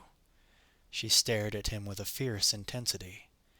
You wouldn't understand me. Not anymore. I've changed too much. You're still my wife, Nola. She watched him carefully, her eyes never leaving his face. Then look, Frank, she said. Look at me now." With a wide sweep of her arms, she lifted the sides of her robe, holding them out like the wings of a cape. "Look, this is me. This is me inside." "Oh God, Nola, no!" Nola's body under her robe was naked, but her skin, no longer pale and smooth, was covered with angry swellings, crisscrossed with dark, venous lines. The largest was an amniotic sac, the skin so distended it was almost transparent. A small, blood-red cord was all that joined it to her body. Carveth stared at it. What horrified him was not just its size, but the shape he could see in the serous fluid inside. Ill-formed limbs, undifferentiated, but nonetheless clearly recognizable as those of a developing fetus. Nola gently lifted the sac, feeling its shape with her hands. Then suddenly it ruptured, the serous fluid spilling into her lap, and as Carveth watched in horrid fascination, she leaned forward to pull at the sac, tearing away the skin, exposing a live, struggling child of her rage, which she held wrapped in the folds of her robe. Carveth shrank from her, involuntarily moving away. "This is me, Frank. This is me." She looked up, studying his face, and slowly her expression changed. The defiance, the challenge with which she had revealed herself gradually gave way to anger. "I disgust you, don't I, Frank?" she said. "I sicken you. You didn't come here because you love me. You came to take my daughter. You came to betray me." In the attic, Raglin heard Nola shout and realized he had lost. He risked a glance over his shoulder. The faces of the child creatures were no longer impassive. Now they were swollen with rage. He set Candy down on the floor. "Quickly," he said. "Quickly." He pushed her forward towards the door. A hand suddenly reached out from one of the bunks, and one of the creatures raked its nails across his face. He turned and fired point blank, instantly killing it. Another grabbed at his leg. He kicked out, and the grip was momentarily relaxed. But then another held him. He couldn't shake them off, couldn't make them let go. He dragged himself forward, pulling the weight of them with him. Then suddenly the rest of the creatures attacked him, coming at him from all directions, punching, kicking, biting, and scratching, trying to bring him down. In the tight space between the bunks he was unable to maneuver. He couldn't turn round to face them, couldn't strike out. He fired again, blindly, hitting 2 more of the creatures. But there were too many of them now, jumping on his back, tugging at his hair, and throwing him off balance. He lunged then, hurling his weight forward as far as he could, trying to get to the door. But they held him back, grappling at his legs, his ankles, pulling him down and sending him sprawling full length on the floor. Candy was in the doorway. She turned as Raglin fell, as the brood swarmed over him, beating him with their fists, attacking him in a frenzy of anger. She saw him rise once, forcing his way to his feet, groping desperately for support from one of the bunk posts.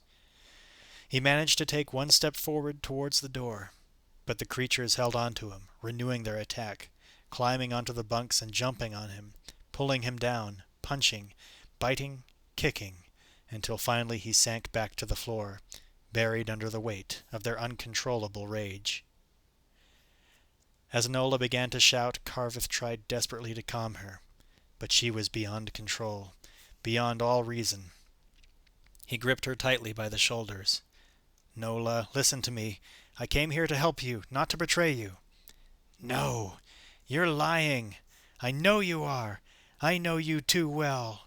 You came to take Candy, but it won't work. I'd kill her before I'd let you take her away from me. Do you hear? I'd kill her." Candy held her hands over her ears, trying to blank out the sound of Raglin's attackers. Then suddenly the onslaught stopped. The brood turned and looked at her, and slowly, one by one, they rose to their feet and moved towards her. Candy backed away, feeling for the doorway behind her. She had reached the storeroom door when the brood broke into a run, coming for her, reaching for her, their faces bloated and their eyes filled with their hate. She turned and threw herself into the storeroom, slamming the door shut behind her as the first of the creatures hurled itself against it. She leaned back, pressing herself against the door as if her small weight could hold it shut, then managed to slide the bolt into place. The door shook and trembled under the force of the attack. The center panel split, and a fist came through, reaching and groping for a hold on her. Candy's eyes were screwed shut, but she felt a hand on her shoulder, and she opened her mouth and screamed over and over, feeling the door giving way behind her, feeling it yield as the brood increased the fury of their assault, throwing themselves against it, ripping at the wood as they tried to reach her. Carveth could hear Candy screaming continuously now. Her shouts and the pounding on the door easily carried to the room downstairs. "Nola, they'll kill her." He climbed onto the couch and grabbed her shoulders, shaking her like a doll. "Stop them, Nola. You must make them stop." She looked into his eyes. "It's too late," she said. Carveth stared at her. "You want them to kill her, don't you? You want them to hurt her." His hands moved to her throat. "Nola, for God's sake, I'll kill you if you don't make them stop." Nola screamed. "I won't let you take her!" She began to struggle then, kicking at him, trying to force him away, but he held on to her, pushing down on her, his hands pressing into her neck. From the attic he heard Candy shout, "Daddy, don't let them get me! Don't let them hurt me!" Nola slipped sideways and Carveth tightened his grip. "Nola, please, make them stop!" He held her down, squeezing the life from her. She pulled at his hands, but he increased the pressure. And slowly, as he leaned his full weight upon her, the sounds of the attack upstairs began to subside, then finally ceased altogether. Carveth staggered back and pushed Nola away from him. She rolled over on the couch, her head turning, eyes staring unseeing towards him. He backed away from her, his chest rising and falling as he fought for air. Then he turned and ran up to the attic. The child creatures were sprawled on the floor. Beyond them, at the far end of the attic, he could see Raglin's body. There was no sign of Candy, but he could hear her crying inside the storeroom. He reached through the broken panel and slid back the bolt. Candy was huddled in the corner, her head buried between her knees, her arms folded over her head. "Candy." He knelt beside her. "It's over. They can't hurt you now. Everything's going to be all right." He wrapped his coat around her and lifted her into his arms. She pushed her face against his neck as he carried her out of the boathouse and up the hill through the trees to his car. She wouldn't let go of him as he lowered her into the passenger's seat.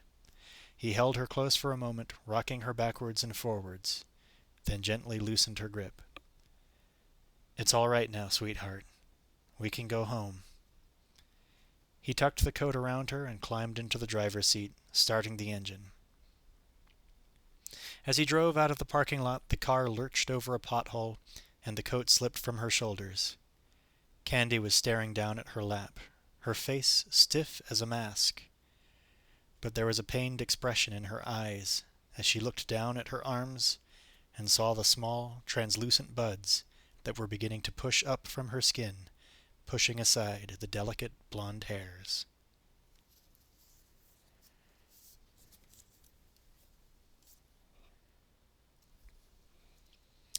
This is Jon Olsen, and you've been listening to Richard Stark's novel The Brood, based on the film written and directed by David Cronenberg. And this was, for me, an interesting book to read.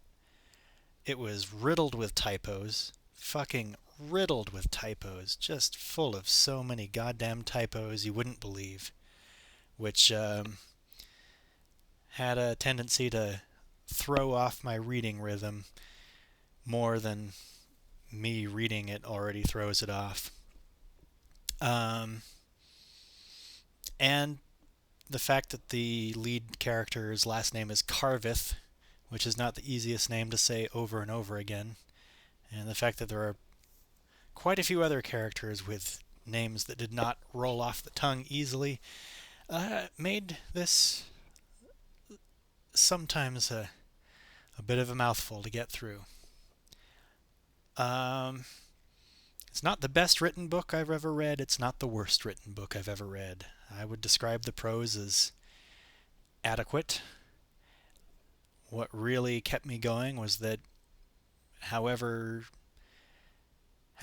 poorly or well this was written, it definitely reminded me of the film it's based on. The Brood is one of my absolute favorite films, and it is also a film that I find very unpleasant. But there are there are aspects from deep in my childhood that this film reminds me of, and it's kind of harrowingly therapeutic for me to watch it.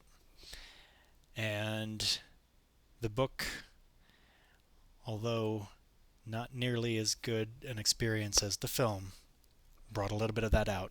So sometimes, in fact, it was a little rough. It was a little rough getting through this, but it was interesting to read. More than anything, it just reminded me of the film and how it's been a while since I've seen it, and I'm looking forward to seeing it again. Um, I've been a fan of David Cronenberg's work for about 2 decades. Roughly 20 years ago, when I was 19, I was doing a lot of late night editing at the public access editing suite in my hometown. And one night I went up the street to the local video store, which was Figurito's Video. This is in Arcata, California. And they had a wonderful deal where you could rent 3 movies for $3 for 3 nights, four movies for $4 for 4 nights, 5 for 5, 6 for 6, all the way up to 7 movies for $7 for 7 nights, which is a heck of a deal. All VHS, of course. And I don't know how the idea got in my head, but somehow the name David Cronenberg had made itself apparent to me, and a little voice in my brain said, I need to check out David Cronenberg films. So I kind of went through the racks and just grabbed a selection of films that I saw were directed by David Cronenberg. I got 4 of them for $4, and I went to my usual editing gig. Now this was a public access station where, as a member of this public access facility, you could volunteer your time to pop tapes into the decks and play the programming that was scheduled to go over the cable channel that day. And in exchange for the time you spent doing this chore, you could use your time to edit video without having to be on a long waiting list. So I did this at least once a week. I lived 3 miles up in the hill and had no car, so I would just basically do this all night until the crack of dawn, and then catch a ride back home with a friend of mine who also lived up in Neeland and had a paper route that got him up early. So on this particular night, I went back to the Arcata Public Access editing closet, and after I'd finished my editing, I killed the remaining time until the crack of dawn, introducing myself to the work of David Cronenberg. And I watched on VHS Scanners, Videodrome, The Fly, and Dead Ringers. It is a fairly eclectic selection of his work. It definitely opened up some doors in my brain and broadened my horizons. And I have enjoyed revisiting his films ever since. I didn't see The Brood until around the year 2000. I believe I rented that for the first time on Laserdisc from a store called The Video Room in Oakland, which sadly is no longer with us, I think. Actually, Figuritos and Arcata is also gone, although other branches of the Figuritos store survive. But I first saw The Brood back in about 2000, and I believe I first watched it on Laserdisc, and it was like a punch in the gut. And I hear that in the near future, from the time that I'm recording these words, there's going to be a Criterion Blu-ray release of this film, and I'm all for it and can't wait to see it again. Anyway, so there's the can of worms of associative recollections that reading the novelization of The Brood opened up in me. Again, not the worst novelization I've read, but by no means a terrific book. But it was an interesting journey, and I hope you had a reasonably interesting time listening to it. And that's basically it. Thanks again for listening to another audiobook for the damned. Goodbye.